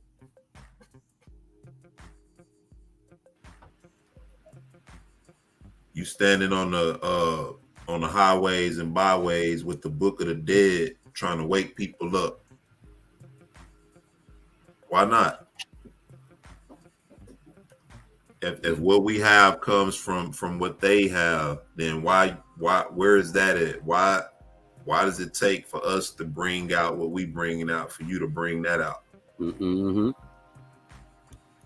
As you say, where's your prophecies? You know, but let's take a break, brother Yash. When we come back, we're gonna close out, man. How you feeling, bro? Oh, I'm feeling great, man. I'm looking at the chat. They on fire today. Yeah, y'all some soldiers, man. Y'all roll with us today, but we're gonna get ready to close out. And before we go to break, brothers and sisters, don't forget about Kingdom Conversations Wednesday nights, 8 p.m. Central, 6 p.m. Pacific, 9 to 10 p.m. Eastern. All right, depending on where you are, hosted by our big brother Cleo. All right, that's Wednesday nights. All right, we all know about Wake Up Jacob, Fridays, noon. All right, this is where we come fellowship and get ready for our day of rest. Noon Central, 10 a.m. Pacific, and 1 to 2 p.m. Eastern. And don't forget about Friday night prayer and fellowship, 8:30 p.m. Central, 6:30 p.m. Pacific, and 9:30 to 10:30 p.m. Eastern, depending on where you are. All right. I want to say shalom to everybody once again. Want to thank you once again for your time. You know, your time is very valuable, and it's a blessing that you spent that time with us today. So we're going to take a break and come back, get some closing remarks. Then we're going to close out. Shalom.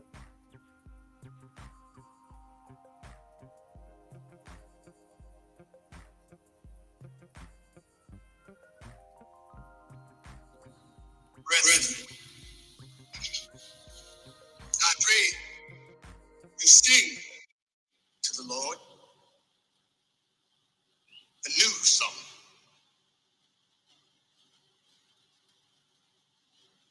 Sing praise in the assembly of the righteous.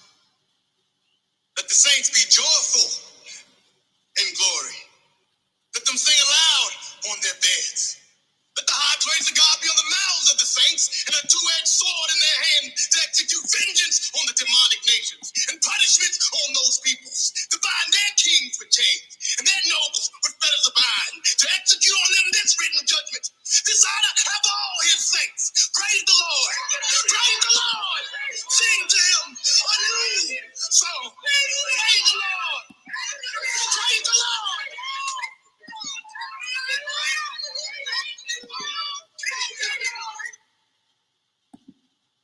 That's one of the more powerful scenes in this movie.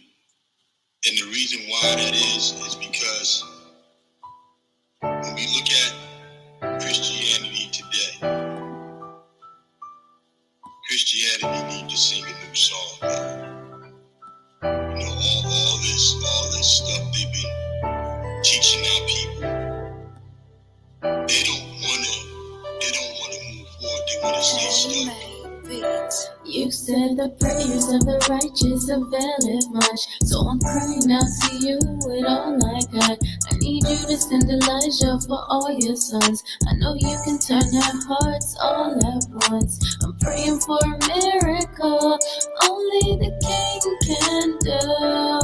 Nothing's too big for you, Maya. Most of your sons gonna die without you alone. Only you can make them believe again. I know they hurt you, they hurt me too, but they just so lost, don't know what to do. I see the stumble, I see the pride before the fall. They don't believe you care, they don't believe you're there, they don't believe you're theirs. They think it's not the same. They don't believe your fame. They don't believe your name. They don't think your love exists. So show them how good it is. Hey, mate, beats. You said the prayers of the righteous availeth much, so I'm crying out to you with all I got. I need you to send Elijah for all your sons. I know you can turn their hearts all at once. I'm praying for a miracle only the King can do. Nothing's too big for you, Maya. Most of your sons gonna die without you, Adonai. I see them stumble, I see the pride before the fall. They don't believe you care, they don't believe you're there, they don't believe you're theirs. They think it's not the same. They don't believe your fame, they don't believe your name, they don't believe your word. Losing faith cause they still ain't heard. So let every man be a liar. We're calling on the Messiah.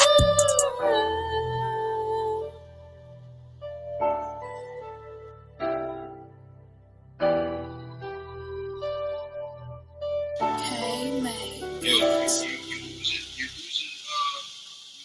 congregation, huh? You're losing the youth, the men walking out of your church, right? Sing a new song, sing a song of truth. Sing a song of restoration, right? Sing a song of healing.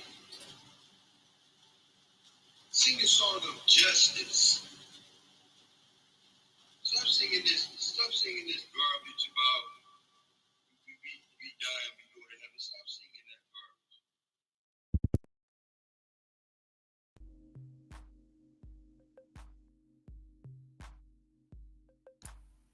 Shalom, shalom, brothers and sisters. I want to welcome you back. I want to thank you, brothers and sisters, for your time. Before we close out, I want to revisit the same thing we opened up with, all right, from the scrolls. It says, give not our inheritance to strangers, nor our hard-earned property to foreigners. Remember that we are the forsaken of thy people and the forsaken of thine inheritance. Remember the desolate children of thy covenant, thy freely devoted. They err with no one to bring them back. They are broken with none to bind them. They are bent down with none to raise them up. The damned of thy people have surrounded me with their lying tongues. They have been turned and thy bows to the progeny of a woman. Look and see the shame of the sons of thy people, for our skin is burning and feverish heat has seized us because of their reviling tongue. All right. Lying tongues among the damned of our people. All right. Teaching us that Christianity is our religion, teaching us that this nation is our land. All right. And all the while, we haven't benefited from either. All right. You're supposed to benefit as a people from the God that you worship and serve. And these are the very incentives that we see from the Most High given to our people for serving him. But we don't see those benefits given to our people in this nation. We don't see the benefit of serving their Elohims or their gods. All right, we only receive more servitude, more service. We don't really see the benefit economically for us in this nation as a whole. Not speaking for some of our people, you know, but even then, how do you have so many of our people, the number one consumers, right? We're able to sustain all the nations with what we do, yet we don't control, or we control less than 1% of this nation's wealth, and they projected us to be at zero in the near future.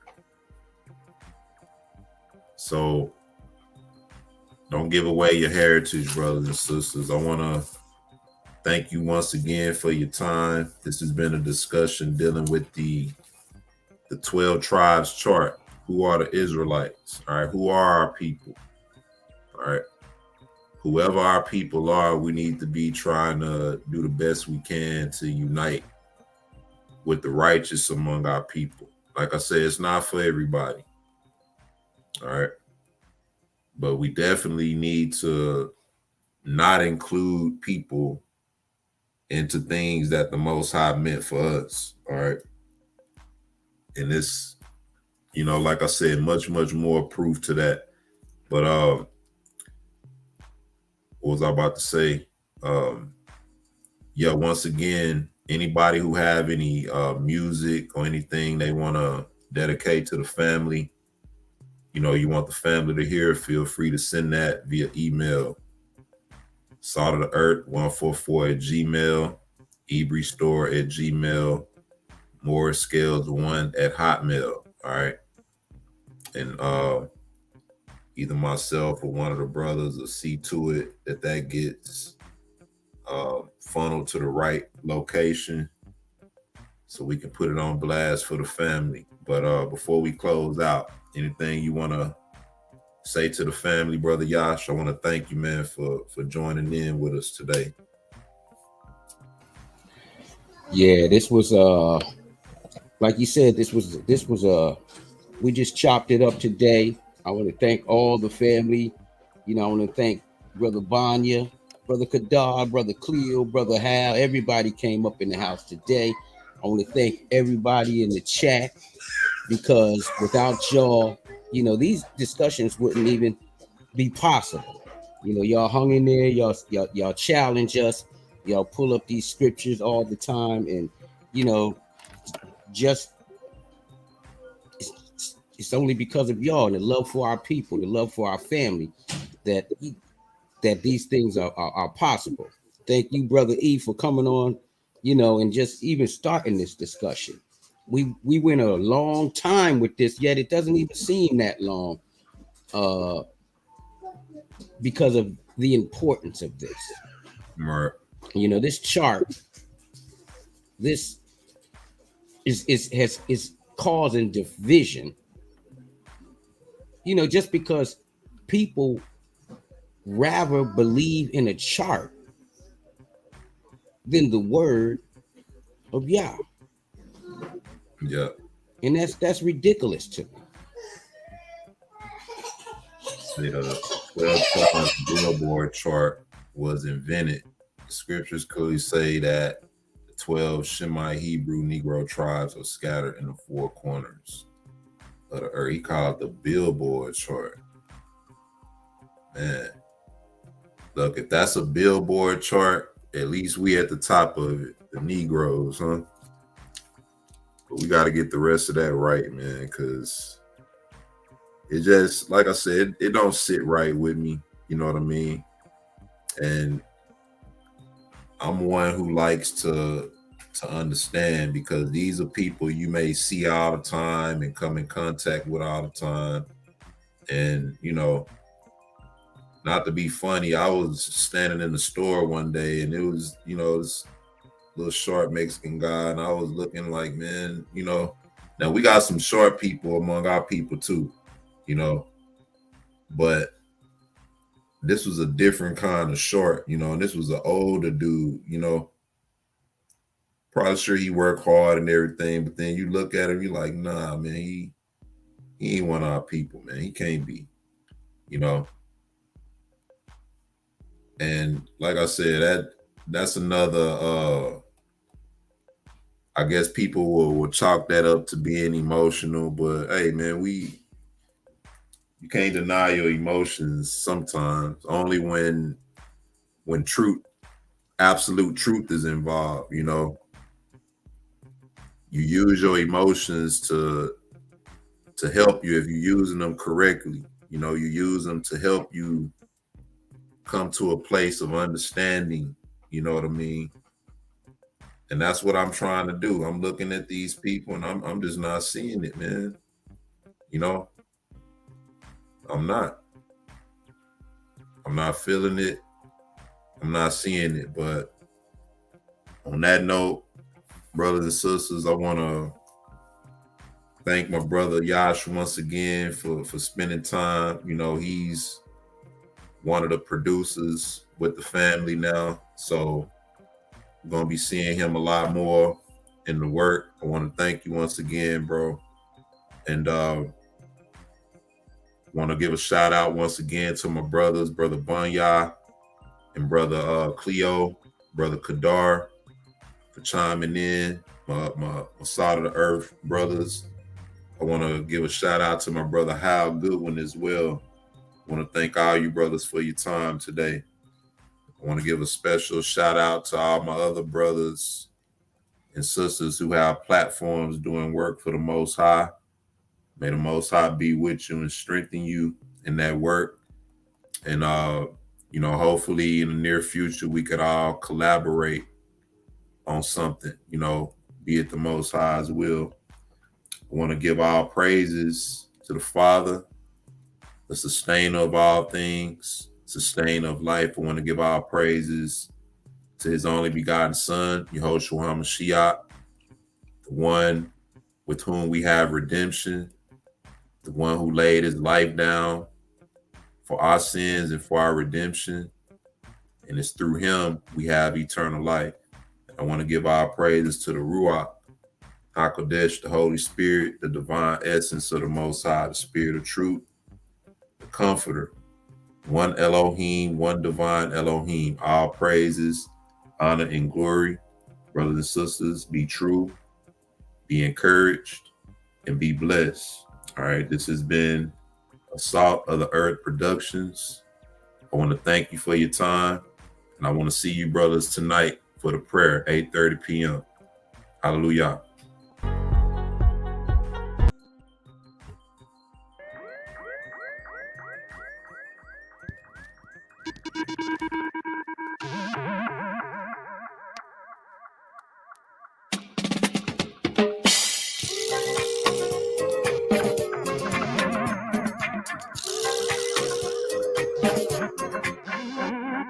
Everywhere I go, the children rising. Everywhere I go, the children rising. I saw them just rise up. The wicked running, I saw them just rise up.